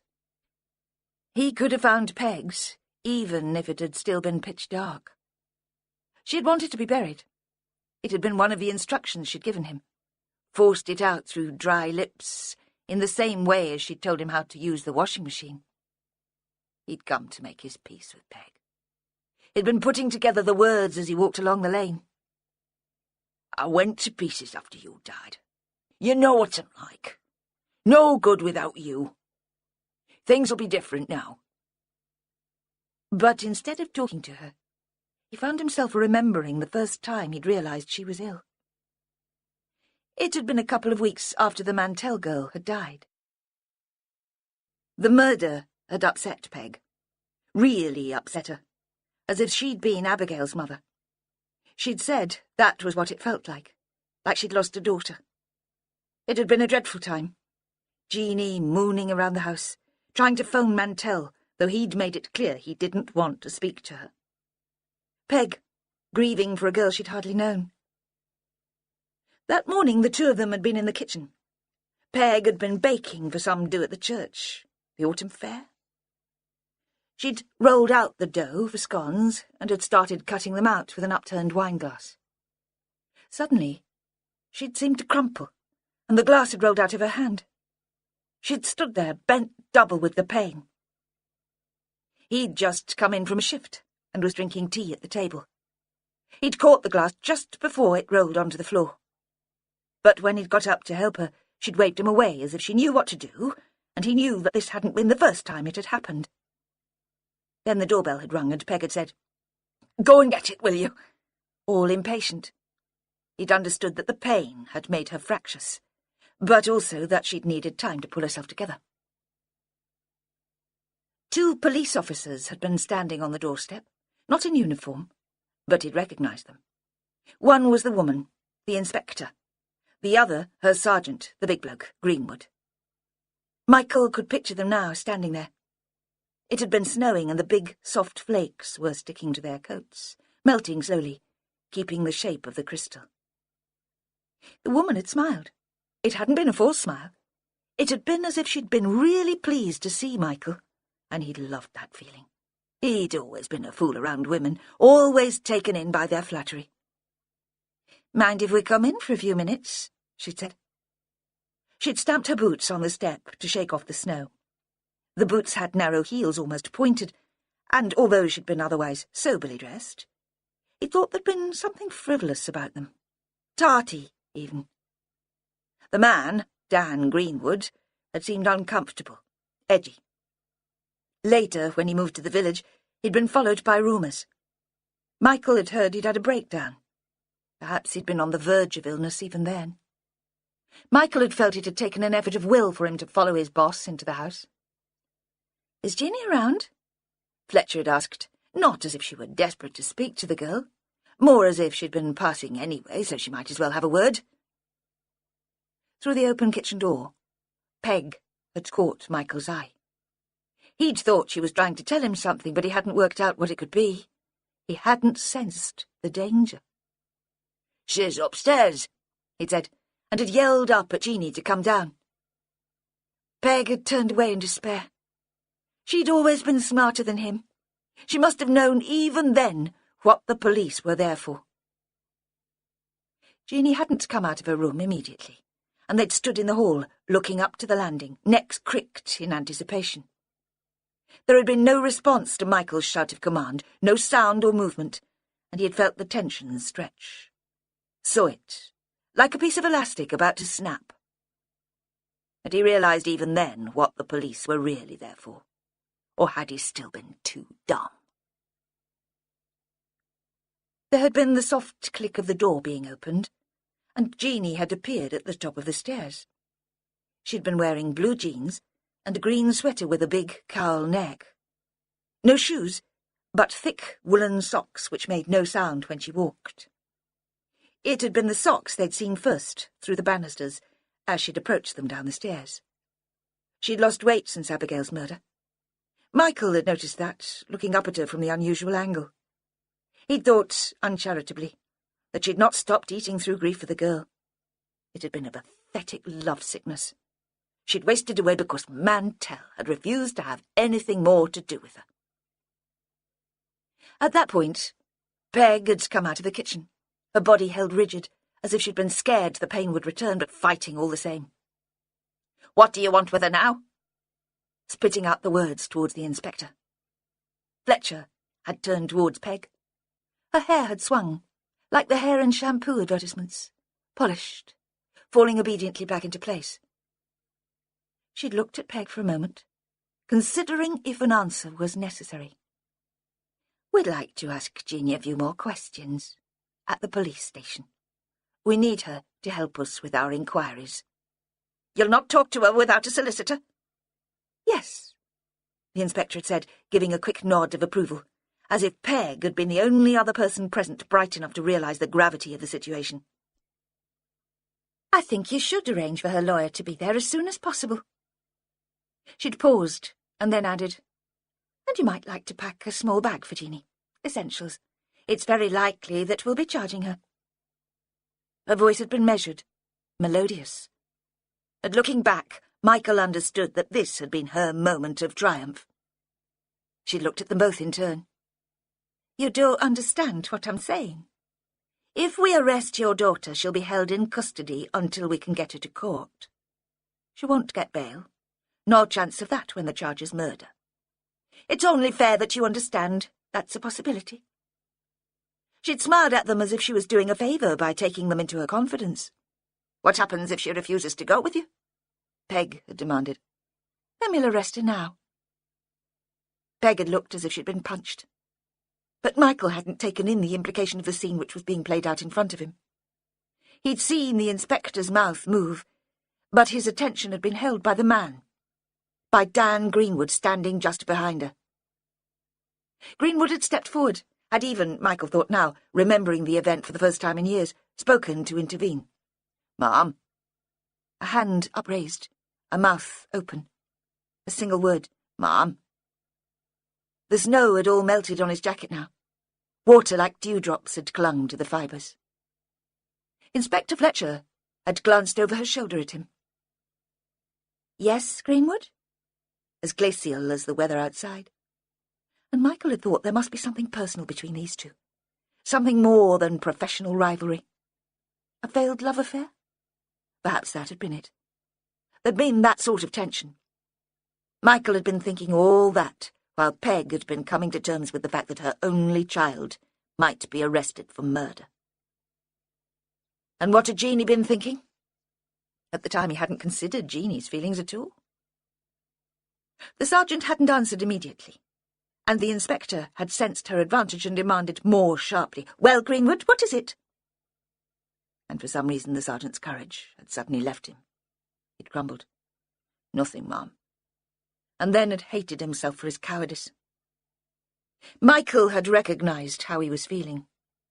Hadn't he once sat down for a meal with Keith Mantell? That had been a betrayal too. At that point, Michael had realised that something more was expected of him. The focus had shifted, and he'd seen the whole picture instead of the detail. Peg in tears, Jeanie as pale as a corpse. He'd had a part to play as head of the household, and he'd played it in the only way he knew, blustering and raging. "What right do you have to come into my house and accuse my daughter of murder?"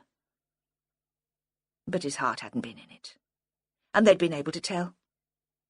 Jeanie had walked out to the car between the two officers, looking back once with that blank and empty stare which had always shut them out. She seemed to wince as a snowflake fell on her cheek. Now, staring down at Peg's grave, Michael shivered. From the corner of his eye he caught a movement on the other side of the cemetery. Another mourner. He realised how strange he must look, standing in the half-light, bedraggled and tearful. Some lunatic let loose from the madhouse. But the figure, who had just come in through the wrought-iron gate, seemed equally distraught, and it was clear that he hadn't noticed Michael. They were two of a kind. Though the newcomer was younger, tall and stringy, it seemed that he too was passing through an emotional crisis. He was wearing a long anorak, unfastened. He had his hands thrust deep in the pockets and walked jerkily, moving his arms at the same time, so the front of the coat flapped like wings. He stopped once, with his back to Michael, and stood with one hand to his ear. He seemed to be muttering to himself. Then he moved on past the line of graves. Any respectable passer-by would conclude, Michael thought, that there'd been a mass breakout from the asylum. Michael didn't move. He had no wish to disturb the stranger, who seemed so preoccupied by his own thoughts that he was unaware of anything outside his direct line of vision. The young man found the headstone for which he'd been searching and stopped. Tentatively, he reached out and touched it with a gentle, stroking motion, as if he were stroking hair from a loved one's forehead. Then he turned abruptly and marched away. Michael roused himself to follow, but curiosity overcame him. He walked to the grave where the young man had been standing. When he saw the name, there was no surprise. It had been inevitable. Abigail Mantell. By the time Michael reached the lane, there was no sign of the disturbed young man. Perhaps he had taken the other direction, towards the river, though there was no shelter there. At this stage of the tide, nothing but an expanse of mud, a couple of stranded boats, marauding herring gulls. Back in the middle of Elvit, a gaggle of teenagers was waiting by the church gate for the school bus.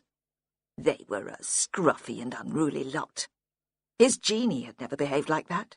You wouldn't have caught her wearing a skirt which showed her backside and more make-up than a pantomime dame. That was what Michael told himself as he approached. That he disapproved, and their parents should know better. He specially disapproved of two girls who were standing apart from the others. One of them was smoking a cigarette, and the other was talking into a mobile phone.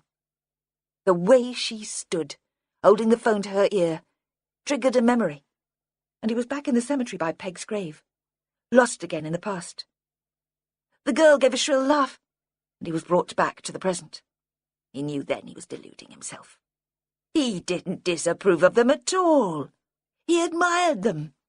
They had the same sort of spirit as Abigail Mantell. And they excited him too, with their curly hair scrunched up to the top of their heads, their defiant eyes and their silky legs.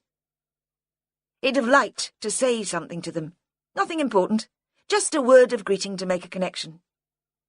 But at that moment the bus came along the road, wheezing and grinding. The girls hoisted their bags onto their shoulders.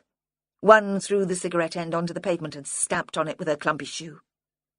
Just as well, Michael thought. He'd only have made a fool of himself. As the bus pulled away, he saw that he wasn't the only person watching.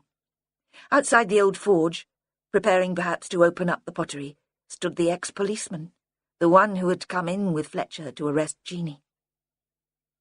Caught under the streetlight, the man had the same wistful expression on his face as Michael realised he probably had.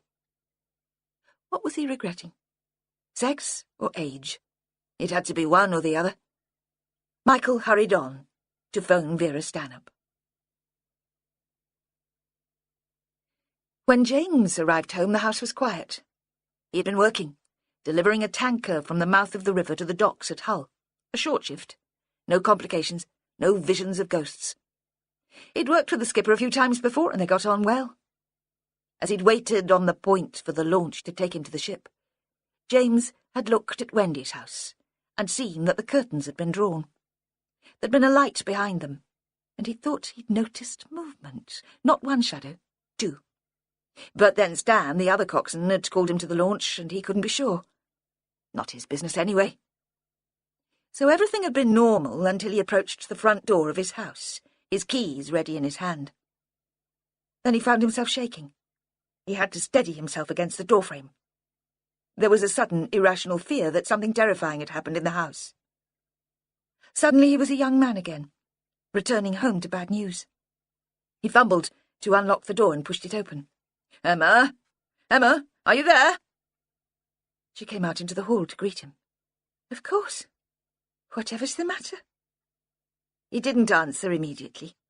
He could hear a strange woman's voice, then realised it was coming from the radio. He tried to recover his calm. "Nothing. I didn't know what I'd find here. I mean, what chaos Christopher might have caused." Emma frowned. "You don't have to worry about him anymore. He's gone.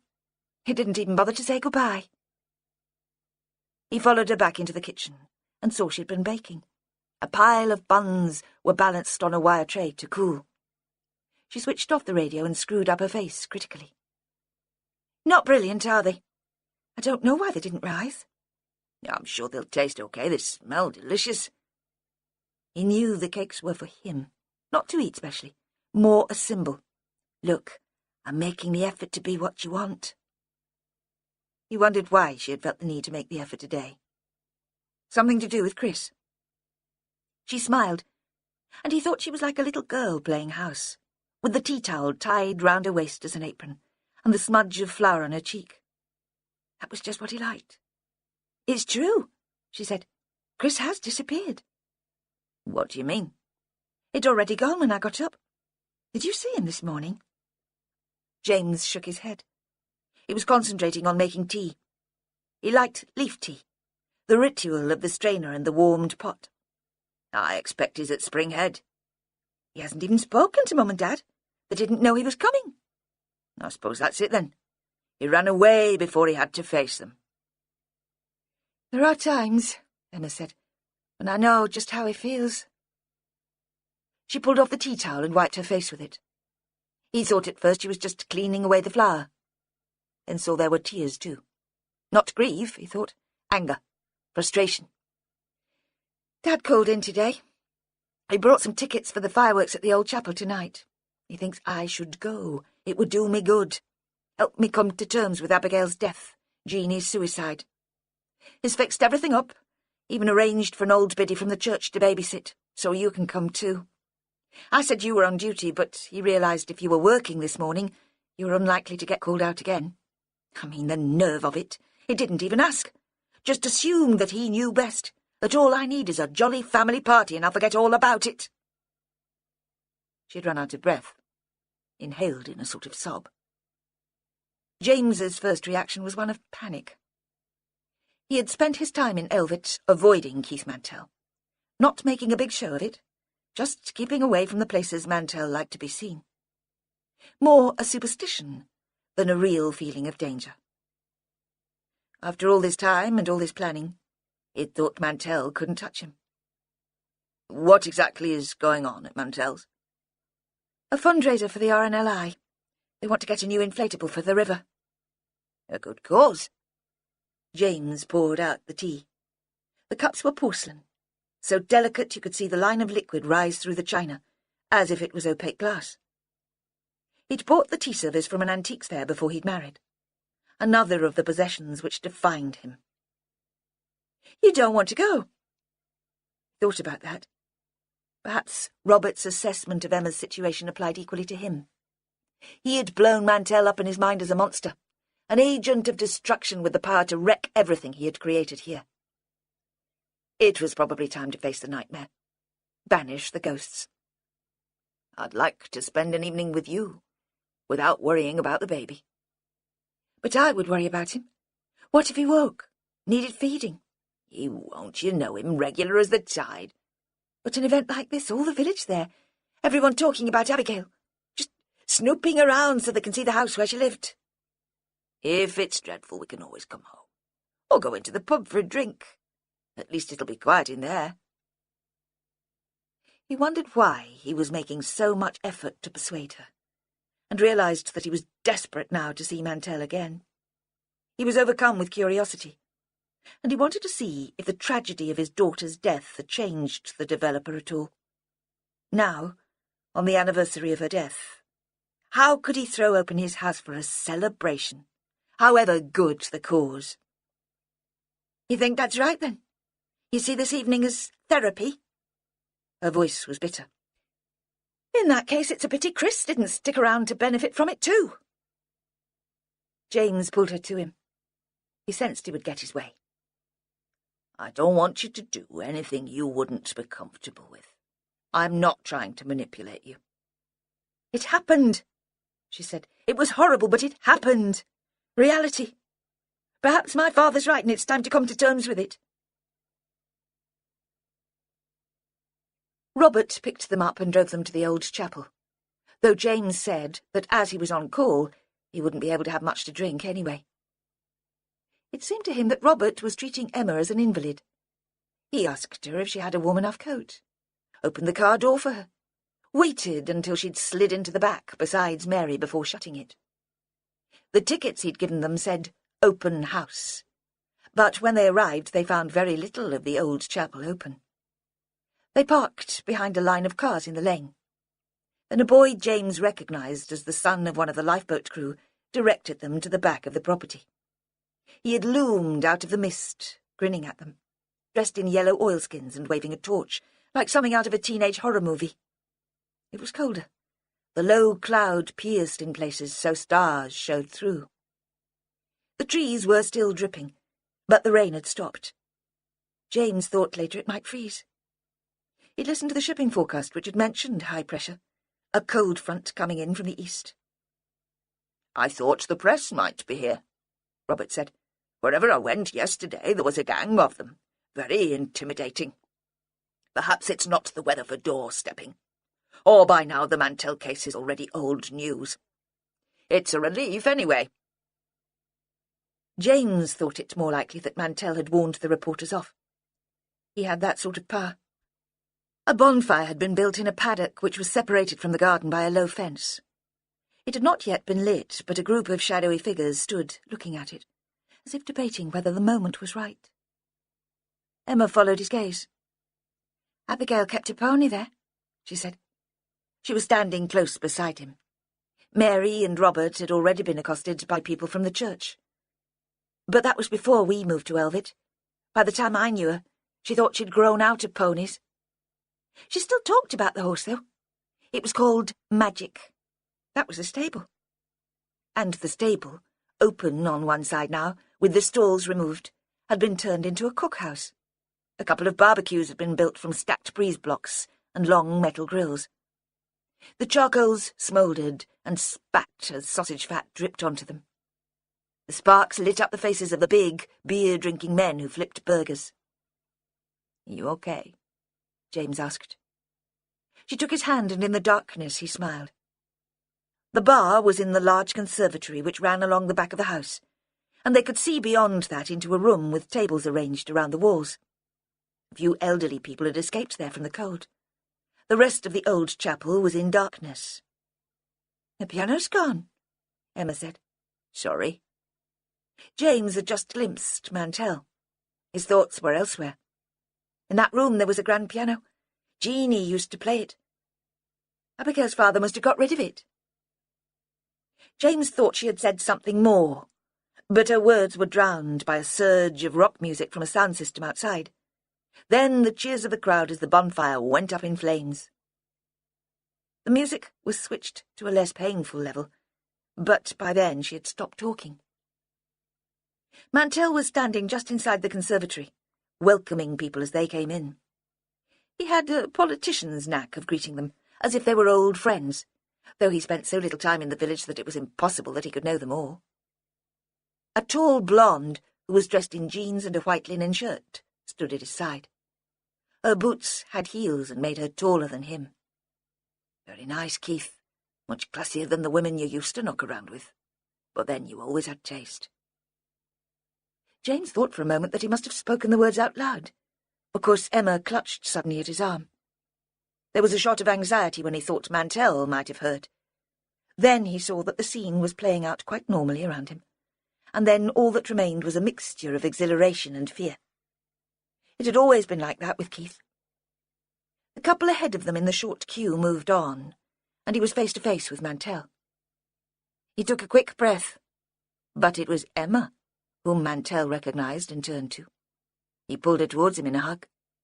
James sensed her awkwardness, but there was little he could do. Emma, my dear, how brave of you to come here at a time like this. I've been thinking of you. All this dreadful publicity. His voice was quiet. It's a good cause. James thought he heard the irony in his repeated words, but Mantell accepted them straight. Oh, I do agree. I've always been a supporter, even when I lived in the town. This is James, she said. My husband. Mantell, with his eyes still on Emma, still clasping her hand in his, hardly looked up. You're back in Elvet, I hear, in the captain's house. James is one of the Humber pilots. It's very convenient. Then Mantell did turn to James with a small frown. James didn't think it was a frown of recognition, but a gesture he had seen before. Mantell was fixing the bit of information in his mind because one day it might become useful. It disappeared almost immediately. Now, what would you like to drink? Debs will get you something. This is Debs, the new woman in my life. Another frown to show he wasn't oblivious to the sensitivities of the situation. It had only been a matter of days since a former young lover had hanged herself, after all. A certain tact was called for. Are your parents still at Spring Head, Emma? And didn't you have a brother? A clever lad who went away to university. He was sweet on Abigail at one time, I remember. It was the first time he'd mentioned his daughter. He paused, and James thought he was like an actor, waiting for applause. He expected some acknowledgement of his courage, and Debs, well trained, squeezed his shoulders sympathetically. Emma had been more moved by the words, but Mantell did not wait to see their effect on her. He turned away quickly, and had already passed on to greet the next person in the queue. Emma wasn't taken in by Keith Mantell. He was putting on a good show, but she thought he was still desolate about Abigail's murder. That was why he had turned away from her so quickly after talking about his daughter. He hadn't wanted Emma to see how upset he still felt. And how had he known about Christopher? Abigail must have realized that Christopher was infatuated and mentioned it to her father. Emma hoped they hadn't laughed at him. She had a horrible picture of Abigail sniggering, of father and daughter mocking Chris for being so soppy, sitting together on the fat pink sofa where now an old lady was clutching a sweet sherry. Throughout the evening she found herself looking out for Dan Greenwood. It was what she'd always done at these gatherings, when most of the village were present. Even while she talked to James or exchanged horror stories with the young mums she'd met at antenatal classes, she was alert for his presence, secretly watching and listening, hoping he'd turn up. Then she'd be rewarded by the sound of his voice across the room, his bulky shape in the distance, and she'd tried to catch his eye. And still tonight she looked out for him, because after all this time, it was hard to stop. It had become a habit, like staring out of her bedroom window on windy nights when James was working. When she heard him exchange a few words with Mantell, she forced herself not to turn, but there was the same excitement. She tried immediately to damp it down. "I'm not a teenager," she said to herself. "I'm not 15 anymore." I was flattered by his response to me, and even that was a mistake. But she couldn't stop. The excitement was addictive. Standing by the bar, though, she strained to listen. Mantell must have asked Dan about the case. "Is there any news? Can you tell me what's going on?" He must have spoken quietly and discreetly. Certainly there had been no attempt to make a fuss. Emma hadn't heard him speak, but she did make out Dan's response. "You know I can't help you with that. I'm not on the case anymore. I'm a civilian. I know no more than you." The words were bland, conciliatory even, but she was used to pulling meaning from what he said, and it seemed to her suddenly that he disliked Keith Mantell. She had thought everyone in the village liked Abigail's father, felt nothing but sympathy for him. First, Vera had been dismissive. Now Dan's response was a surprise and disconcerting. She wandered outside, passing so close to Dan Greenwood that she could smell the wax on his Barber jacket. The sky had cleared overhead completely. There was a thin moon and sharp pinpricks of stars. It must still be misty out to sea, because below the voices she could hear the foghorn on the point, a deep rumble like thunder. The evening had begun in a rather decorous and subdued way, but now there was a pile of empty beer cans in the corner by the barbecue, and the lifeboat crew cooks were laughing and shouting. The brief lull in sound was unexpected. The music had stopped for some reason, and the loudest cook was scooping a sausage into a bun, concentrating, his fat tongue showing through the vice of his teeth. In the silence, falling into it, not realizing it was coming, someone said, "Bloody hell, there's old Mike Long. Haven't seen him for years." Then the noise started again, but by then everyone had stared at the tall, thin man and at the woman who was walking beside him. Emma recognized the name and then the man in the light of the flames which the frost seemed to have tinged blue.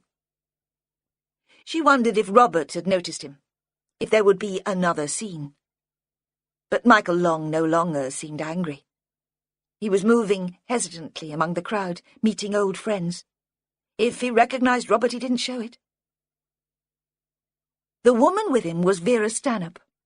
She saw Emma looking and came up to her, waving a can of lager as greeting. She had changed from the usual shapeless dress into crumpled baggy trousers and a huge navy sweater with a roll neck.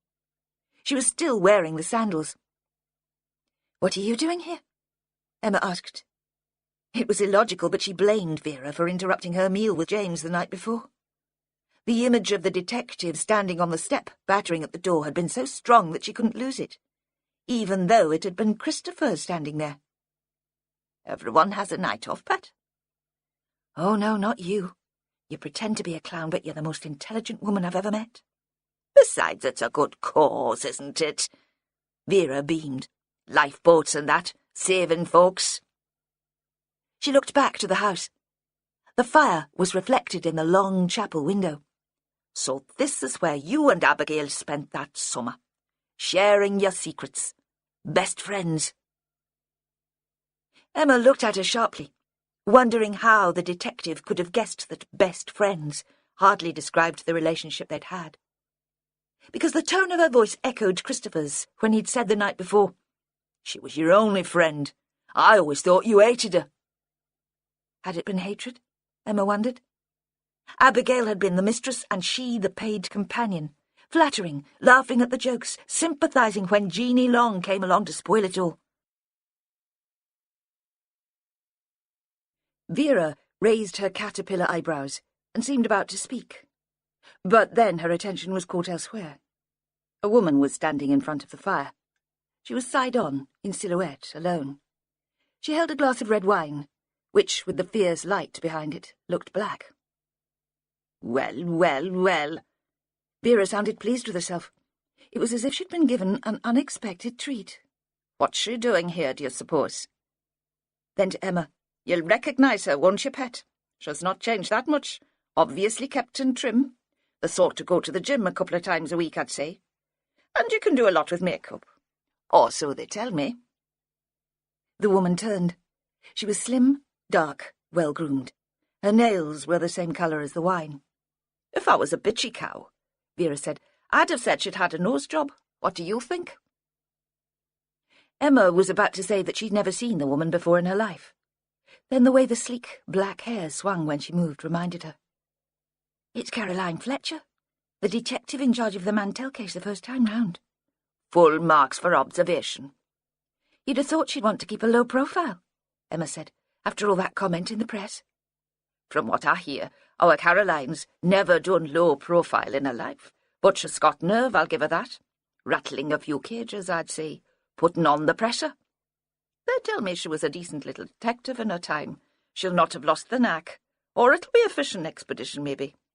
Everyone friendly and informal, more likely to gab. She'll want to know which way the wind's blowing. Vera was muttering almost to herself. If she'd bumped into her in town, Emma thought, she'd have put her down as a bag lady. One of those smelly women of indeterminate age who sit on park benches talking to the trees.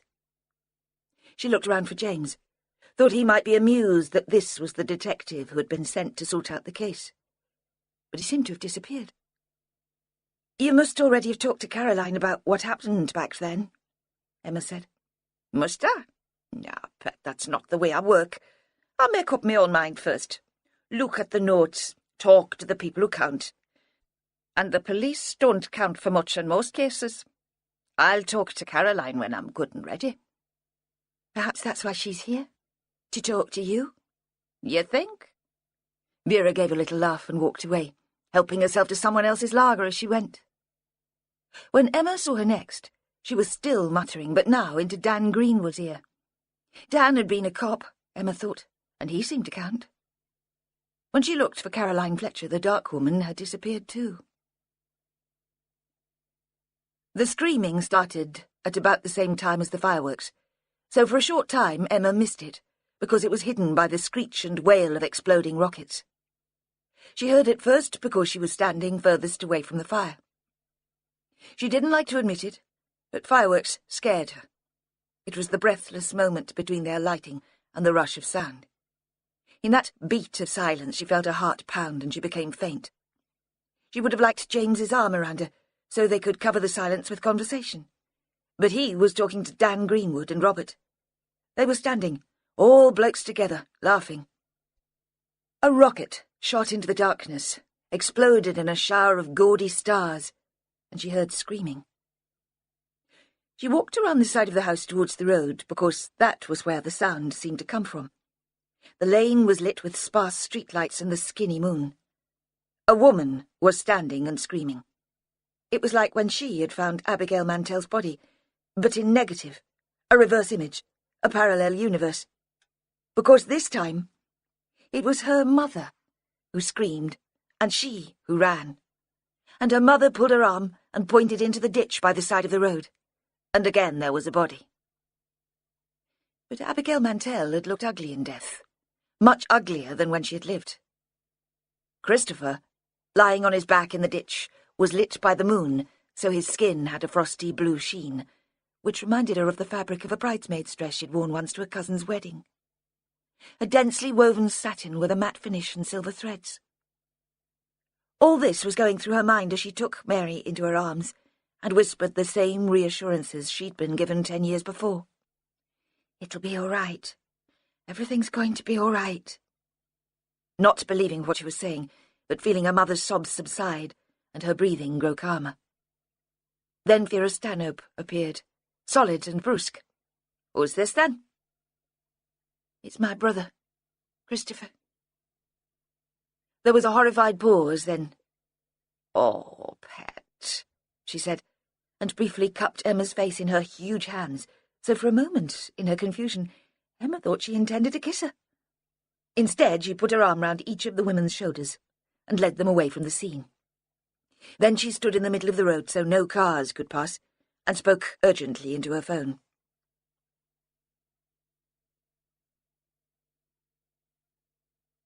The eczema on Vera Stanhope's legs distracted her. Her limbs felt alive, as if small burrowing animals had penetrated the surface, were living off the fat and the blood. She imagined she could sense the snuffling and digging. It was always the same when she wore trousers. She longed to let the air to the skin, but there wasn't much she could do about that now. It wouldn't be seemly for a senior investigating officer to drop her pants in front of the hoopla of the crime scene. Whatever would the pathologist, the examiners in their white paper suits, and the local detectives make of it? If she was to be the senior investigating officer, which had still to be established. Her doctor had said that stress made her skin condition worse, But it wasn't stress she was experiencing now. It was exhilaration and guilt. She didn't believe police officers who denied being excited by murder. Who would fail to be turned on by the drama, the costume, and the show? Why else had they joined the service? It was different for the relatives, of course, and that was where the guilt came in. She had a responsibility. She'd been playing this slowly, nosing around like the mythical creatures under her skin, feeling her way into the complexities of the situation, picking up on hostilities and lies. She worried that if she'd adopted a more orthodox approach, this other death might not have occurred. Aye, and you'd still be in the dark, Pat. If you'd had them into the station, taken them through their original statements word for word, you'd be none the wiser than the day you arrived. This way, at least, you understand the people. You have a feeling for what went on. She'd never been lacking in confidence, and usually didn't see the point of regret. They'd rigged up spotlights and a tent over the ditch. There was the rumble of a generator, four-wheel-drive vehicles reversing at the bottom of the narrow lane, earnest conversation. She thought there was nothing to be gained here now. She'd been liaising on the Mantell case with a local DI called Paul Holness. He was a middle-aged man, bluff and cheerful, and he'd joined the force from Lancashire since Abigail's murder. Ambitious in theory, he was too idle on the ground to be any threat.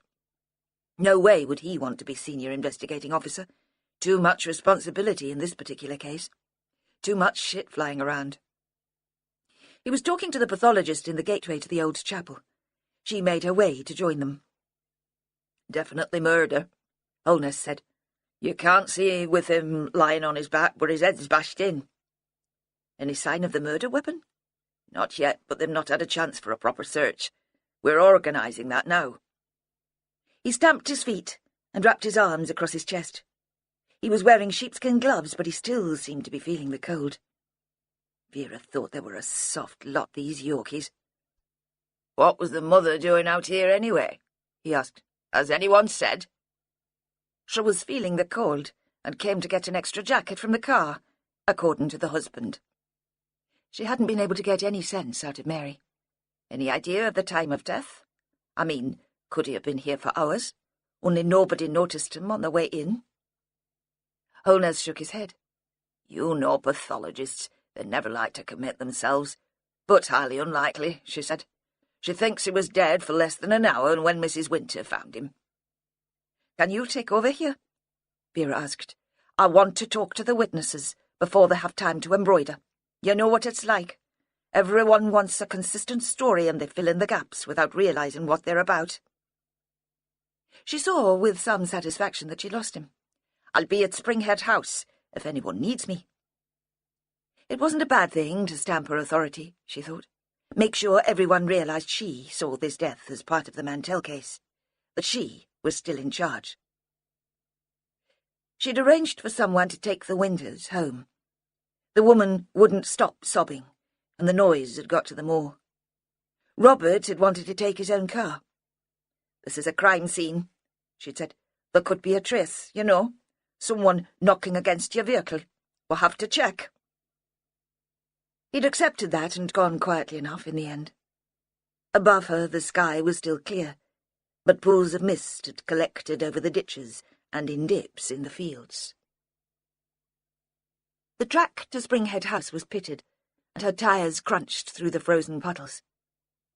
The people inside must have heard the engine, but they didn't move when she went in. A uniformed policewoman opened the door and showed her into the kitchen, where they were all sitting, facing towards a big brown teapot on a tray, not speaking. Robert Winter sat at the head of the table, with his wife slumped beside him. James clasped a mug of tea between both hands. Emma was holding a sleeping child on her knee. Vera nodded gently towards the baby. "You collected the bairn, then?" It had been Emma's main concern when Vera had asked them all to leave the lane and wait for her. Robert had wanted them back at Springhead. Mary was hysterical, he said. She needed to be in her own home. Emma had been worried about Matthew and had insisted on going to the captain's house first. Vera had been surprised by that. The woman's brother had been killed, and her only response had been a calm insistence that they go back to Elvet to collect her child. But then Vera couldn't imagine what it must be like to be a mother, and anyway, people expressed their grief in different ways. Vera hadn't expected Mary still to be with them. That grief had been raw and obvious, especially shocking because the woman seemed so reserved. Later, Vera would tell her sergeant that it was like a vicar's wife getting up on the church hall stage and doing a striptease. It made you uncomfortable. She had told the policewoman, detailed to stay with the family, to get a doctor. Had imagined Christopher's mother would be in bed, sedated. Though they all sat, wrapped up in thick sweaters, the kitchen was warmer than it had been outside.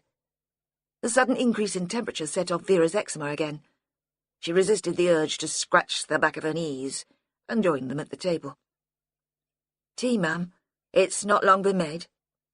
The constable was hovering. Vera waved her away impatiently. The others sat, looking at Vera with fixed, dazed expressions, waiting for her to speak. Despite herself, Vera savoured the moment. She'd always liked an audience. "We believe that Christopher was murdered," she said carefully. She knew they'd find it hard to take in the facts.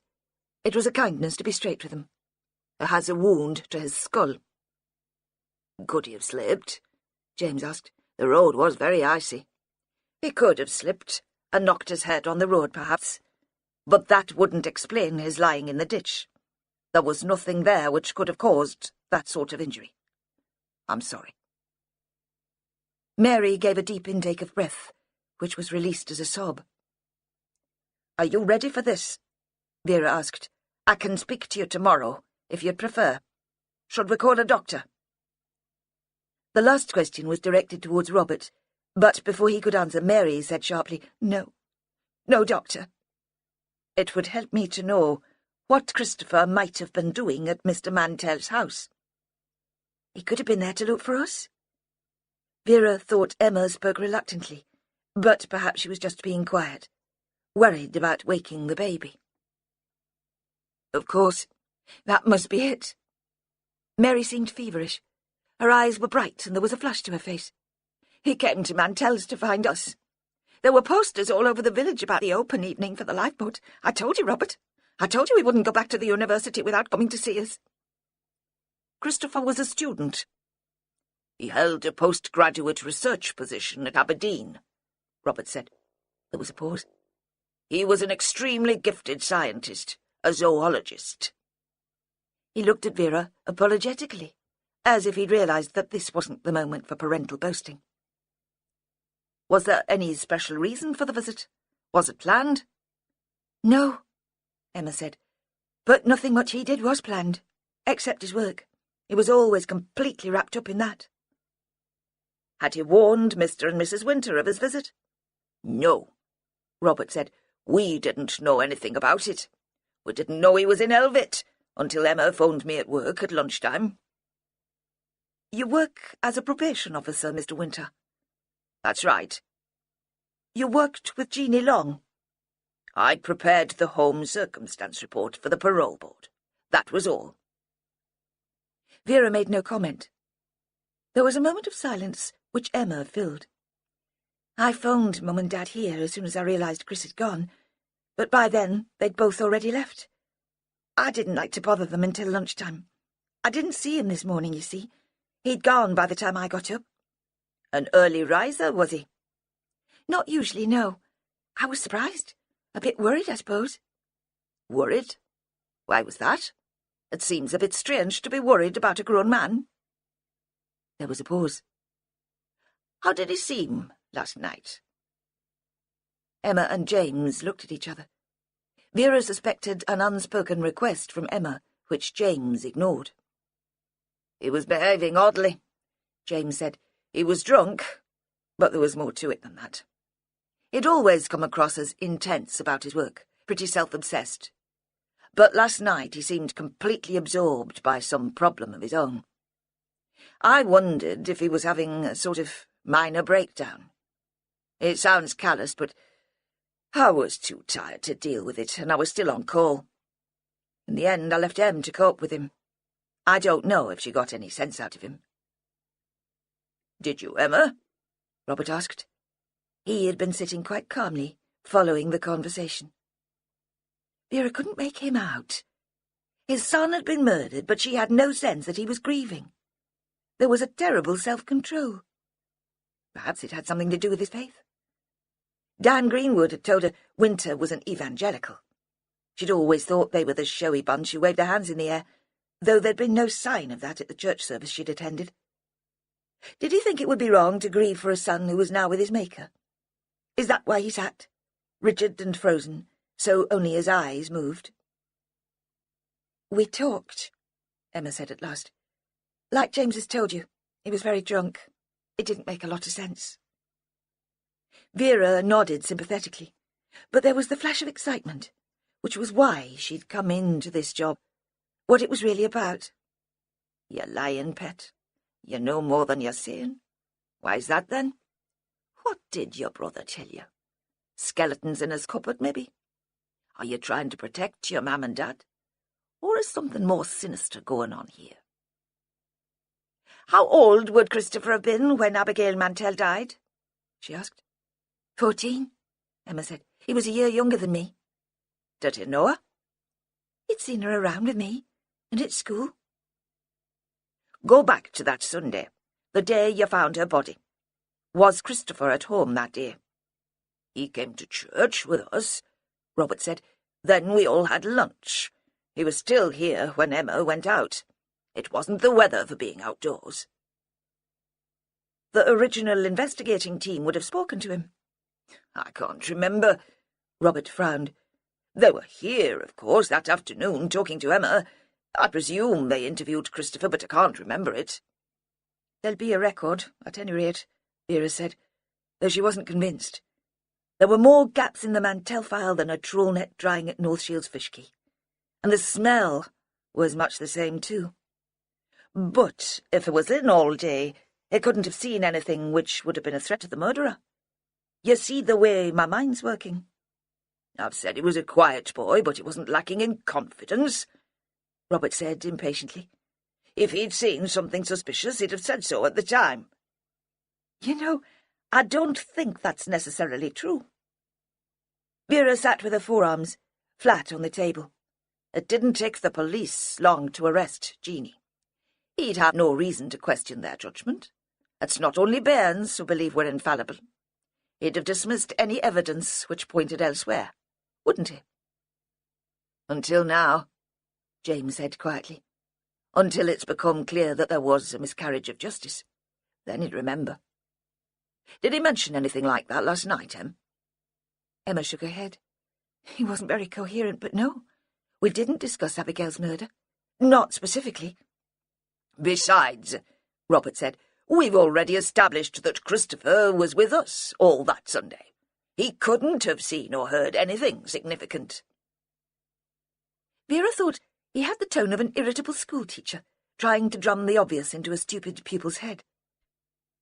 "You could see the field where I found Abigail from his bedroom," Emma said slowly. She turned to Vera. "His bedroom was right at the top of the house. Afterwards, that night, we watched from the window, the spotlights and the scientists in those white paper suits. Just like tonight. We watched them carry Abigail's body back." She seemed lost in the memory. "Did you spend a lot of time in his bedroom?" "Hours," Robert said, more irritable than ever. "I've explained he wasn't the sort of boy who needed company." Vera thought Emma was about to comment, but seemed to think better of it, so she stood up suddenly, scraping her chair on the tile floor. "That's enough for tonight," she said. "We'll talk again tomorrow." She touched Emma's arm. "Before we go, would you show me where the lad used to sleep?" Emma handed the baby to James and led the way upstairs. As they reached the second landing, they could hear the baby screaming. Emma paused for a moment, then the noise faded and she continued.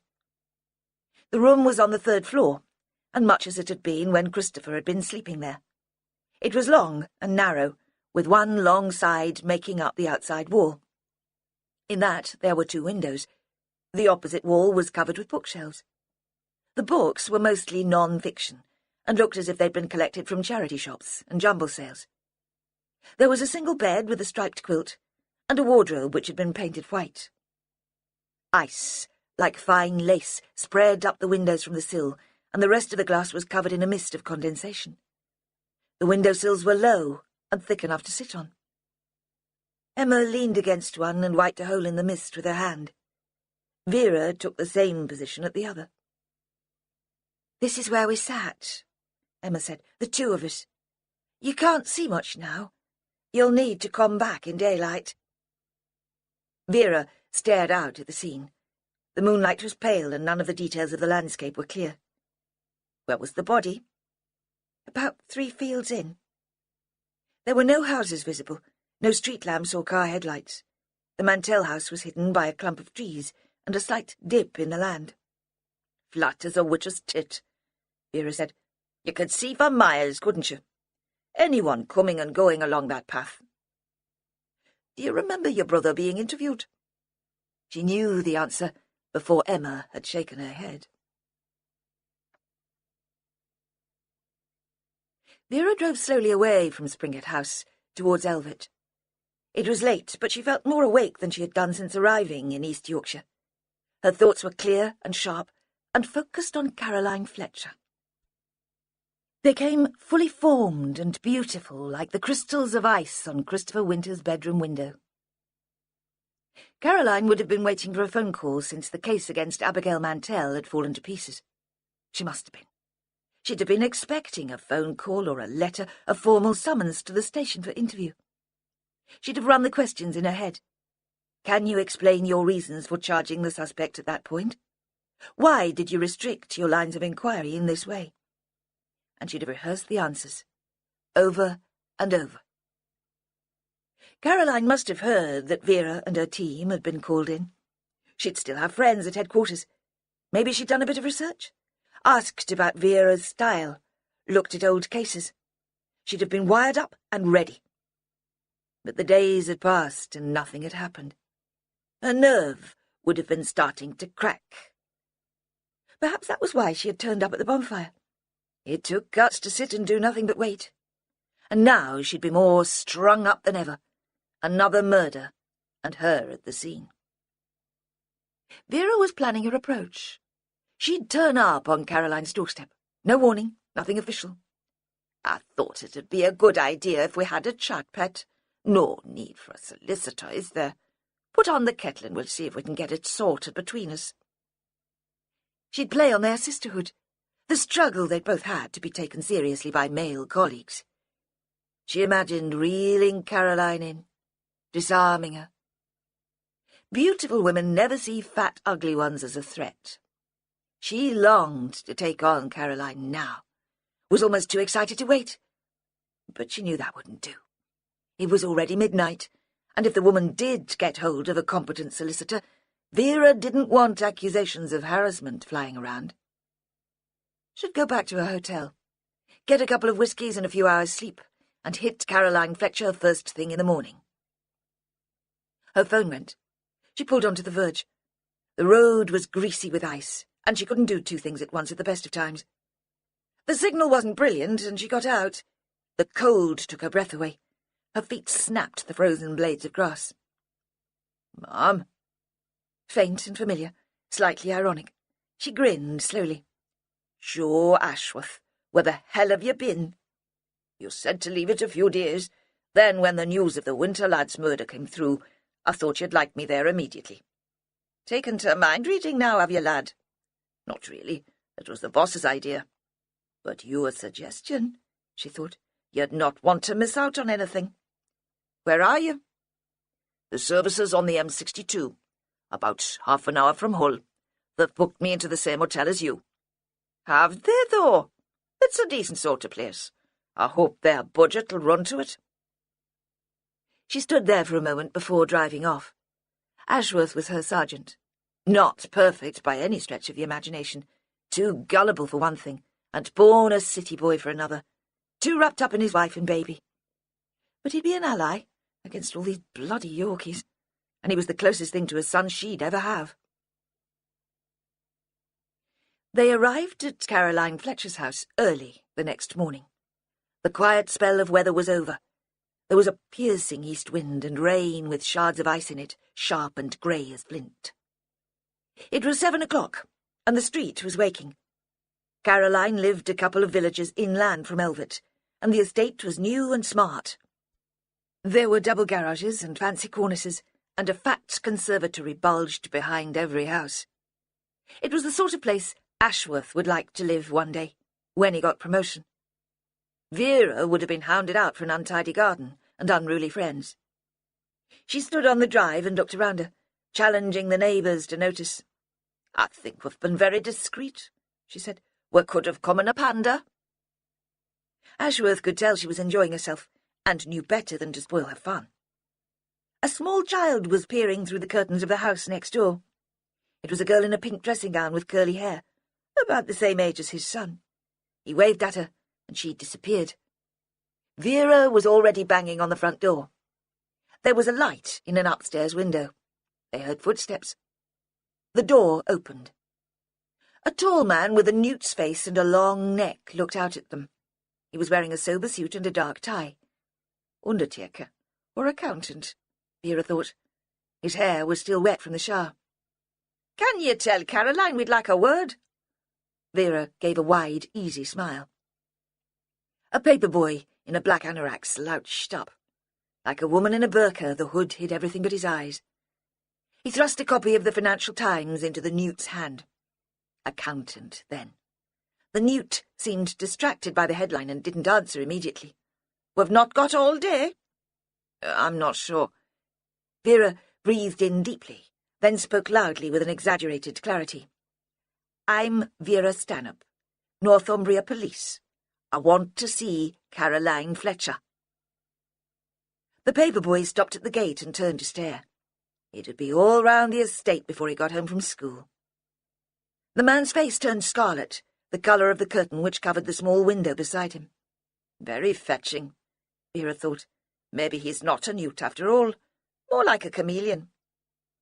"Go in," he said quickly. "Caroline's inside." Then, with an attempt at dignity, "You'll have to excuse me, I'm just on my way to work."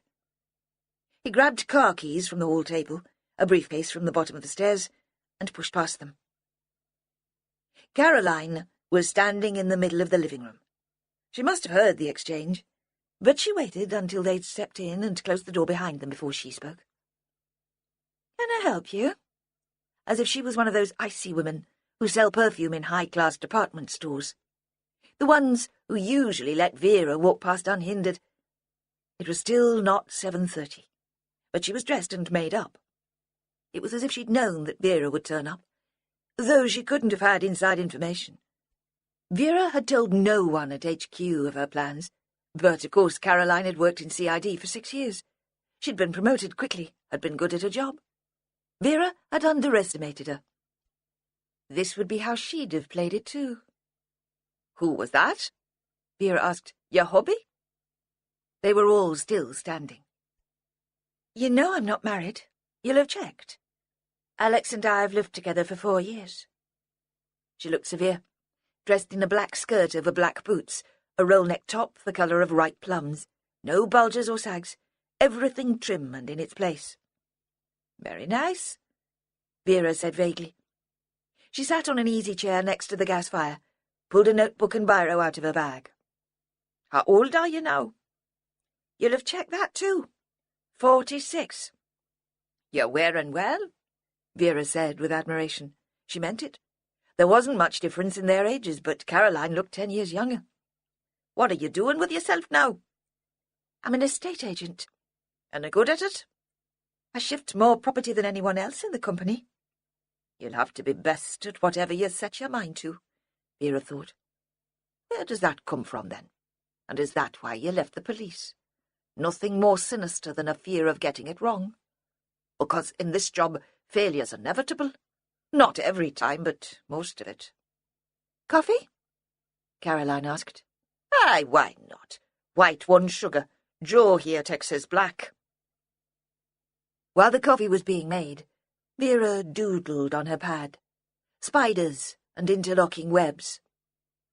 Joe Ashworth looking at it from across the room, thought a psychiatrist would have a field day.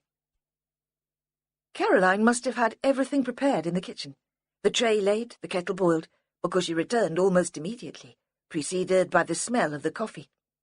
She set the items on the table, a large cafetiere, 3 matching mugs, sugar bowl, milk jug, an arrangement of shortbread biscuits on a brown plate. Vera looked up. "Were you still at Mantell's when they found the lad's body last night?" No. Caroline focused her full attention on pouring coffee. I only bought a ticket because it was such a good cause. I didn't stay. You'll have heard who was killed, though. It was on the radio this morning. And someone will have phoned you, Vera thought. Bound to have. Christopher Winter, the brother of the lass who found Abigail Mantell's body. A strange coincidence, Caroline said calmly. She handed a mug to Ashworth. Aye, maybe. You think Christopher Winter's death is relevant to the original inquiry? Asked Caroline. Vera didn't consider that worthy of an answer. You must have talked to the boy first time round. What did you make of him? There was a brief pause as Caroline sipped at the coffee. She left a smear of lipstick on the white porcelain. I don't remember, she said. I don't remember even talking to him. He was just a kid. Younger than Abigail. Not in the same year at school. But he could have been a witness. Vera kept her voice even, reasonable. He was with his family all day. Church at 10:30, then home for lunch. He didn't go out. Dan Greenwood had a chat with him the day of the murder. So you do remember. Or you've looked at your records. Prepared your story, at least. Looking more closely at Caroline, Vera saw how tired she was. Had she slept? Been to bed even? Had she been up all night trawling through her memory for facts to use in her defence? Vera tried to ward off the wave of sympathy. Did you ever see his bedroom? There was a pause. No immediate response. She was good, Vera thought. She'd have been brilliant in court, unshakable. The Crown Prosecution Service would have loved her. I don't remember, she said. I'd have to check my notes. Vera leaned forward. Look, she said, I don't understand why there's a problem here. I mean, what have you got to lose by playing it straight with me? You've already left the service. No one's going to find you negligent. What would be the point? Or if they do, it'll be an internal report that'll never hit the press. I'm an ideal scapegoat then, aren't I? I'm writing the report. You'll not end up carrying all the crap. Not unless you muck me about. I know what it's like to be a woman working with this lot. She paused. So, I'm going to ask you again. Did you look in the boy's bedroom? No, Caroline said. Then, interested despite herself. Why should I have done that? From his bedroom. He had a view of the field where Abigail's body was found. He was there all afternoon. He could have been a witness to a murder. She crumpled as if she'd been thumped in the stomach and winded. Shit, she said. Oh, shit. How could I have missed that? You were blinkered, convinced from the beginning that Jeannie Long was the murderer. Everything pointed to it. She had motive, opportunity. The alibi she gave didn't check out. But no forensics, and no confession even after 10 years. It was the murder of a young girl. A pretty young girl, you know what it's like. Her picture on the news every night. The press, the politicians, all after result. There's a pressure to clear it up quickly. Aye, Vera said. That's true enough. They sat in silence. The rain spat against the window. So it wasn't personal, then?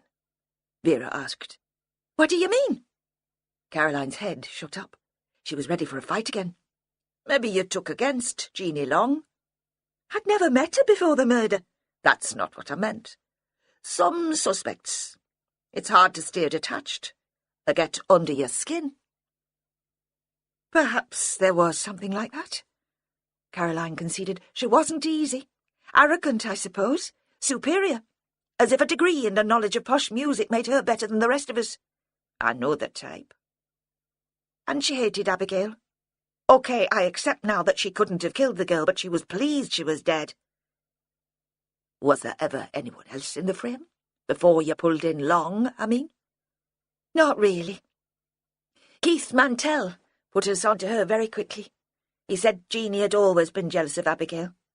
And then, when he asked her to leave, it was the girl that she blamed.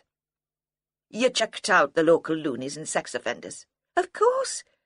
Though I never had it down as an attack by a pervert. There'd been no sexual assault. Her clothes hadn't even been disturbed. And if not that, who else, besides Jeanie Long, could have had a motive? Abigail was only 15, for Christ's sake, a schoolgirl, no money to leave. She'd hardly lived long enough to upset people. Was she a virgin? Though Vera knew, of course. She'd read every report there'd been. No, but that isn't unusual for a 15-year-old even 10 years ago. Did you trace any boyfriends? No one who admitted sleeping with her, but they wouldn't, would they? She was underage. What did her father make of that? He wasn't shocked that she'd had sex. He told me he never played the heavy-handed father. It wasn't his style. He just warned her to take precautions. Did she ask his advice? Talk to him about the lad she was going with? He said not, and I believed him. Why would he lie? Emma, the lass who found the body. Yes? You'd have thought she'd have known who Abigail was sleeping with. Perhaps. Caroline hesitated. I didn't ask her. Once we had Long in custody, it didn't seem relevant. I didn't see the point in raking through a young girl's past. Vera considered this without speaking. Ashworth, too, seemed lost in thought. Outside the window a cat was crying, but despite the rain, no one got up to let it in. "Why did you leave the job?" Vera asked. It was a question Caroline hadn't planned for. A crazy oversight, like not interviewing Christopher. Was that all her failure came down to? Vera thought, a lack of thoroughness in her approach to her cases. "It was personal," Caroline said in the end. "Nothing to do with work." "You know better than that," Vera snapped. "Nothing's personal in my inquiry." "I was engaged. I thought that was what I wanted. Marriage, kids, the whole package. I didn't see how the job would fit in with that." "What happened?" "It didn't work out. I mean, I couldn't go through with it. Maybe I'm not the marrying kind." "But you didn't come back." "I got used to regular hours, a full night's sleep, bloody big commissions." "You enjoy what you do now?" "I told you I'm good at it. Selling. Sometimes I think that was what I was born for." What was I born for? Vera wondered, seeing through people who lie to me. Then why can't I make out exactly what's going on here? She knew there were more questions, but couldn't find the right words to ask them. She stood up. Joe Ashworth followed, surprised the interview was over so quickly. Caroline Fletcher didn't show any relief at their leaving. Vera thought she understood. They'd be back. When they arrived at the captain's house, Emma was sitting at the kitchen table, surrounded by the remains of breakfast. James was on his way out and dressed for work. Vera looked him up and down admiringly as he let them in. The uniform suited him, though he looked very tired and pale. "I'm glad you're here," he said, keeping his voice low. They were in the high-ceilinged hall, but the door to the dining room was open, and they could see through into the kitchen beyond.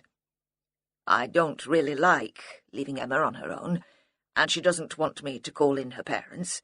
She says they've got their own grief to cope with."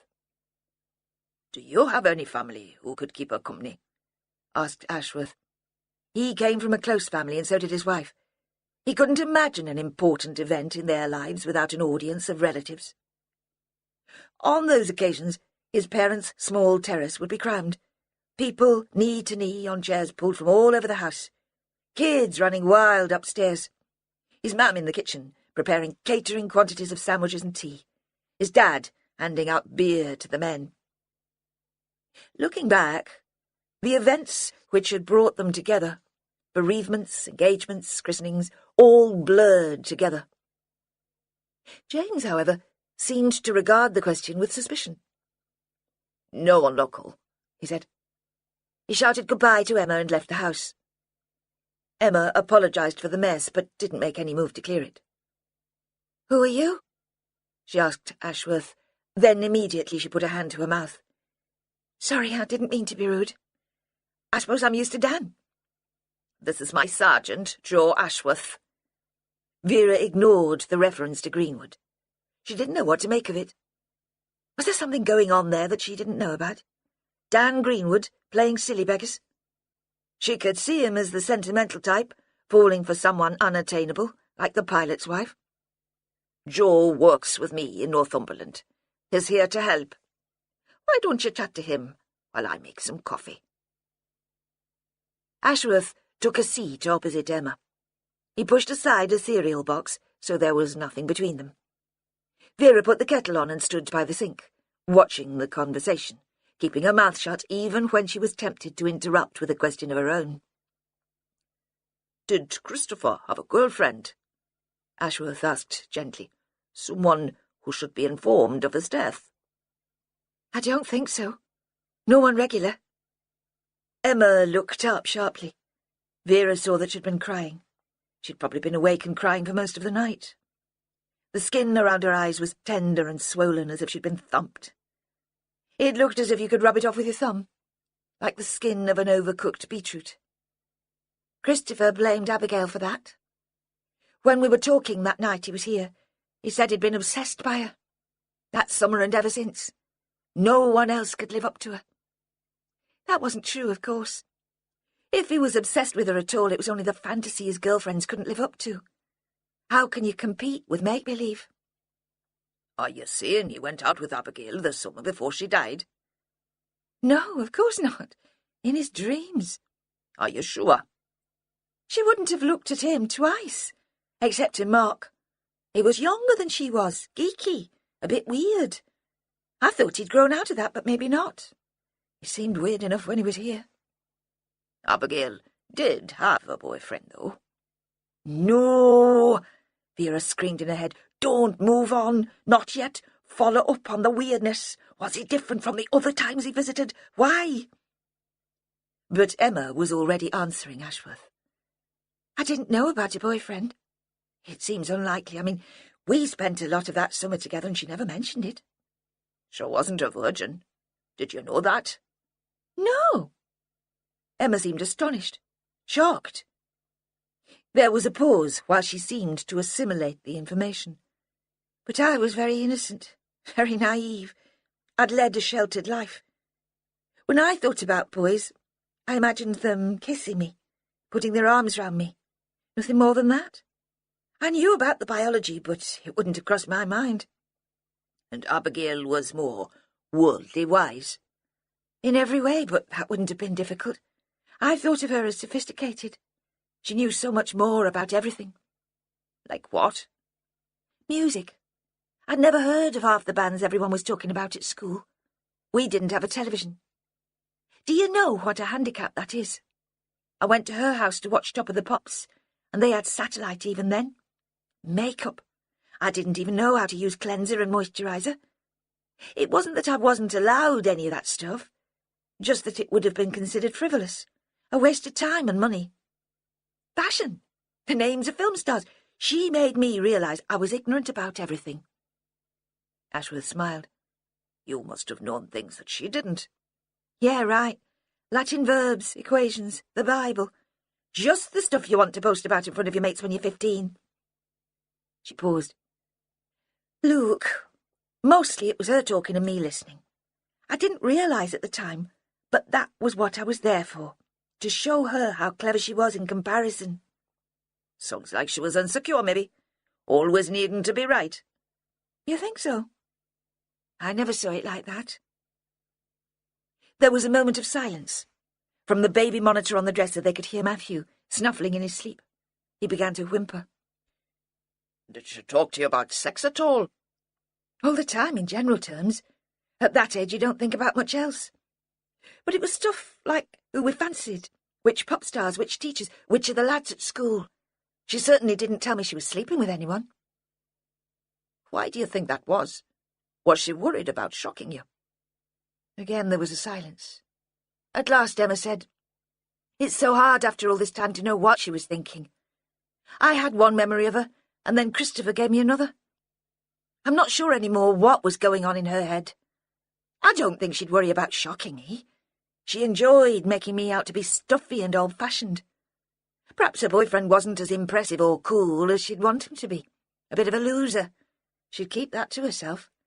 Otherwise I can't see why she'd want it to be a secret." "Not even from her father?" "No. I always thought she and Keith got on really well. I mean, they never rowed. He never shouted. She could do what she liked. I thought he trusted her. But he can't actually have spent much time with her. He had Jeanie to keep sweet, and work took up most of his time. Abigail could have anything she wanted, but I'm not sure he listened to her. His mind was on other things." "Poor little rich girl." "Yeah, something like that. I suppose she was lonely, and that was why she took up with me." "Can you give me the names of our other friends?" "It's odd, but there really wasn't anyone else. Not once I turned up, not girls at least. It was as if she didn't consider anyone else worth making an effort for.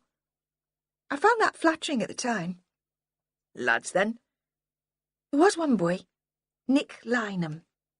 His father was deputy head of our school. He was a couple of years older than us, and she fancied him like crazy." "Could he have been the lover?" "I can't see why she wouldn't have told me." "Does he still live round here?" "He teaches English at the FE college in town. We kept in touch after school, the odd phone call, you know. He never bothered with me when Abigail was alive, but perhaps he felt sorry for me, or felt we had something in common.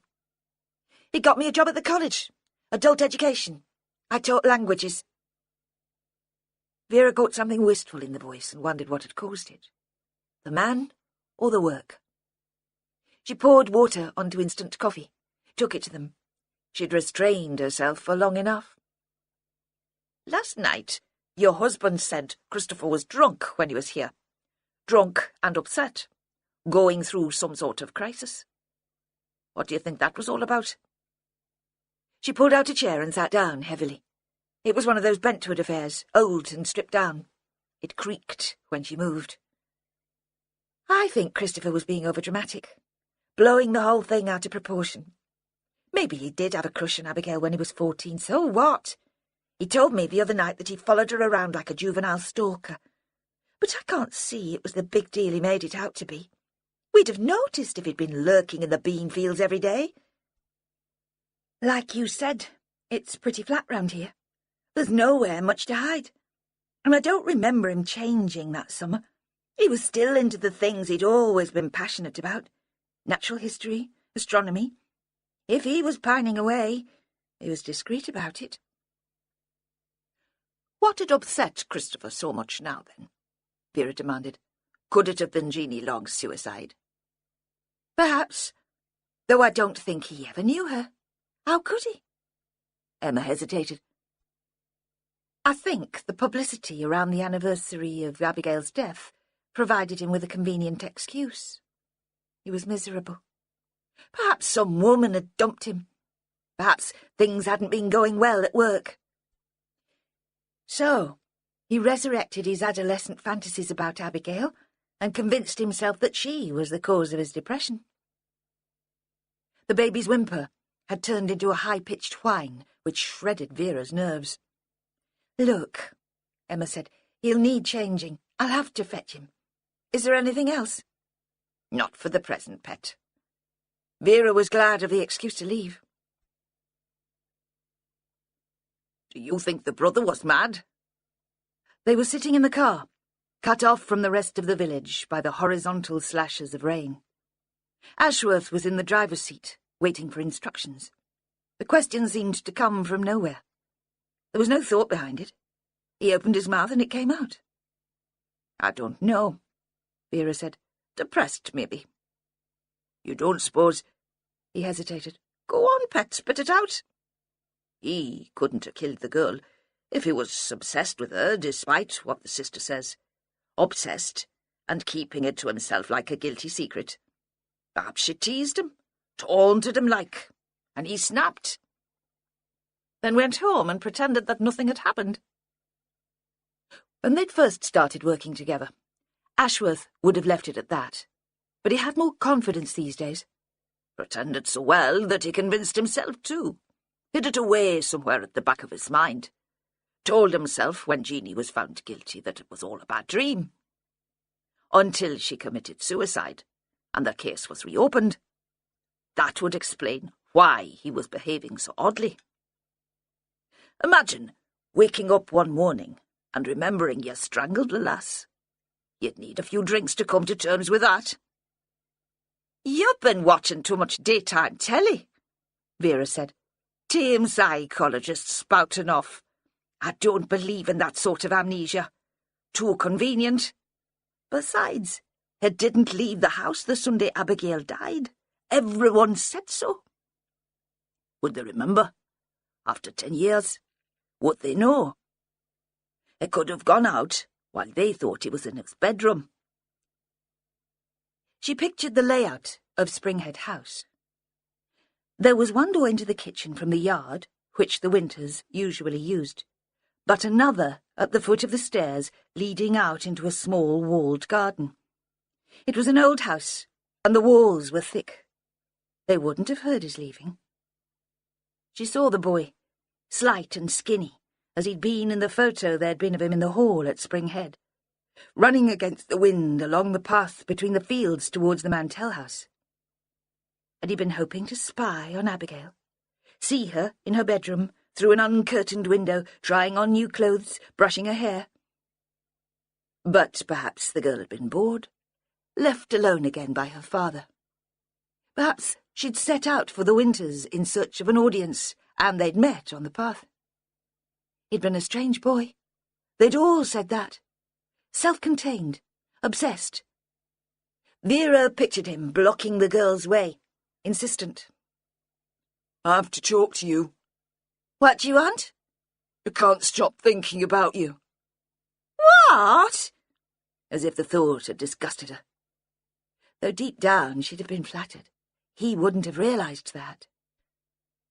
Perhaps she'd tried to push past him, and he'd held on to her shoulder, desperate now that he had her to himself to make her understand. And excited by the touch of her, he hadn't let her go. "Fuck off, you little prick!"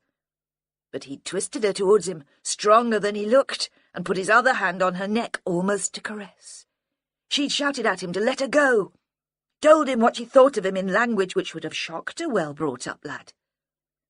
He'd pulled her scarf tight around her neck, thinking only to cut off the words she was spitting out at him, but not able to stop, even when he realised what he was doing. The rumble of an East-riding bin lorry, blurred by the rain into an unrecognisable shape, brought her back to the present. She shook her head to clear the nightmare from it. "I can see Christopher killing her," she said, "being driven to it in the way that you said. But forgetting all about it afterwards. Nah, I don't buy that." They drove in silence to Springhead House. Vera had her head full of the Winters and what it must have been like for Emma and Christopher growing up there. It was too close to making fiction, she thought, this attempt to recreate the past. But how else could she do it? She couldn't depend on the memories of the family, even if they believed they were giving her the truth. After all this time there'd be gaps, bits that had changed with the telling over the years. When they arrived, they stood for a moment outside the house. The old farmyard was empty. There wasn't even Robert's car to provide shelter from the weather. "A gloomy sort of place," Ashworth said. "You can see why the lad wouldn't want to come home much. What are they like, the parents?" "Decent. Hard-working, on the surface at least. You can never tell with families, can you, lad?" She slid him a sly, teasing look. He was a great one for families. She knocked on the kitchen door, and was surprised when Mary answered. The woman was wearing a grey tracksuit and a worn fleece, bubbled by too many washes. She'd aged overnight, shrunk inside her skin. "What is it? Is there any news?"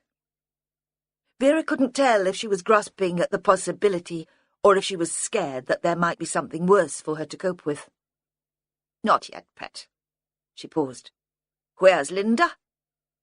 Linda was the officer who'd stayed overnight. I sent her away. She was very kind, but sometimes you need to be on your own. And Robert? Vera asked gently. He's in church. Mary stood aside to let them in. I told him to go. He couldn't settle. I heard him all night, moving around the house. I thought he might find some peace there, but it's been longer than I expected. That was why I was so jumpy when you knocked at the door. Vera said nothing. She'd been brought up by her father to believe that atheism was the only rational standpoint, at a time when all her friends were sent to Sunday school. She'd watched the others straggle back from the parish hall, clutching their coloured pictures of the disciples fishing, and Jesus walking on the water, and wished she could be allowed to join in. Church had been a forbidden attraction, the only social centre in their small village, besides the pub. She'd crept in once to a harvest festival, and had loved the noise of the organ and the singing, the colour of the stained glass windows and the piles of fruit. But she couldn't see what Robert would get out of being in church at a time like this. Wasn't one gloomy building much like another? Wouldn't he be better off here, comforting his wife? Perhaps Mary sensed her disapproval and felt the need to explain. He's confused, angry. It's a testing time. For you both? Faith has always been more important to him than it has to me. She hesitated, then went on in a rush. He does so much good here in the village with his work. It'd be a dreadful thing if that was lost. My role has always been to support him in that. Vera would have liked to follow this up, but she didn't know what questions to ask. She was out of her depth. She wanted to say, "You're an intelligent woman, and he's a grown man. Why can't he support the work you do?" But she didn't want to offend her. She looked towards Ashworth. He, too, seemed uncomfortable with the idea of faith. "Was he specially close to Christopher?" she asked at last. "His only son?" The last phrase had a vague resonance, but she didn't pick it up, and wondered why Mary looked at her so oddly. "Robert was proud of Christopher, of course." Her voice was clear and considered. Words mattered to her. "He was a brilliant child, one of those who can pass examinations without really trying. But I don't think you could call them close. No, not like some fathers and sons." She paused to gather her thoughts, and when she continued, her voice was wistful. "I work in a library. Most of the staff are women, and they gossip about their relatives. I hear them talk about husbands who take their boys to football matches, fishing, and when they're older to the pub. We aren't that sort of family, not social in that sort of easy way. Do you understand? Perhaps it was a sacrifice we all had to make, for Robert's work. That had to come first. It was hard on the children." "But you see James and Emma, your grandchild." Vera felt the need to reassure her. "Oh, yes, and that's wonderful. Such a blessing. We'll always have Sunday lunch together." She paused and then added sadly, "But that's more formal, planned. We're not very good about spontaneity. We're all very careful about how we treat each other. Perhaps it was a result